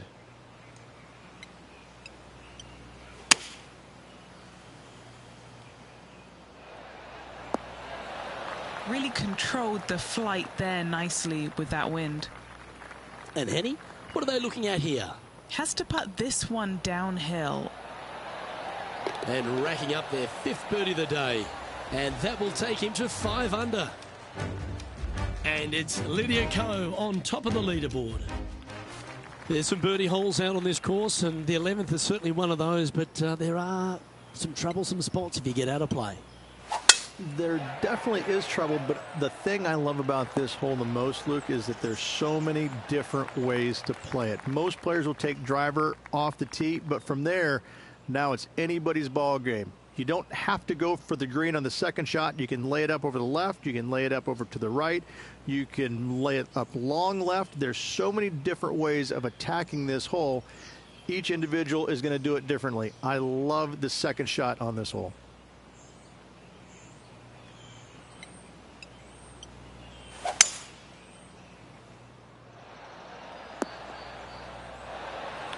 Well, it's fair to say that fortune favours the brave, Rich. Yes, it does. And being just one shot back, things are getting interesting. Oh, I thought that one was going in.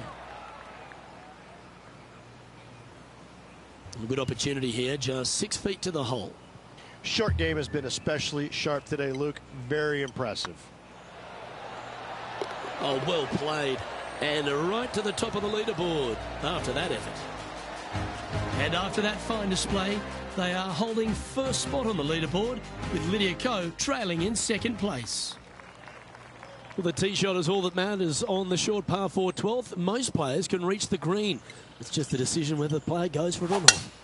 They can, but they better be aware that there's a lot of danger up there. Water left obviously is no good, but even bailing out to the right in those dunes, in the mounds, and little pot bunkers on top of those mounds, well, forget about it. That's not a good space either, especially since the green does run pretty hard from right to left. If you want to take this hole on with driver and expecting to make 3, well, you need to realize that a 5 and a 6 could be easily made as well.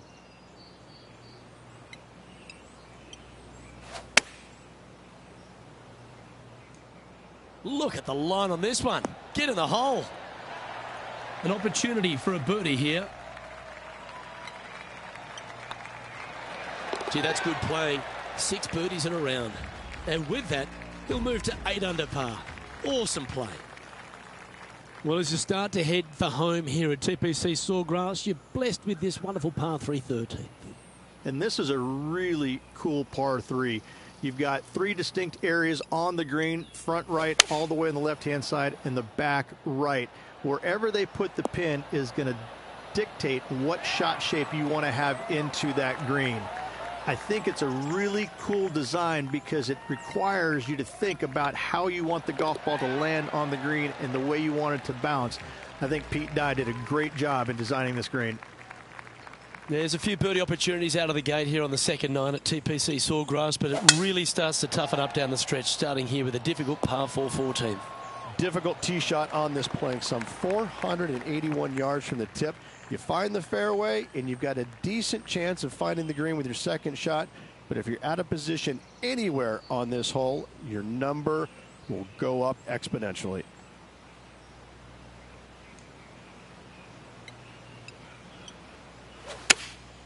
Looks to have chosen the 7-iron. This one is all over it. Why don't we catch up with what Lydia Ko's up to? She's 2 strokes behind her rival this week.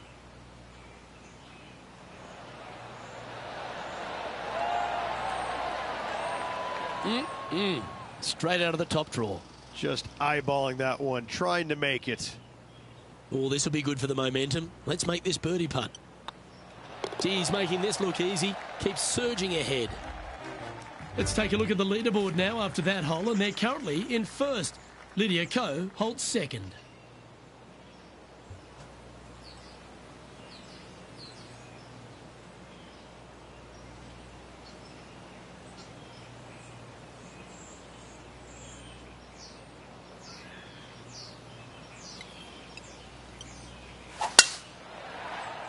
That one's heading down Broadway.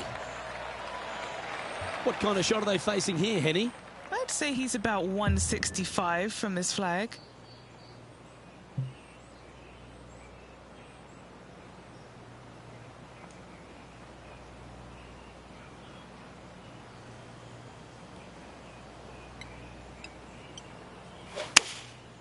Going with the 7.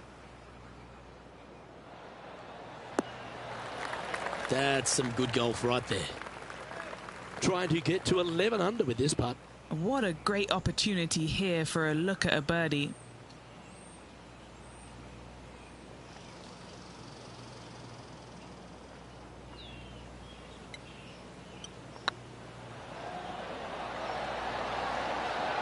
That's inside the range.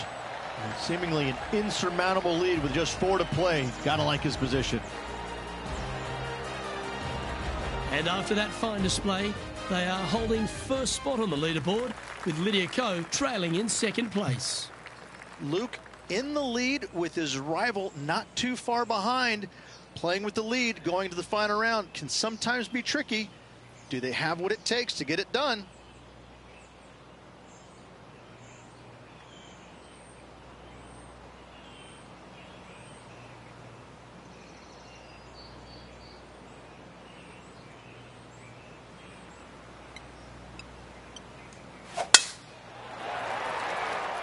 Well, I like the look of the line here. This should find the fairway.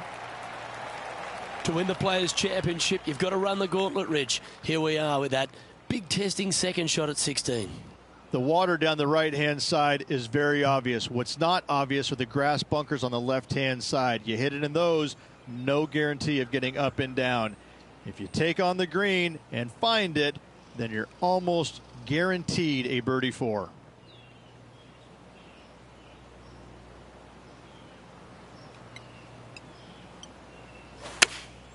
Looks to be going with the 6-iron.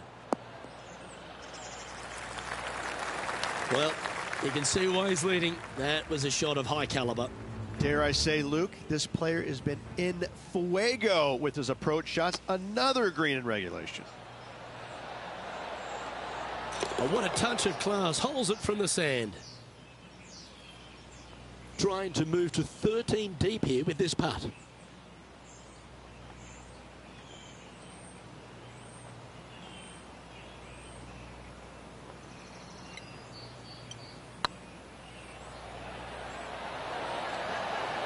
Oh, gee, that line was looking good, wasn't it? Always love these opportunities, especially when it's for birdie. Let's take a look at the leaderboard now after that hole, and they're currently in first. Lydia Ko holds second. 2 holes to go, Luke. Can they hang on?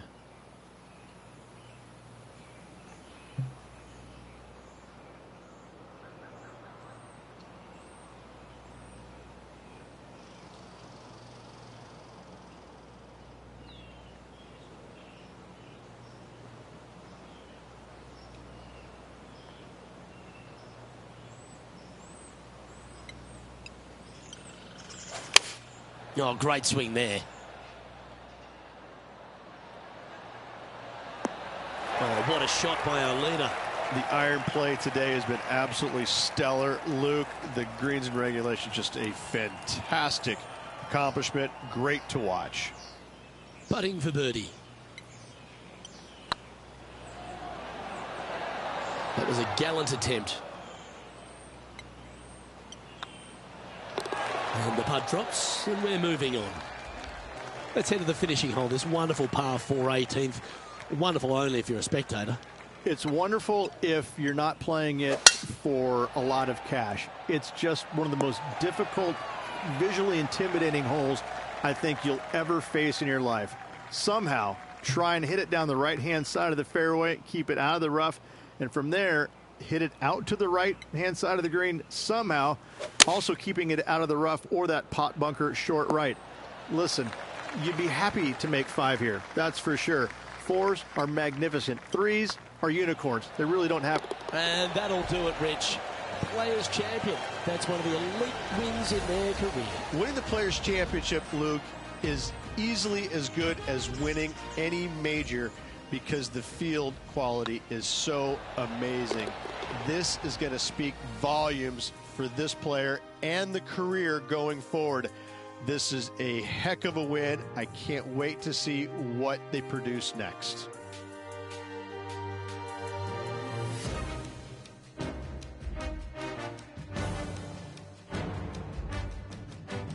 And as we take a look at our rivalry results, it's a big thank you to Henny for bringing us all the magic from the course today.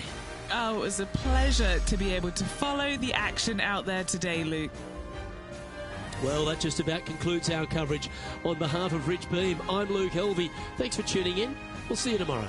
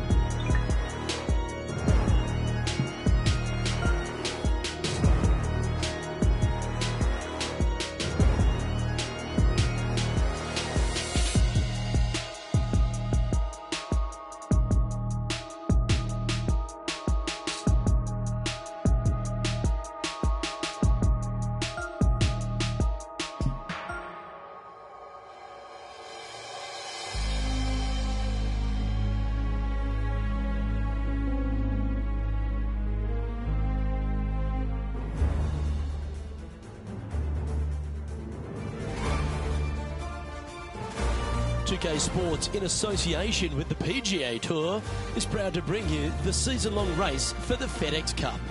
Today's coverage of the Valspar Championship is about to begin. Hello, I'm Luke Elvey alongside 2002 PGA Championship winner Rich Beam, who's in the booth. And it's a hello to Henny Koyak down on the course following our featured group. Hi Luke, what a gorgeous day as this event kicks off our featured group. Well, we've got two players who appear to have entered into quite the rivalry. Well, Henny, quite a challenge that this player has set for themselves. We've seen them beat many of their rivals this season, but there are not many people that can go up against the great Tiger Woods and succeed. History's told us that. Oh, well, they certainly do not lack in confidence. This is going to be a very entertaining group to follow indeed. I'm jumping around in my seat, and I can also see Rich Beam doing exactly the same.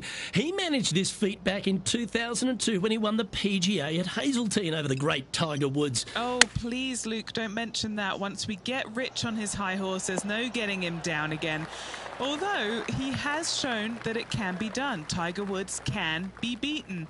However, it is such a tall order. I know that this player has beaten all of these incredible roster of players in all these rivalries so far, but come on, this is Tiger Woods. Can it really be done today? Well, that's the question we're going to get answered, aren't we? Very few people have ever laid claim to beating Tiger head-to-head. Good luck in your rivalry. You're going to need it. Water is a feature here at the Copperhead course of Innisbrook Resort, Rich, and it comes into play at the second. Downhill tee shot. You want to keep your tee shot out to the right as best you can to take out the trees that hug the left-hand side. Green sits well above the player's second shot. They won't see how close they hit it from the fairway. Wonderfully played. And what are we looking at here, Henny? He's got, I'd say a solid 145 here.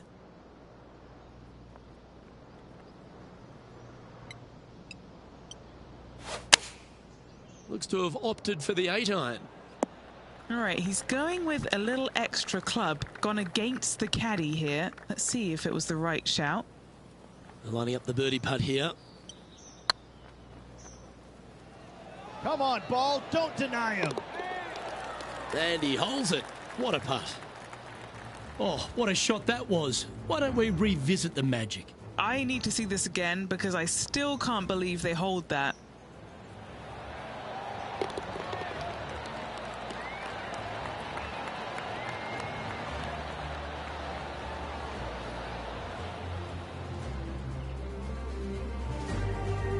Currently 1 under for the event. And after that good play, moving up the leaderboard. The Copperhead course at Innisbrook can really bite you, especially if you're slightly wayward, and there's one of those holes right here at the third, Rich.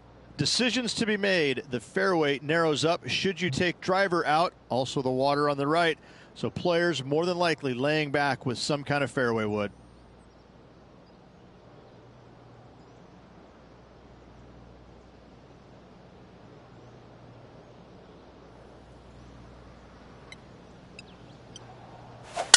Oh, I could watch that swing all day. That's beautiful. Right into the water on that one.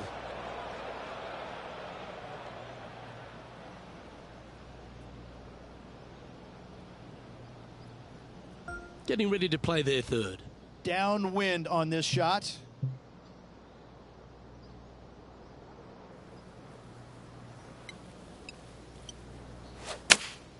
Looks to be going with the 5-iron.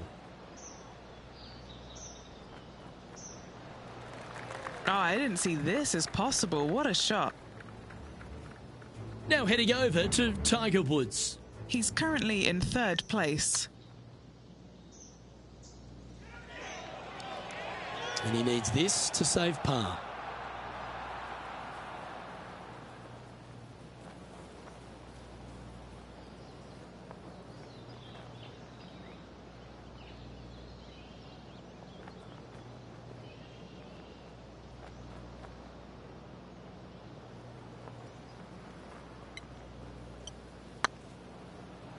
Is tracking.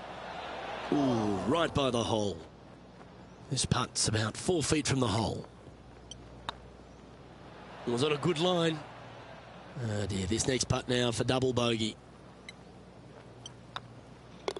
Yeah, well holed. Let's move on. Sitting at 1 over for the day. Unfortunately, backing up slowly but surely on that leaderboard, Luke.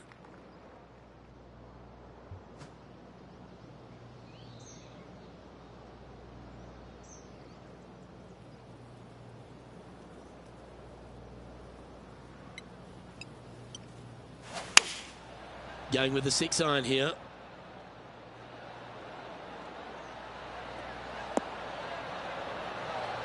This player's dialed in. What a shot. A sensational shot and a chance for a birdie here on the 4th. And this putt to move into the top 20.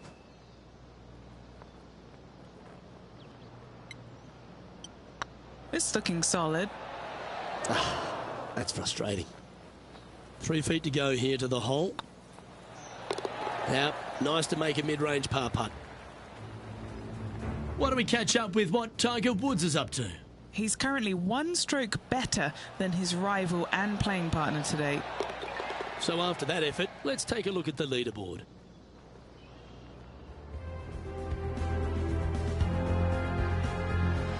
Stretching out over 600 yards means the par 5 5th is no snack. It is. Luke, I rarely say that par 5s on the PGA Tour are challenging, but this is definitely one of them.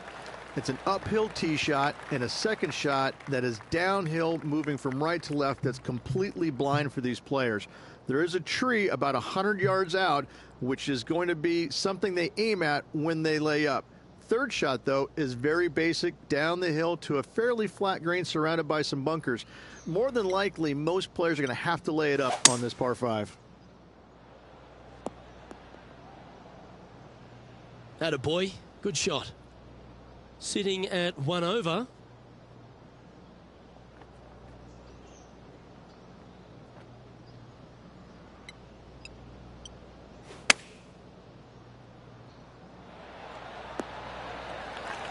Oh, absolutely flushed. Okay, Henny, what's he looking at with this putt? Setting up this putt 11 feet from the cup. Fair effort, that. Good birdie. Trailing by a couple of strokes now. The 6th hole at Innisbrook's Copperhead course, Rich. It's a challenging one, isn't it? If you find the fairway off the tee here, you are an amazing human being. The fairway tilts from right to left very significantly. Holding the fairway is almost impossible. Rich, considering everything that's been said about the great Tiger Woods throughout his entire career, it almost seems superfluous to add anything more to it. But what that man has meant to the game and again, to people like yourself who have gone on to win major championships as well. Yeah, I would think what Tiger has brought to the game is just he changed the perception of the game as it being kind of an old man sport, and all of a sudden he's out there winning and fist pumping and getting the crowds fired up and everybody into the game. It just kind of changed the entire complexion of it. No longer do you have these old guys that are dressed poorly with big beer bellies, and all of a sudden, you got guys that are young and wearing these tight-fitting clothes, going into the gym and treating it more like a business instead of just a sport. He really changed the entire dynamic of the game, the landscape of what it takes to become a great player. And everybody else was just kind of sitting there in awe going, well, how does he do this? Well, it's almost like he had a plan, a master plan to go out there and listen, I'm going to dominate by being physically better, mentally better, and I'm just going to steamroll these guys. And when he first started doing that, everybody's kind of looking back going, okay, he's taking this seriously. Maybe I need to start taking it seriously too, right?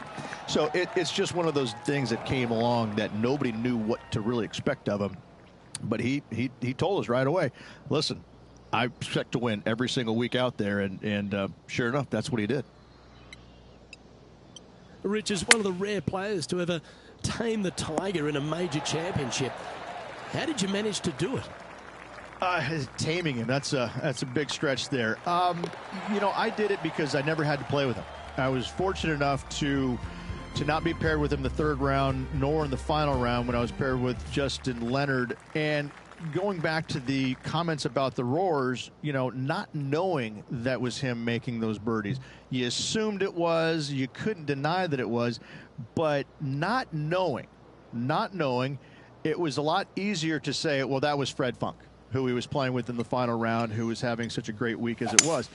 It was easier to deflect that a little bit. I think if I would have played alongside him, I think things might have been a little bit differently, because he does bring a different energy, and sometimes it can be uncomfortable. But when you start hearing those roars going up and you're playing with them, well, you know exactly what's going on. But when you're not playing with him, I was able to kind of deflect what he was actually doing, and I was fortunate.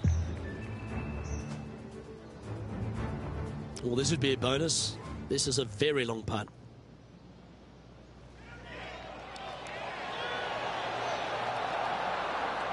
That's a great attempt from long range.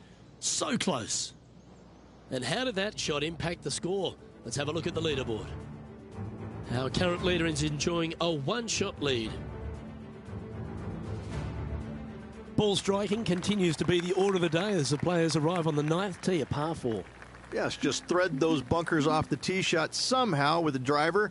Second shot is going to be straight back up the hill. And once again, with the pin position over on the right-hand side, players will be unable to see where their golf ball pitches. This is a quality par 4. Now, this one looks to be heading down the runway. And Henny, what's he looking at here? Oh, the breeze has just got up. You see where the flags are flickering, and it's straight back up into this player.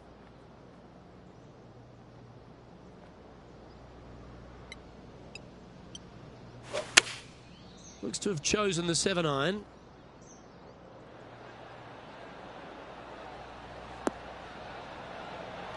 Yeah, well played.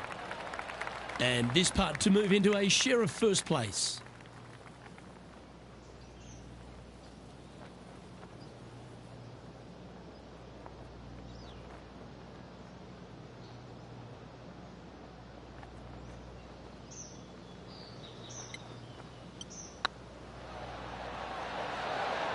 Oh, just missed. Just a 4-footer remaining. These are on rails, looking good. Well hold. This is the transition point of the round, making the turn, heading for home. How do you rate this player's performance so far? I tell you, Luke, final 9, find themselves one back.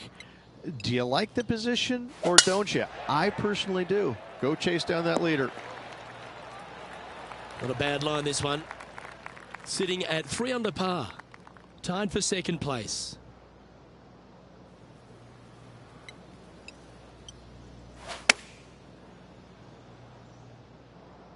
Well, they'd love a little bounce to the right here. Why don't we catch up with our man in the hot seat, Tiger Woods? He's currently trailing his rival. Let's see what happens here. This one looks like it'll safely make the green. Oh, how good is that? Buries it for birdie as well. And that'll be a big boost to his standings on the leaderboard. What are we looking at for this putt, Henny? The perfect leave. Uphill, can be firm.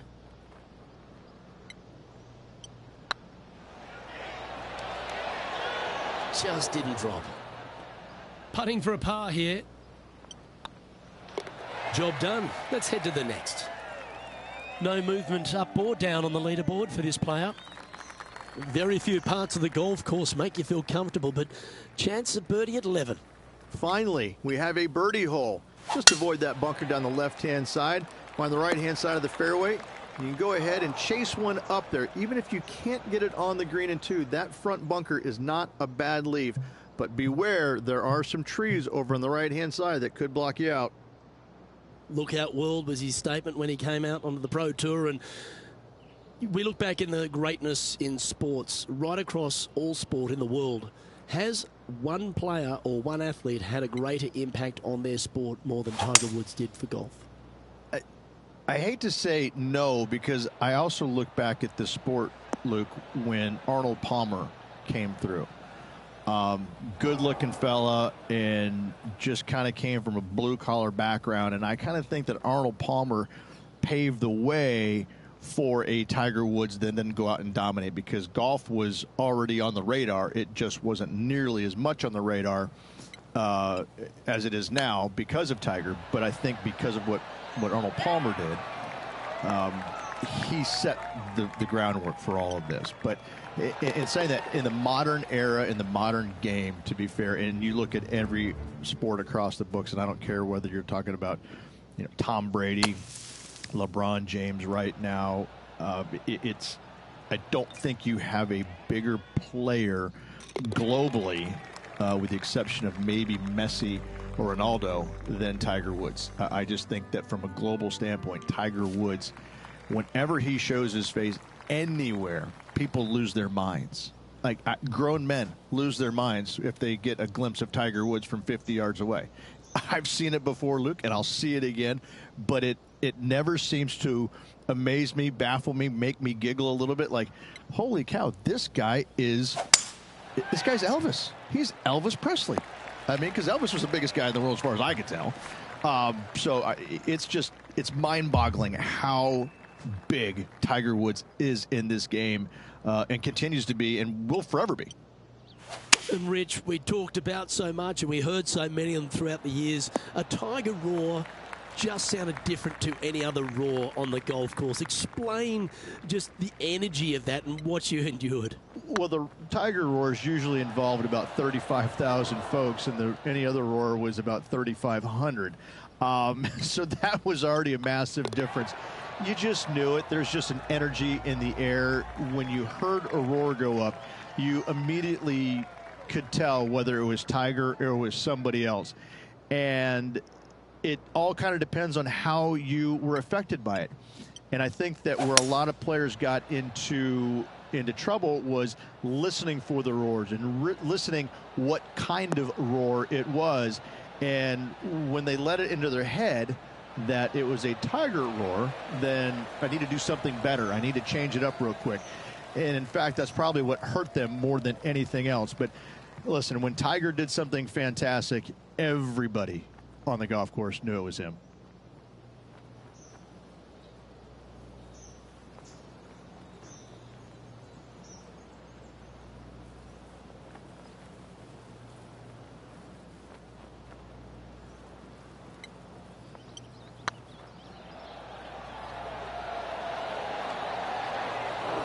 That'll sting a bit.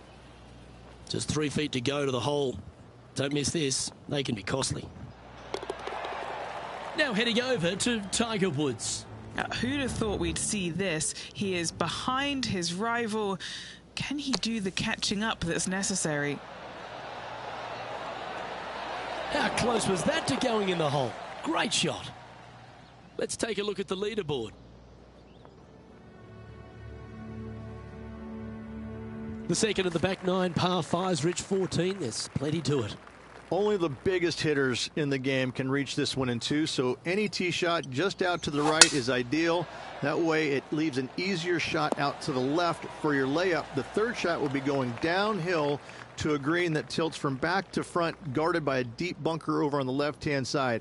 You find the fairway with your second shot, you've got a really good chance to hit your third in there close. Rich, obviously, and we've joked about it a fair bit in this game, that you've been one of the rare players to take Tiger Woods down in his prime. But what was it like to play in the Tiger era, and just how dominant he was? It was simply amazing. You knew that each and every week that he showed up to a tournament, you better have your game ready to go, because you assumed that he was going to be firing at all cylinders. Because even when he wasn't, his game was still good enough to beat most everybody in those fields. You wanted him there because you always want to test yourself against the best. However, if you weren't playing very well, you're kind of fearful teeing it up, because you just knew that your best at that moment in time wasn't nearly going to be good enough to beat Tiger no matter what he brought to the table. He made each and every player look at their game in a different way and try and dissect it in order to weed out anything that didn't really need to be worked on, and got them more specific in the areas that they weren't good at. Their deficient areas, whether it's the short game, the driver, the iron play, whatever it is. But Tiger really made you take a long, hard look at your game and figure out where it's at, because you knew that you had to be at your best to beat him.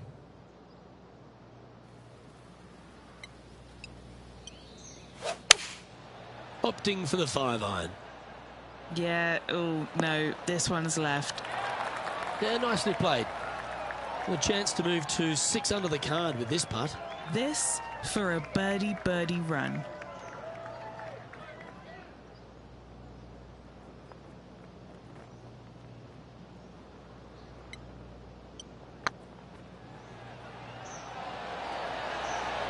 Ooh.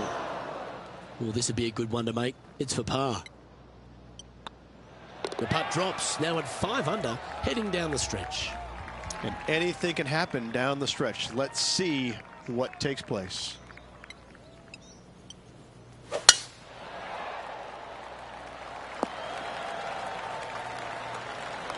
Yeah, that one will play. And there's highlights of plenty out there on the golf course. Let's take a look at this incredible shot. Justin Thomas with an amazing shot. Let's catch up with the current proceedings. And this shot from about 150 yards out. He leads the field by a stroke.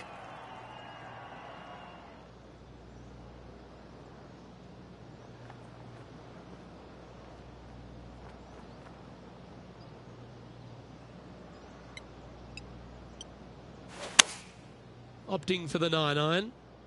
Yeah, good safe shot this one. That should find the surface. Well, take notes, folks. That's how you do it. And just about 8 feet left to the hole. Short game has been absolutely fantastic today. That's pretty tidy. Well, what a performance. 8 birdies on the card. And that will move him to 6 under par. Still in the lead now after that hole. 2 holes to go, Luke. Can they hang on? Let's find out. The Copperhead's penultimate hole is a good par 3 playing up the hill. It's a tough tee shot, plays longer than what's on the yardage, and green is a difficult one to find as the green is so narrow.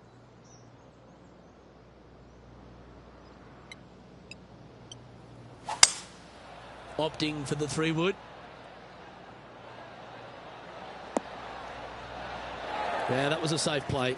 There's a long way, but I tell you what, I've seen it happen before, so there's a chance. Let's get back to it, shall we? And this putt is for a big 2 on the scorecard.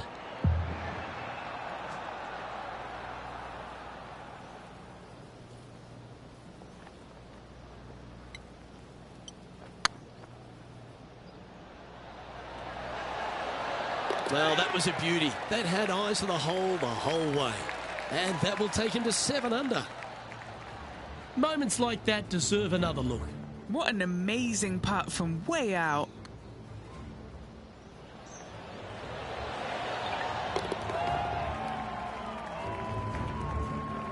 Now leading by 1 shot.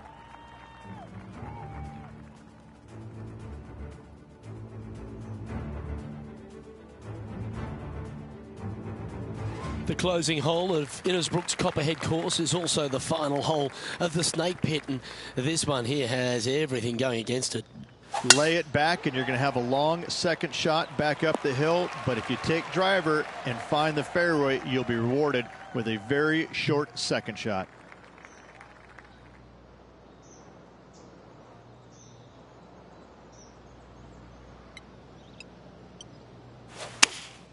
Opting for the 6-iron. Oh, that one's straight at the pipe.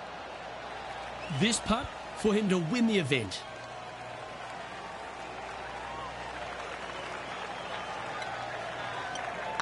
Putt is underway. And as that putt drops to the bottom, Rich, they are now the Valspar champion. What a performance. Yeah, what a performance, what a win. I mean, just this player was just amazing all week long.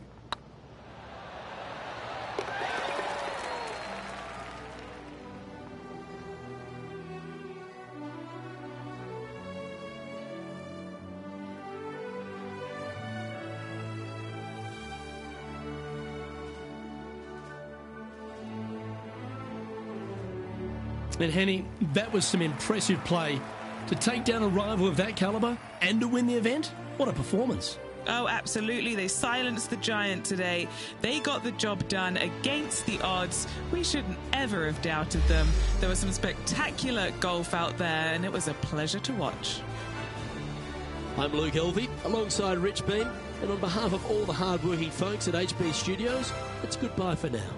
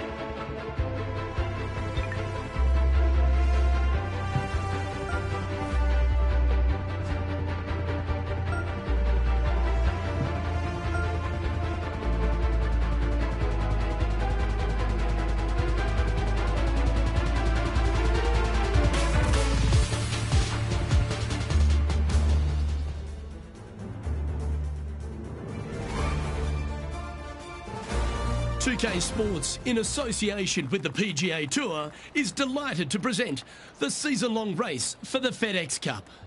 We're at the Valero Texas Open. Today's coverage is about to kick off.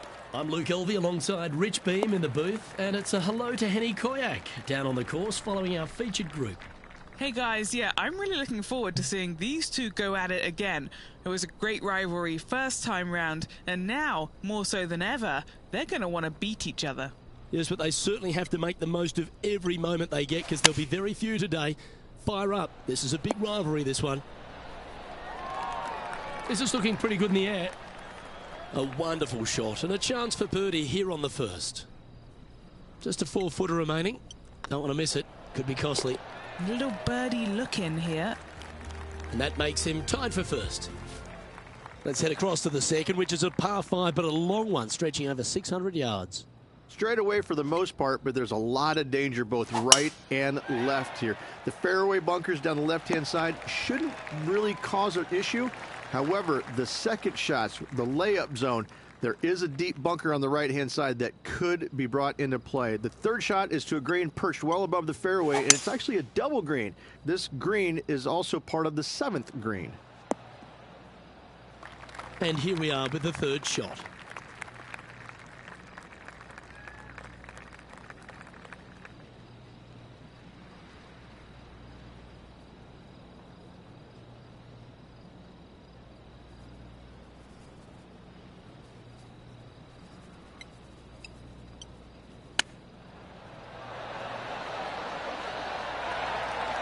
Well, you like the look of those hands. Such soft hands. A chance for a birdie if this goes down. Currently a couple under for the round. Rich, let's head to the par 3 third, the first of our shorter holes. You really hope that the wind is not blowing into your face on this tee shot and making it that much more difficult and longer. This green's perched up high. There's runoffs all around the left-hand side and the back portion of it, and obviously you want no part of coming up short. Players that find this green will find it difficult to two-putt as there's lots of humps and bumps and swales in it. Always nice to have a birdie putt. Oh, that's a nice line. Oh, terrific. What an effort. Now let's switch our focus to Ricky Fowler. He's currently trailing his rival. Let's see what happens here. Oh, that's great. It just missed the hole. So after that effort, this is the current standings on the course. The fourth is one of the stronger par 4s at TPC San Antonio, stretching 485 yards. This is a very narrow driving area, especially where that fairway bunker comes into play down the left-hand side. Second shot is to a green that runs from right to left with a deep bunker down the left-hand side. Anything missed out to the right is no bargain either, as there is a runoff area out to the right-hand side. This is a difficult par 4. And choosing the 8-iron here.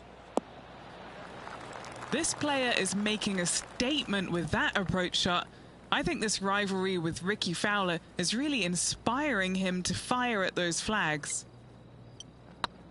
This is on a great line. You can mark it down. That's birdie number 4 today. And with that, he'll move to 4 under par. Well, TPC San Antonio gives you a few chances to get after the golf course, Rich. And right here at the 5th, there's a decision to be made off the tee. This is an excellent opportunity to be brave, knock it on with the driver. If you lay back with an iron, a very straightforward pitch, but I just don't see the players wanting to lay up.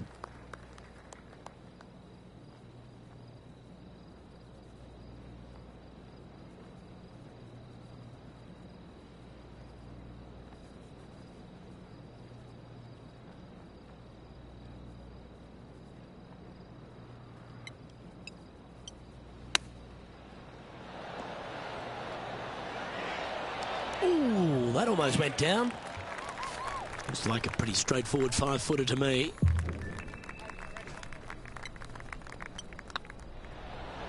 Mark it down. That's birdie number 5. Unreal display this week with that wand. Now over to Ricky Fowler. Who'd have thought we'd see this? He is behind his rival. Can he do the catching up that's necessary? He's currently tied for first. Time to see what this par 4 has in store.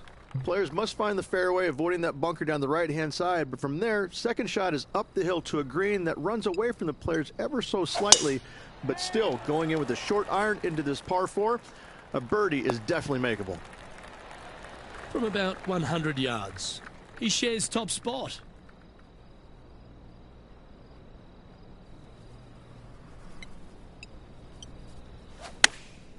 Going with the pitching wedge here. Oh, what a gorgeous looking shot that is, Rich. Outstanding shot. High quality. And a fantastic look upcoming.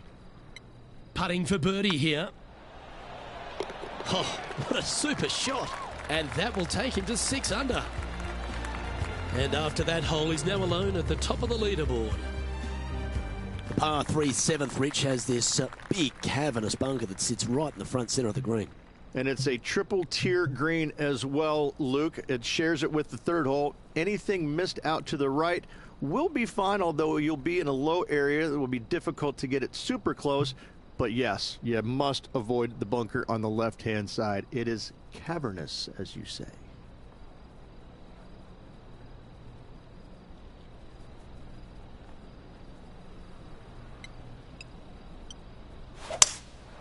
Opting for the 5-wood. Fingers crossed for a good kick to the left. A wonderful shot here at the 7th and sets up another birdie chance. What's in front of them, Henny? Setting up this putt 10 feet from the cup. Okay, steady now. He's got a par putt here. Let's see if he can make it. Now let's switch our focus to Ricky Fowler. He's currently trailing his rival. Let's see what happens here. And after that effort, let's take a look at how it stands. The leader now has a 1-stroke advantage. Here we have a par 5.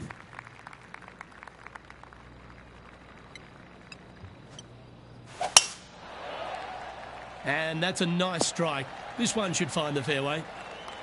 Now, the Valero Texas Open is such a hugely popular and famous event in this great state of Texas. I know as a proud Texan, Beamer, this was one you wanted to win at some stage in your life. You get the cowboy boots for winning here. But TPC San Antonio, it really sorts out the players, doesn't it? It does that and possibly more, Luke. I have to say that coming to this tournament, since its inception here at TPC San Antonio, I was a little dumbfounded on exactly how to play it because there was danger everywhere. It's just one of these golf courses where it's relentless, where you just don't feel like you stand on any particular shot and feel like it's easy. Like you can breathe easily and go ahead and let it go. Maybe on 1 or 2 holes, but that's about it. There is danger seemingly everywhere, especially off the tee around this golf course. Most notably, the 9th hole, where one player hit his first shot to the right, and then it stayed right, and then stayed right, and then all added up to a 16. So there you go. I think that's the highest score ever recorded at a PGA Tour event as well, a 16. Where? At TPC San Antonio. Looks like they put a good pass on that one. And Henny, what kind of a shot are they facing this time? Setting up here from about 175 yards.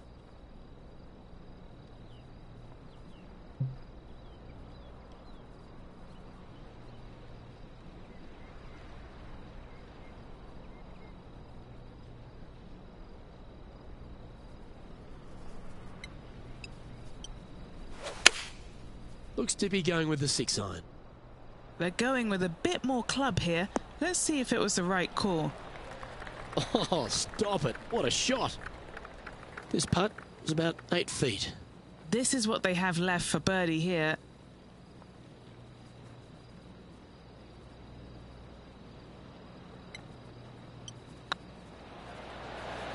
Ouch, that hurts.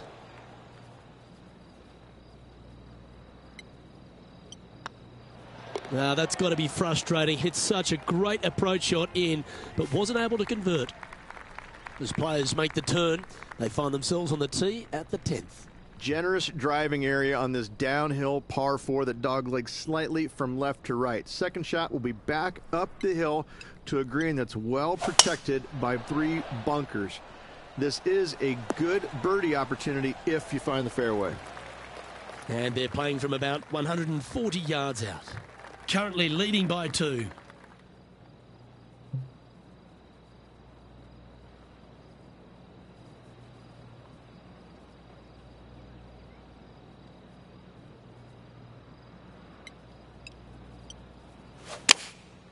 Going with the 9-iron, I think. Anywhere up on that dance floor would be nice. Now over to Ricky Fowler. Now, who'd have thought we'd see this? He is behind his rival. Can he do the catching up that's necessary? 4 feet to the cup.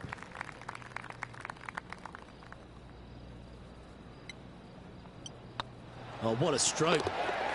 And he just keeps putting a gap on the rest of the field. What a putt to hole. And that will take him to 8 under. Another birdie opportunity lies at the par 4 11th, but players must navigate the fairway bunkers. Tee shots must be placed on the left-hand side to get the best view and angle for their second shots, as this green sits below the player and moves from left to right. Tee shots down the right might be closer, but it's going to leave a second shot over a deep bunker and making it that much more difficult to get close.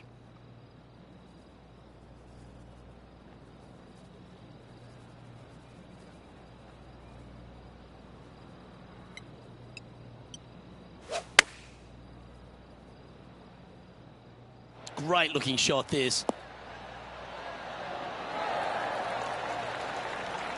You love watching people play the game when it's like this. It looks so easy. Well, the practice is paying off here, Luke. This player is relentless. Oh, gee, that line was looking good, wasn't it? A par putt awaits. In the end, that will be a disappointing par after such a great approach shot. Reached this par 4 12th, really challenging, especially around the green. This tee shot is underrated in difficulty-wise. This is not an easy tee shot as this fairway pitches from left to right. You want to skirt the bunker down the left-hand side as best possible to find the fairway. Second shot from there goes straight uphill and surrounded by 2 of the deepest bunkers on the golf course. As they say, Luke, everything is bigger in Texas, and these bunkers are proof of that. Yep, that'll work. That's fine. And a chance to reach 9 under for the championship with this putt. Their short game today has been absolutely sublime fun to watch. Ooh, right by the hole. Right on 4 feet. Should make this one. It starts off on a good line. Now let's switch our focus to Ricky Fowler. He's currently trailing his rival. Let's see what happens here. And now we can take a look at how that play affects the leaderboard. And just keeping it in neutral on the leaderboard. 13's a long par 3 measuring 245 yards, Rich, but it is playing downhill. Downhill to a sliver of a green, however. Anything missed out to the right will leave a very challenging pitch shot to a green that'll sit well above them. Come up short in those bunkers, well, that's no bargain either. A 3 here, well, you done good. What's in front of them, Henny, with this putt? This one will run uphill. Now that's how you roll the rock. It's just about 3 feet away. Well, that hole's behind us. More to play. Now over to Ricky Fowler. Now, who'd have thought we'd see this? He is behind his rival. Can he do the catching up that's necessary? And maintaining top spot on the leaderboard after that. What do you think of the 14th, Rich? A par 5, 575 yards. This is a really good par 5 here, Luke. Tee shot wants to favor the right-hand side of the fairway, if at all possible, shortening the hole some 20 yards. Second shot must avoid those fairway bunkers down the right and on the left-hand side. A narrow opening to this green should players go for it in 2.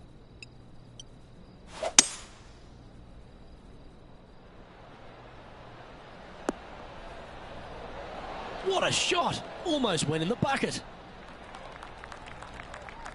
Oh, I love this type of courage, Rich. Going forward in two. Using all of his muscles to get that one home in two.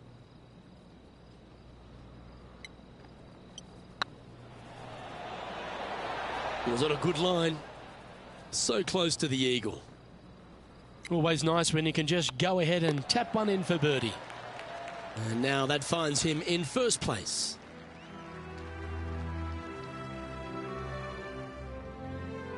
As we start heading for home, Rich, we find ourselves on the tee at the 15th. Could be the hardest hole on the golf course, Luke. Tee shot must avoid that bunker down the right-hand side. Second shot is to a green that's perched above the fairway and surrounded by 4 bunkers that are mean. This hole could make or break a player's day.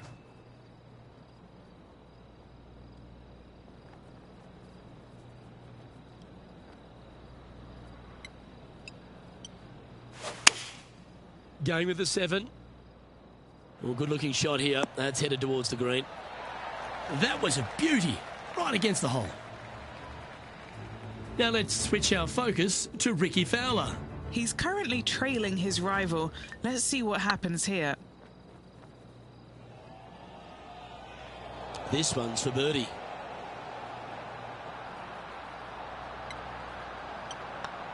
Oh, that's some handy golf. What a time to make back-to-back birdies. Gotta like it. 2 in a row. As we find ourselves at the 16th, a par 3. Great entertainment here, Rich, especially with the centre bunker. Love this hole. Probably my favorite one on the golf course, even with that bunker in the middle. The back portion of this green actually is an amphitheater, so anything missing a little bit long on both sides should wander back onto the green. That's a great shot here at 16. It sets up a chance for birdie. Nearly doesn't get any better than that. Amazing shot. Well done. Take the birdie. Now over to Ricky Fowler. Coming off a bogey on the last hole. You're kidding me. Did he hold that? And look out, guys. This rivalry looks like it's going to get pretty interesting today as he's making up some ground on his playing partner.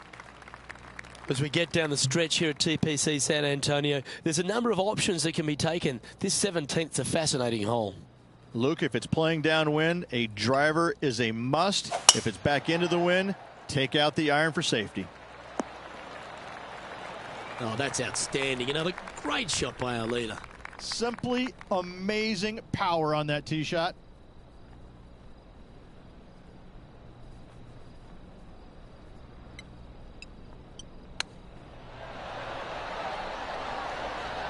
That's a high-quality recovery shot. Love watching this player around the greens. Now 6 shots in front after that hole. Well, while the closing hole at TPC San Antonio can be reached in 2, Rich, it's all set up by the tee shot.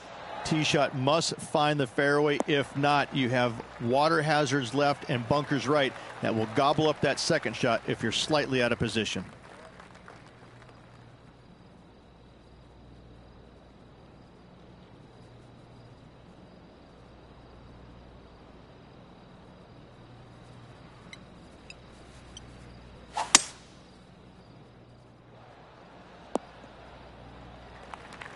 Oh, well done. Getting ready to play their 3rd.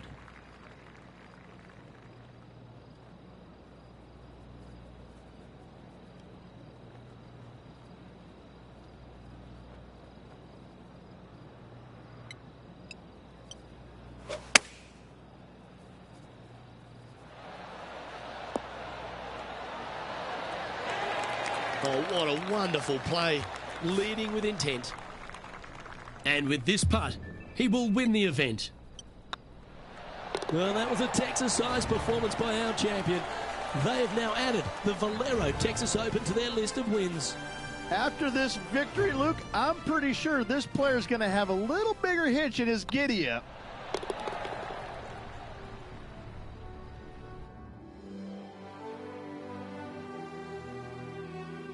Well, Rich, after that hot start, it's probably little surprise that this player powered through to victory. It's very rare where you see a player absolutely dominate a field like they did in this tournament. unbelievable job all around. Well, that just about concludes our coverage. I'm Luke Helvey, and on behalf of Rich Beam, plus all the hard-working folks at HB Studios, it's good night for now.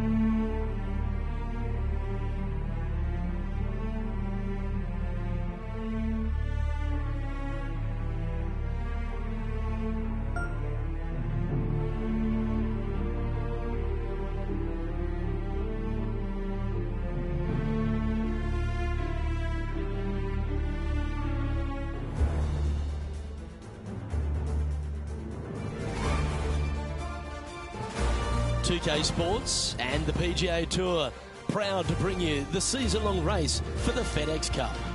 Today's coverage of the Legends Championship is about to start. Delighted to have 2002 PGA Championship winner Rich Beem in the booth. I'm Luke Elvey, and it's a good morning to Henny Koyak, who's out on the course following our featured group. Hi Luke, I'm so looking forward to following these two players in this group. They've been going back and forth a bit on social media leading up to the event and seem to really want to prove something out on the course today. Now, you can't out-Bubba Bubba, can you? There's nothing elementary about this, Watson, is there? Can't wait to see how this rivalry plays out, though.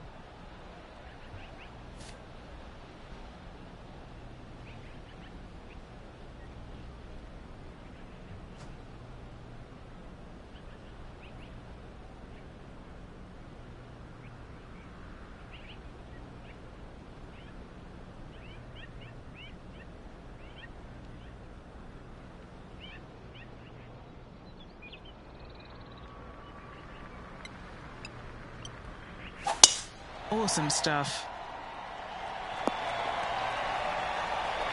Playing from around 150 yards here.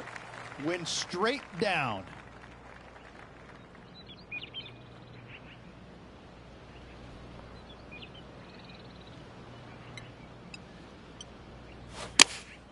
Choosing the 9-iron here.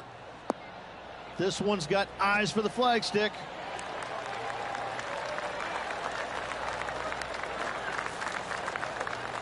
Not a bad approach, that one. Not quite inside the birdie range, but you never know. Hole a long one. Still counts. What have they got in front of them here, Henny? Setting up this putt 17 feet from the cup. Looking better. Super shot, that. Making birdie in the first always puts you in a good frame of mood. It'll be fun to watch the round progress. Currently 1 under for the round. Okay, let's take it down to John McCarthy, who seems to be hiding behind a tree here.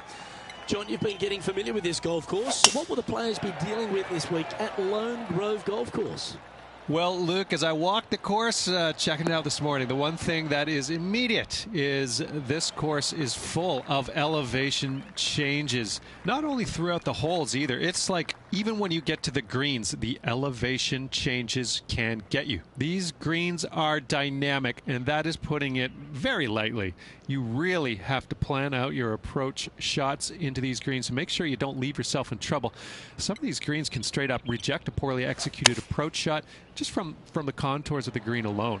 Other times you may leave yourself on like the wrong shelf of a green, making the next putt nearly impossible. These greens can really play tricks on you here at Lone Grove Golf Course, and I'm looking forward to see how the players deal with it today.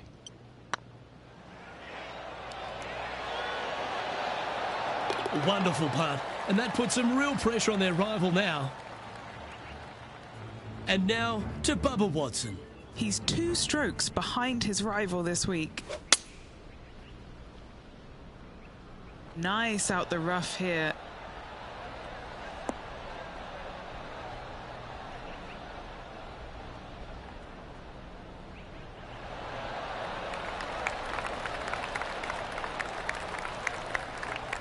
That was a beauty. You know what? That deserves a golf clap. And after that hole, leading Matt Kuchar by a shot.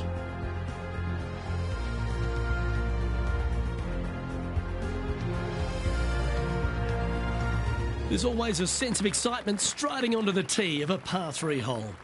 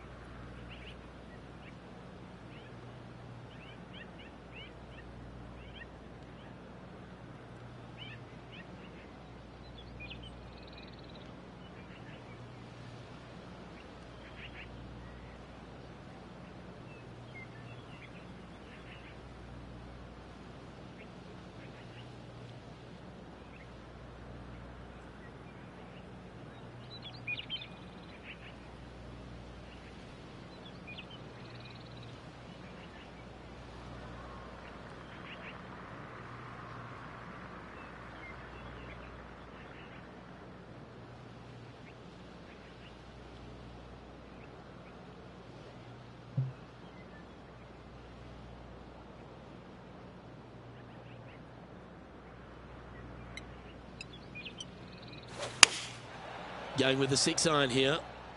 They've decided to club up.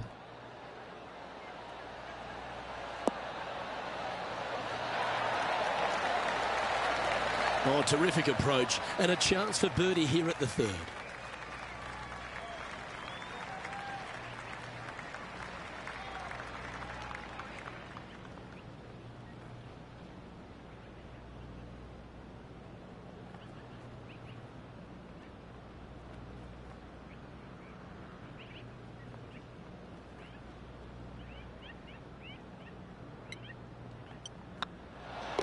And down it goes. He's currently sitting in 1st place.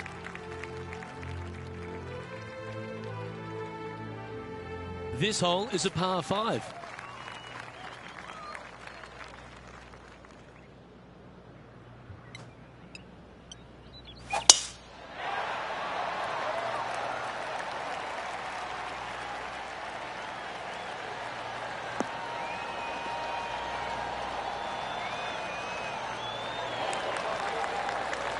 Great shot. Well, Rich, it's only mid-season, but you've got to like the way the player has been performing so far. Yeah, look, this player has played so solid all year long. It's well within the top 125. I don't see any issues of this player not making it to the Tour Championship. I'd safe to say they're going to go ahead and move on.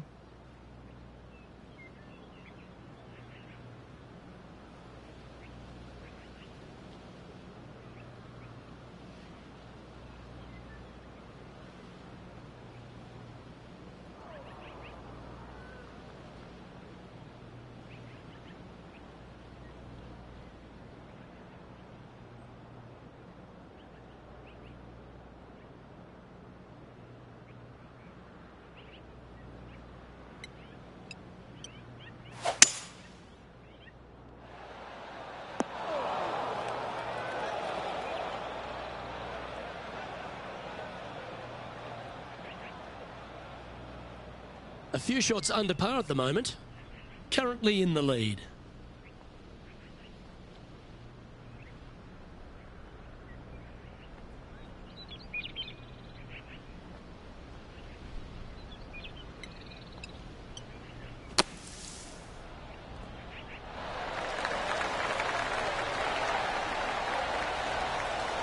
Oh, what a wonderful bunker shot.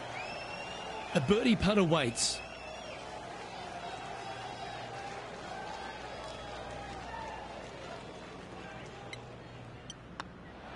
Well, what a start. This is impressive.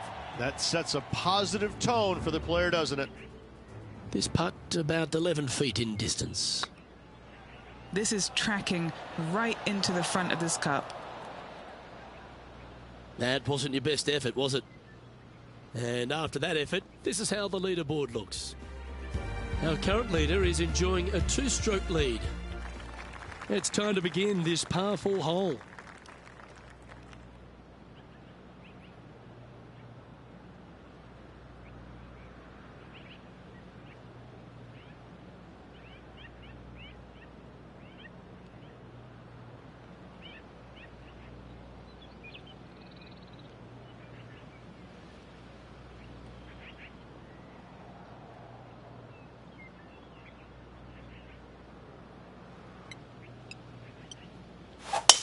This is full send.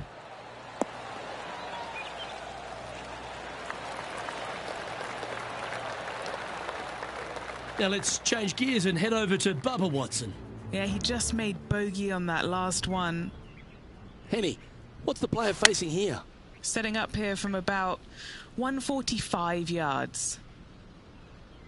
Well, this is a little bit of a birdie blitz going on from the player. Can they make another? I tell you what, they're set up quite nicely through the first opening holes. Birdies galore.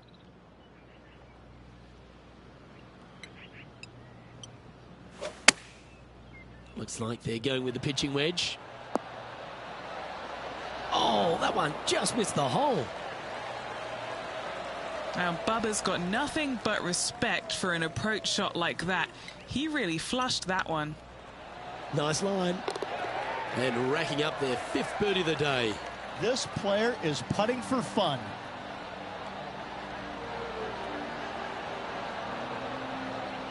And this is quality play, still on top of the leaderboard.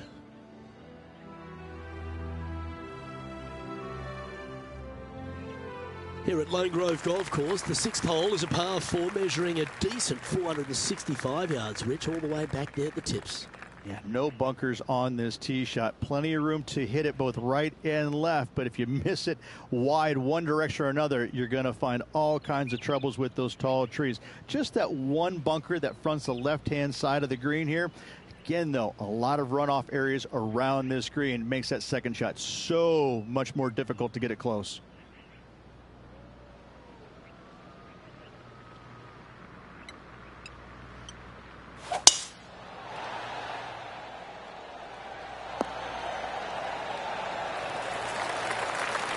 That's tidy.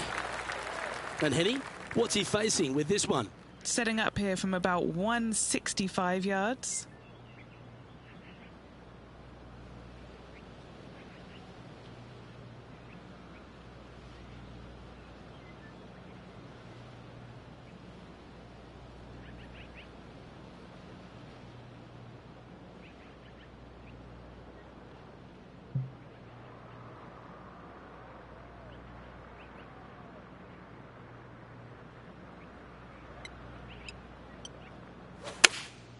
Looks to have chosen the 7-iron.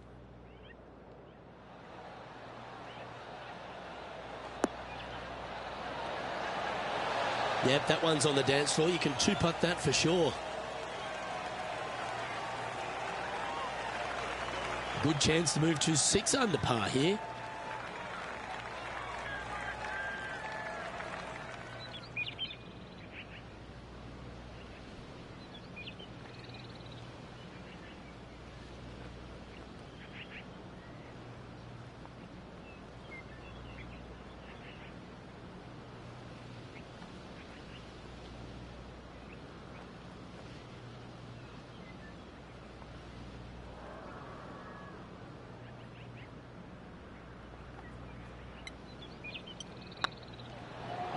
Looking really good, this one. That was a gallant attempt. Putting for par.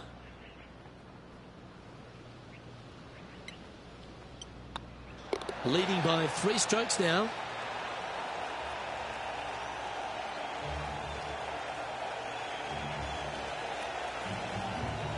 This hole is a par 3.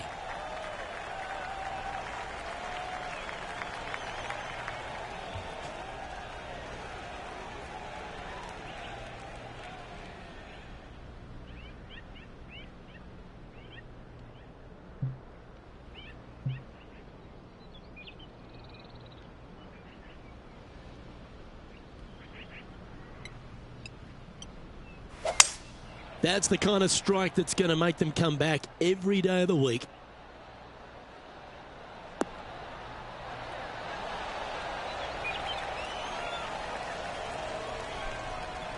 And now to Bubba Watson.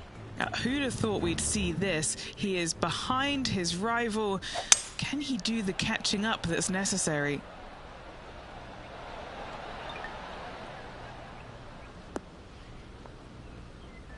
Trying to get to 6 under now with this putt.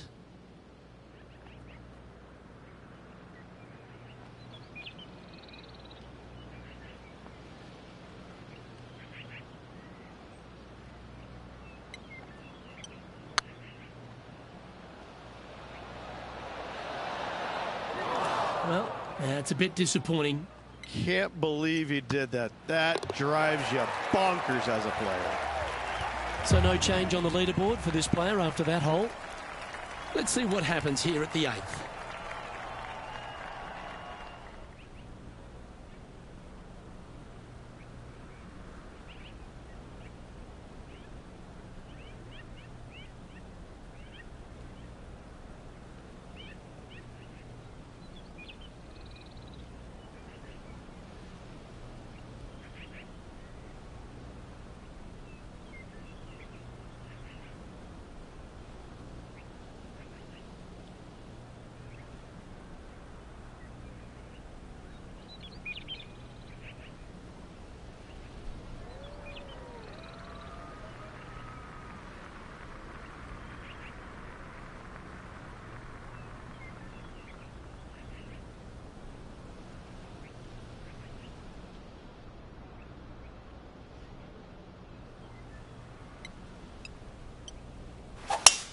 Oh, that sounded absolutely flushed.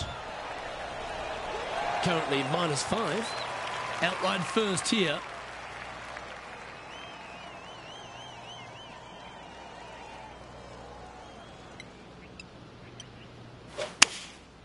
Going with the 7. Well, not a bad approach, that one, up onto the green. A couple of putts from there, and that'll be a pretty good hole. And he's down there. You got to read. This is a 12-footer here. This is their look at birdie.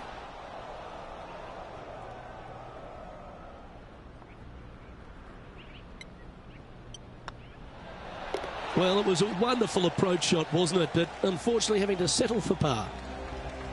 And still in top spot after that hole. Keep it going. Here we are at the final hole on the front 9. And after that par, they're looking for something good here.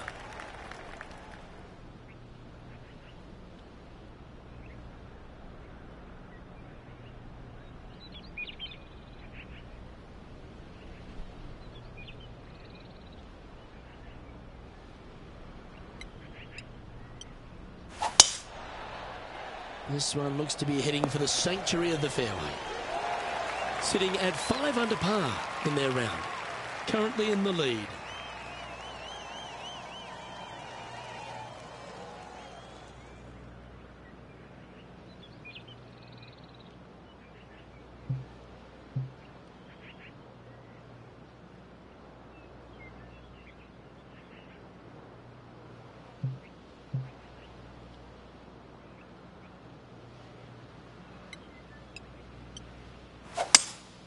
Seems to have chosen the 3-wood.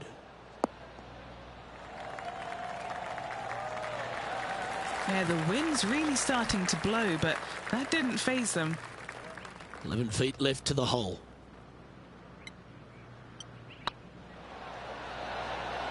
That will drop, and it will extend the lead. And with that, he'll move to 7 under. Incredible.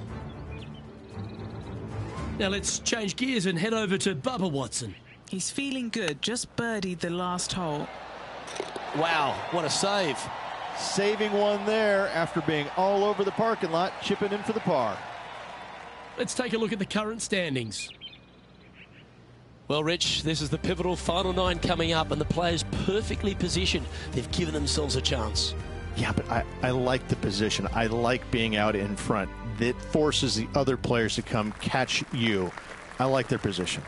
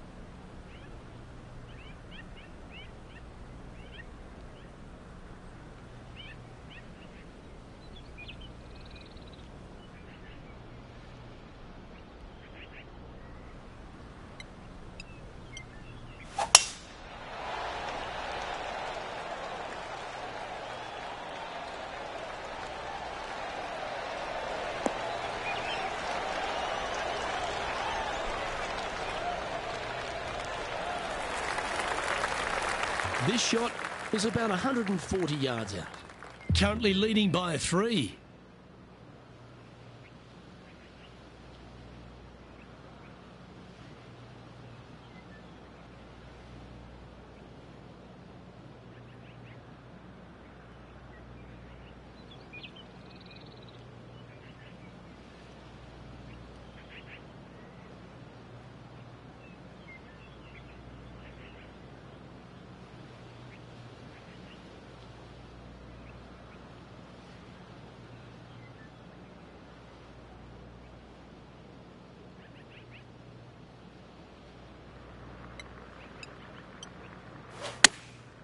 Chosen the pitching wedge here.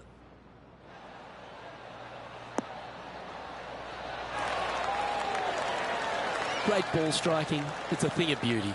It has been fantastic to watch all week long. This player is dialed in. Just 3 feet to the cup.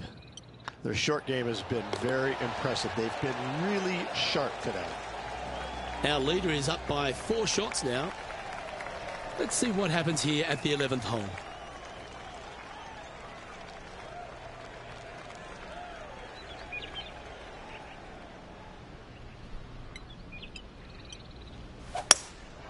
Looks to be going with a hybrid here. Oh, this needs a little right turn, Clyde. That's just inside the range. And now to Bubba Watson. He's just coming off a drop shot on that last hole. And Henny, what are they looking at here? He's got to be careful this doesn't get away from him here. This is downhill.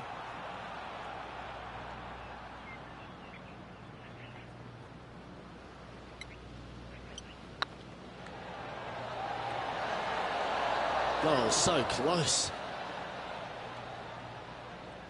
Just 4 feet remaining between him and the hole. This is what they have left for a par. Looks good. Well done.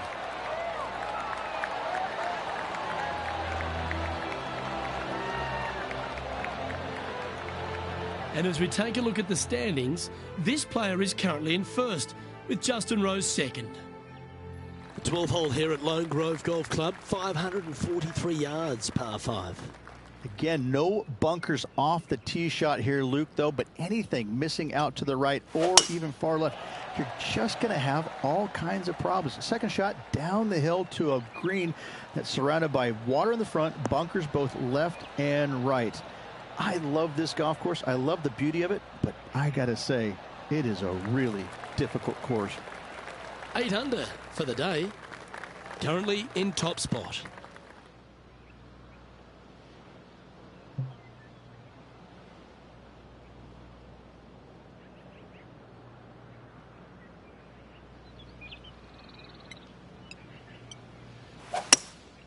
Opting for the hybrid, I think.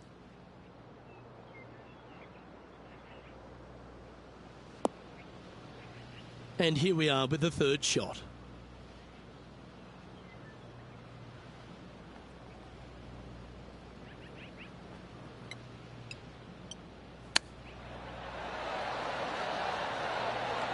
Yes, they've made it. That was sensational, Luke. Well, that's worth a replay. Let's take another look. Beautifully judged. Great tempo on this chip.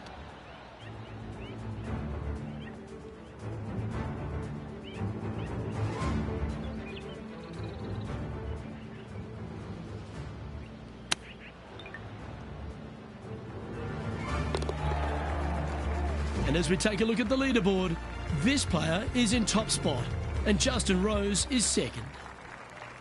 Let's see what happens here on the 13th hole, shall we?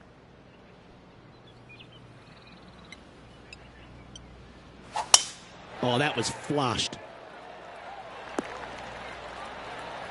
Penny, what have they got in front of them here? Yeah, I think he's got around 135.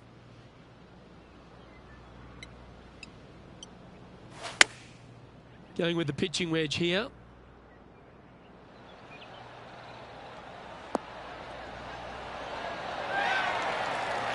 A nice approach shot there. Pin high inside the range. Now let's change gears and head over to Bubba Watson. He's currently trailing his rival. Let's see what happens here. 5 feet coming up to the cup.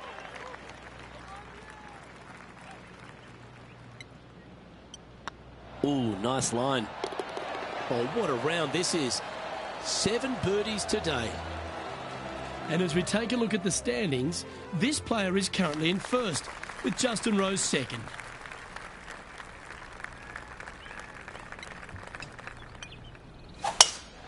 The harmony on that swing was awesome. Second shot here on the 14th.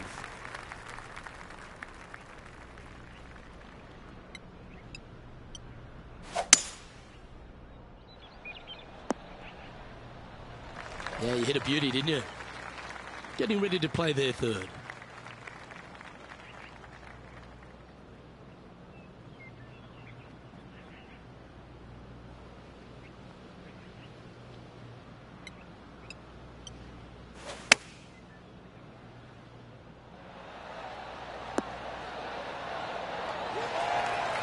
And now to Bubba Watson.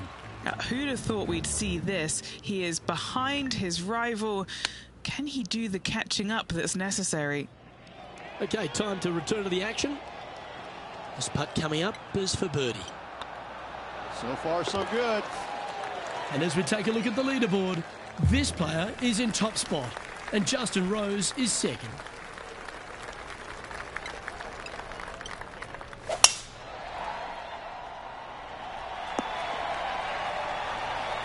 This shot from around the 200-yard marker.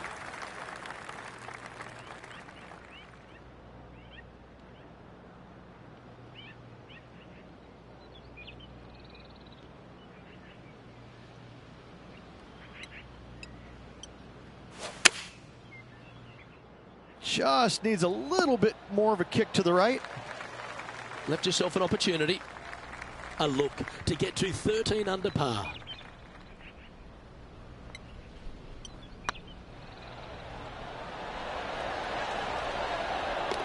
Always nice to hold those for a birdie. And nice to have that cushion heading down the last few holes. Let's see what happens here at the 16th.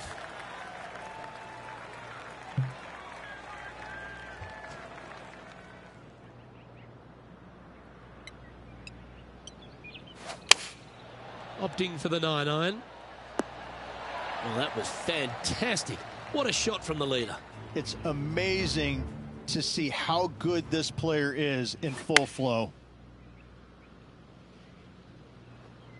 Okay, Henny, what's he looking at with this putt? Careful not to leave this one short. It's back uphill and nothing worse than leaving an uphill putt short. Just didn't drop. Oh, I don't mind this par putt.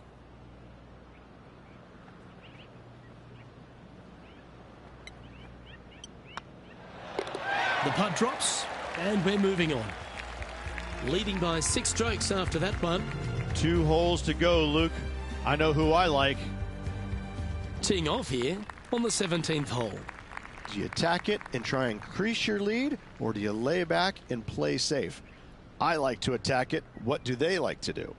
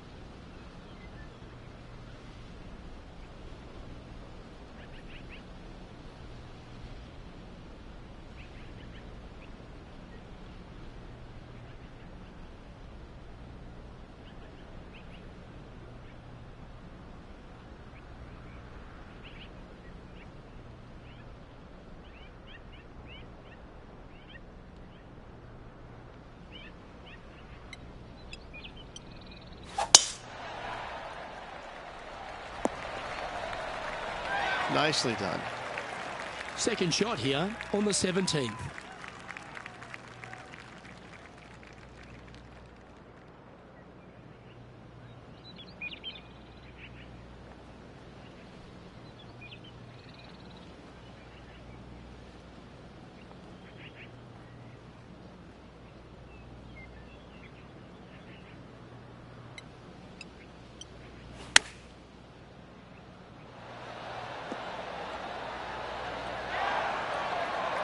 Well, there's a very good reason why he's leading this tournament, and that's Exhibit A. Oh, this will be good for the momentum. Let's make this birdie putt.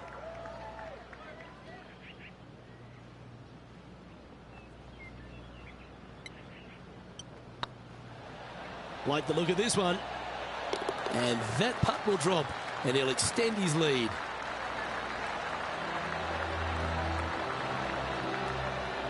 And as we take a look at the standings, this player is currently in first, with Justin Rose second.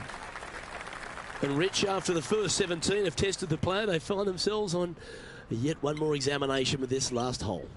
I love this hole because if you're leading and have a chance to win, this is the tee shot you want. There's all kinds of room out there to the right-hand side. Tee it high and let it fly. Give yourself the best opportunity to go into this elevated green with a short iron to make it as easy as possible on you. That's much easier said than done, Luke, as you and I both well know. A chance to chip in here and snatch the title.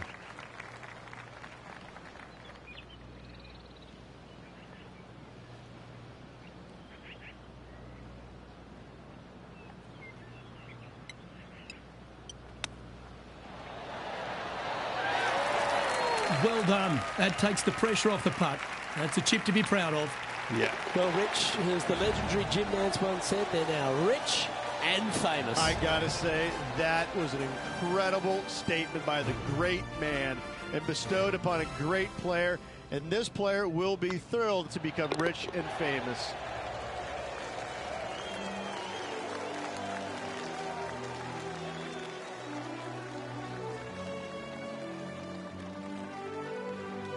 Rich, this is something you can understand. This player now a major champion. Luke, life-changing indeed, I have to say. I'm thrilled for this player as I know what is in store from them. It's a life-changing moment. Well, on behalf of myself, Luke Elvey, and Rich Beam, thanks for tuning in. Catch you tomorrow.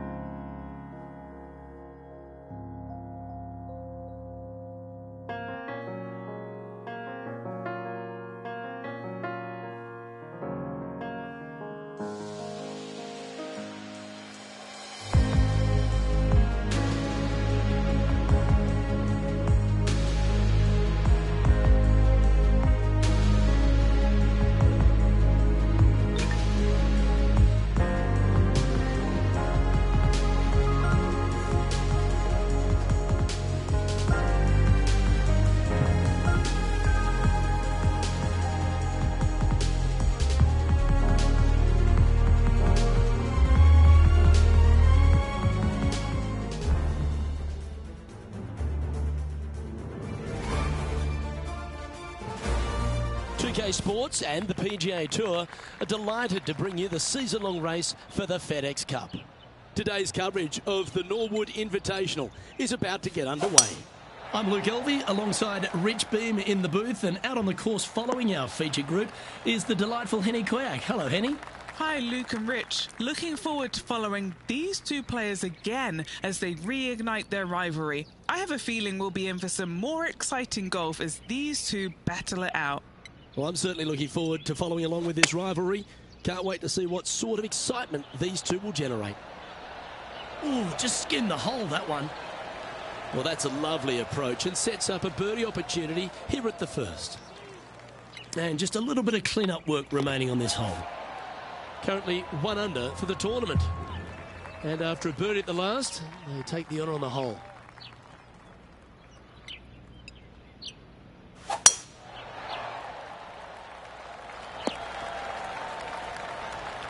Playing this one about 130 yards out.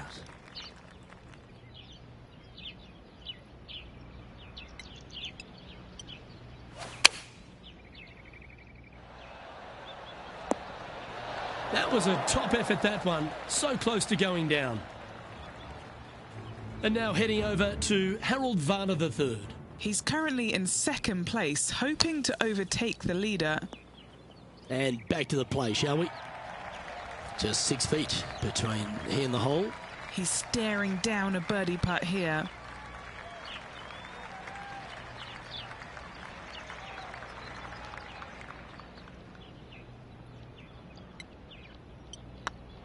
Hey, that's a chance. Oh, look who's getting on a roll now. That's back-to-back birdies. Gotta like it. 2 in a row. He's feeling it. Here we are at the third.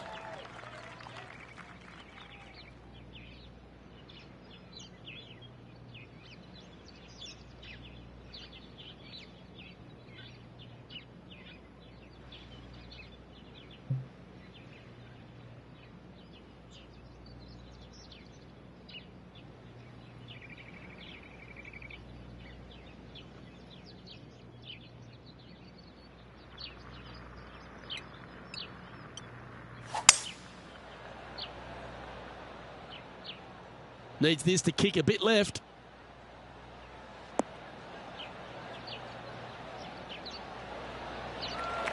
Now that looked pretty good the whole way.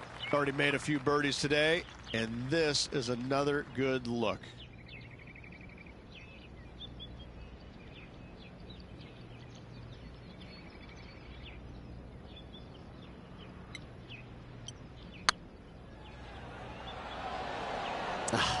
That's frustrating.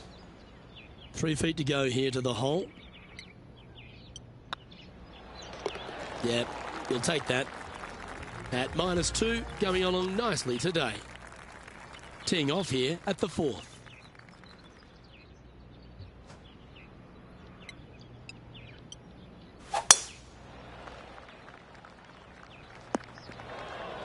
That was a little untidy, wasn't it? Henny, I'm sure you've got a better look of that lie. It looks like they have a good lie here in the sand.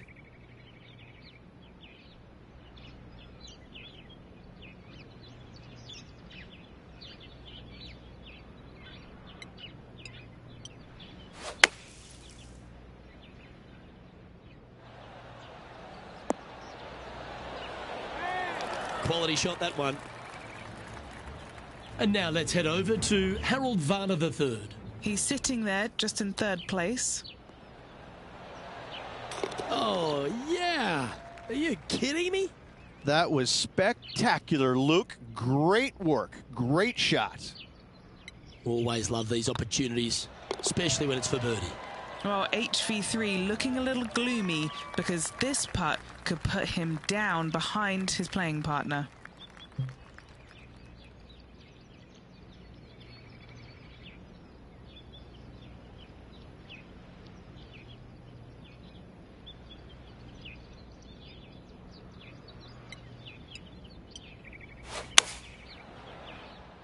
That could play. Wow, what a shot. And this putt to move into a tie for first place. The putt drops, and that's back-to-back birdies. And that will take him to 4 under.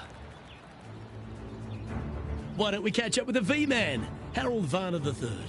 Yeah, he needs to press on that gas pedal. He's 2 strokes back from his rival. So after that effort, this is what the leaderboard looks like. And as the scorecard suggests, heading up the leaderboard. Time to tee off at the 6th.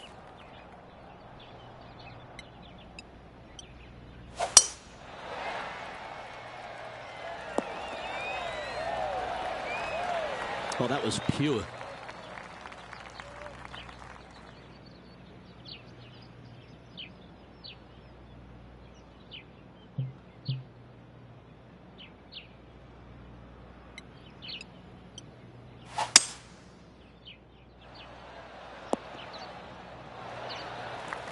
Well, that's a tremendous shot and sets up a wonderful opportunity.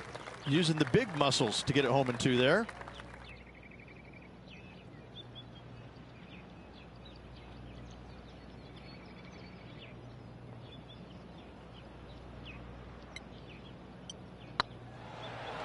This one's tracking. Yeah, you like the look of that right off the blade. And that will move him to 6 under par. Still in the lead now after that hole. Here they are, full of confidence on the next tee, coming off the eagle.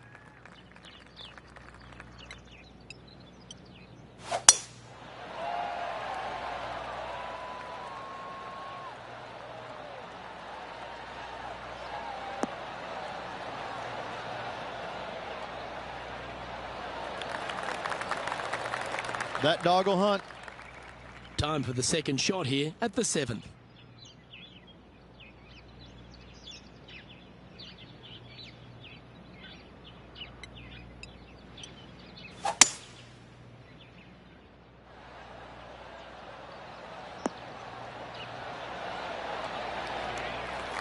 Well, that's certainly showcasing all their talents there. That's impressive. Always like the aggressive play, going for it in 2 and get rewarded for it. Ooh. That's just about 3 feet away.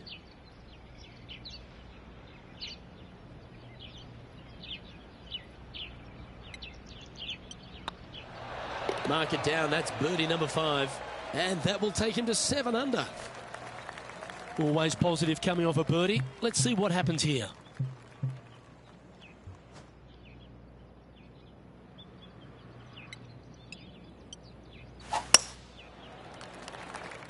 Well, it looks like it's too much club on this one.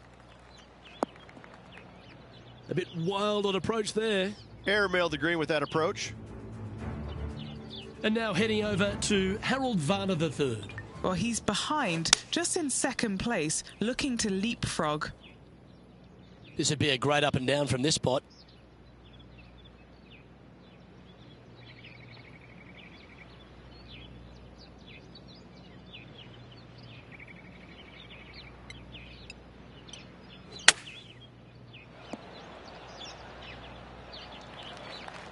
Big par saver coming up for this fella.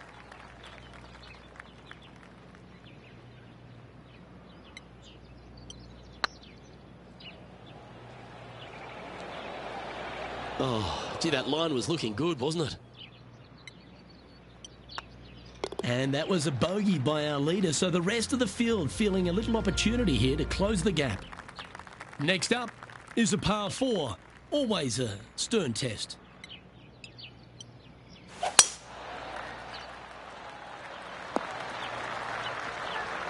You like that, didn't you?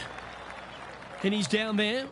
Yeah, he's got around 125 here.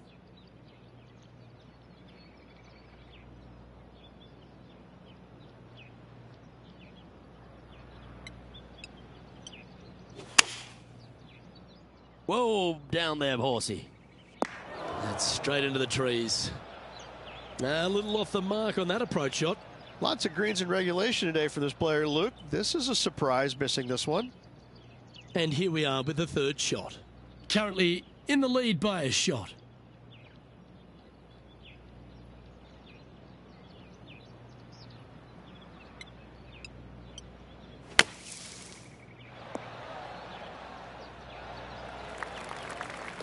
All right, Henny. What's he got in front of him here with this putt? Setting up this putt 27 feet from the cup. This is what they have left for par here.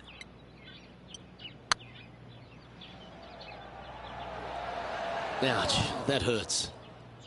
Yeah, that looked to be a bit of a misread. Pretty straightforward 4-footer coming up here. And that's a couple of bogeys on the bounce, I'm afraid. You're making one bad mistake with another, compounding it, not good. Let's see what happens here at the 10th hole. Par 5 at the 10th. This hole is wide open. Tier high and let her fly. Well struck. Sitting at 5 under for the day. Currently tied for first place.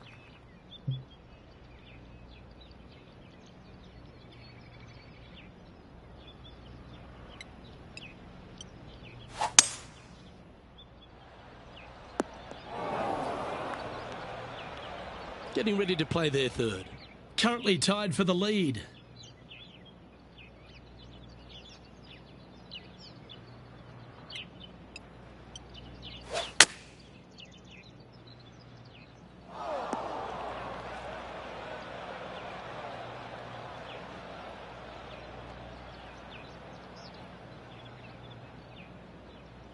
Time now for the 4th shot.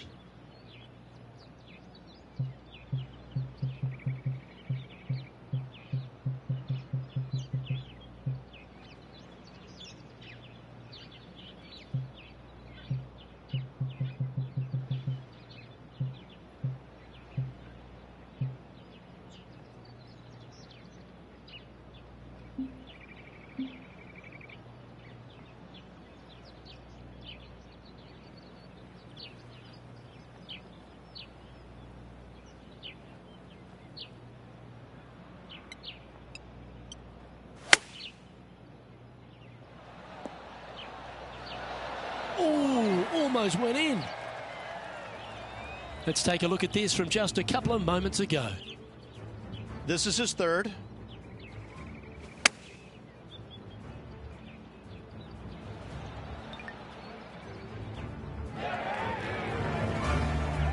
Putting for a par now. Not a bad line, this. Currently 5 under for the day. We've arrived at a par 4 hole.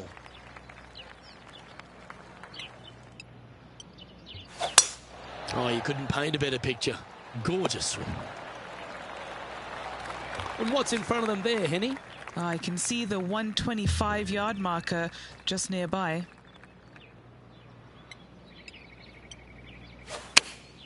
Going with the 8-iron here. Well, that certainly makes putting a lot easier when you can hit a shot like that. Good chance, this one. Right on 6 feet. Yep, tracking nicely. And that putt will give them birdie number 6 on the day. And that will take him to 6 under. Managing to maintain their position on the leaderboard after that effort.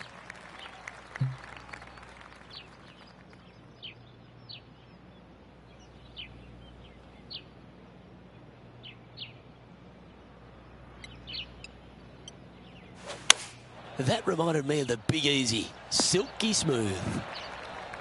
Well, this would be a big putt to make. A birdie always nice, but particularly when it's a 2.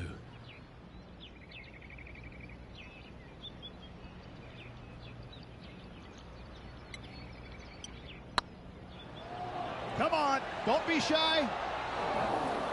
Oh, what a shame. That would have been a nice one to hole. Pretty good chance here. This one's for par. Our current leader is enjoying a 1-shot lead. Well, 13th. It's unlucky for some, Rich.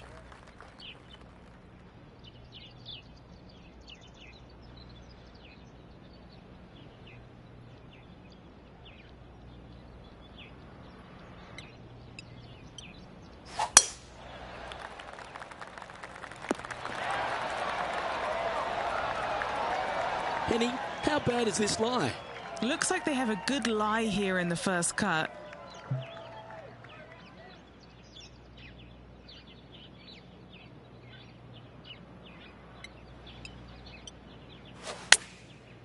Looks like they're going with the pitching wedge. Well, he means business. Coming out, hitting shots like that against HV3 I think Harold's just as surprised as I am.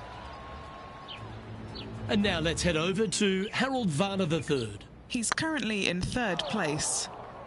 Let's take a look at the leaderboard as it stands. Currently in 1st position. Now on the tee after a birdie. Fired up and ready for more.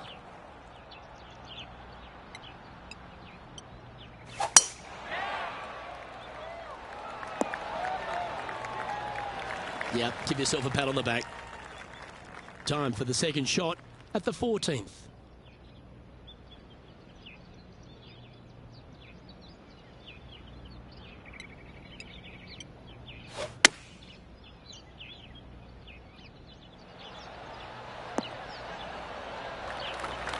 That's nicely done.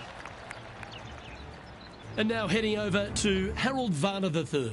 He's currently in 4th place. Okay, let's get back to it, shall we? Trying to get to 8 under par with this putt. Short game has been especially sharp today, Luke. Very impressive.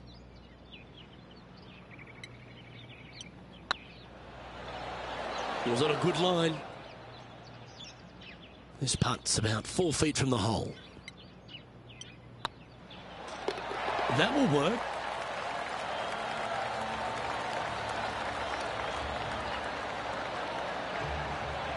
And maintaining top spot on the leaderboard after that. Well, let's get amongst this 15th hole.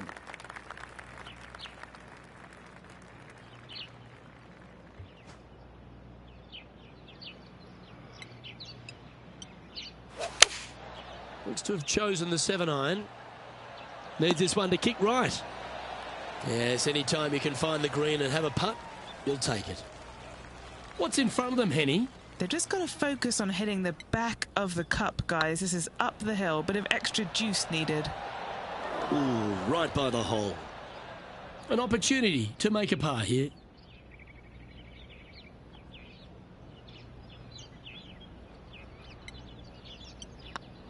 Now 2 shots up after that one. 3 holes remaining, Luke.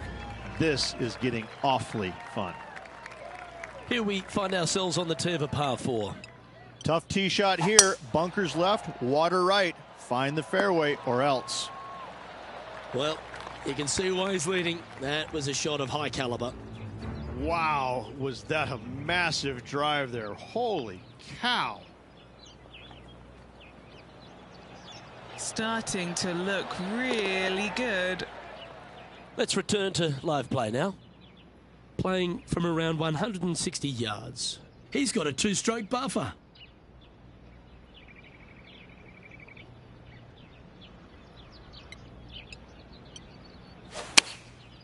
Looks to have opted for the 8-iron. Oh, this one should find the surface. Good shot this. Just 3 feet to the cup. Yeah, nice mid-range birdie putt, that one. And with that, he'll move to 8 under par. Awesome play.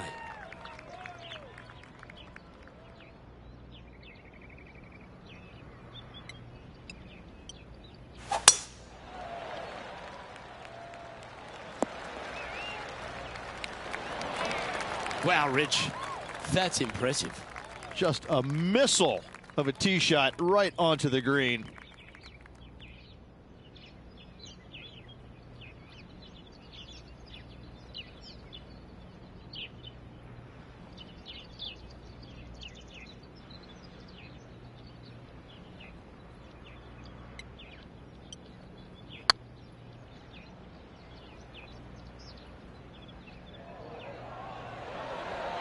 Oh, just missed. That's disappointing. Be nice to see this one go down. Let's see if they make it. Just building upon his advantage. He keeps making the important plays. Back-to-back birdies moving the right direction there, Luke. And a chance to ice the tournament here. Holding the lead, playing the last.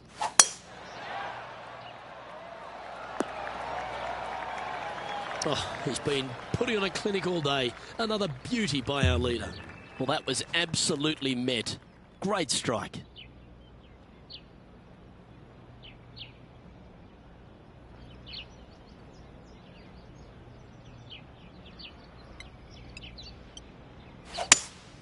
Going with a 3-wood here. This one is chewing fiber. Oh, what a shot by our leader. Absolutely love watching a player be bold and be rewarded for it. He knows if he can get this putt to drop, he'll win the event. I can't believe this. Is this going to go in? All right, not the end of the world, but this is a putt they want to make if they're to close it out. Well, there you have it. What a wonderful victory, Rich. Absolutely. All tournament long, they just played outstanding golf. Hats off to them.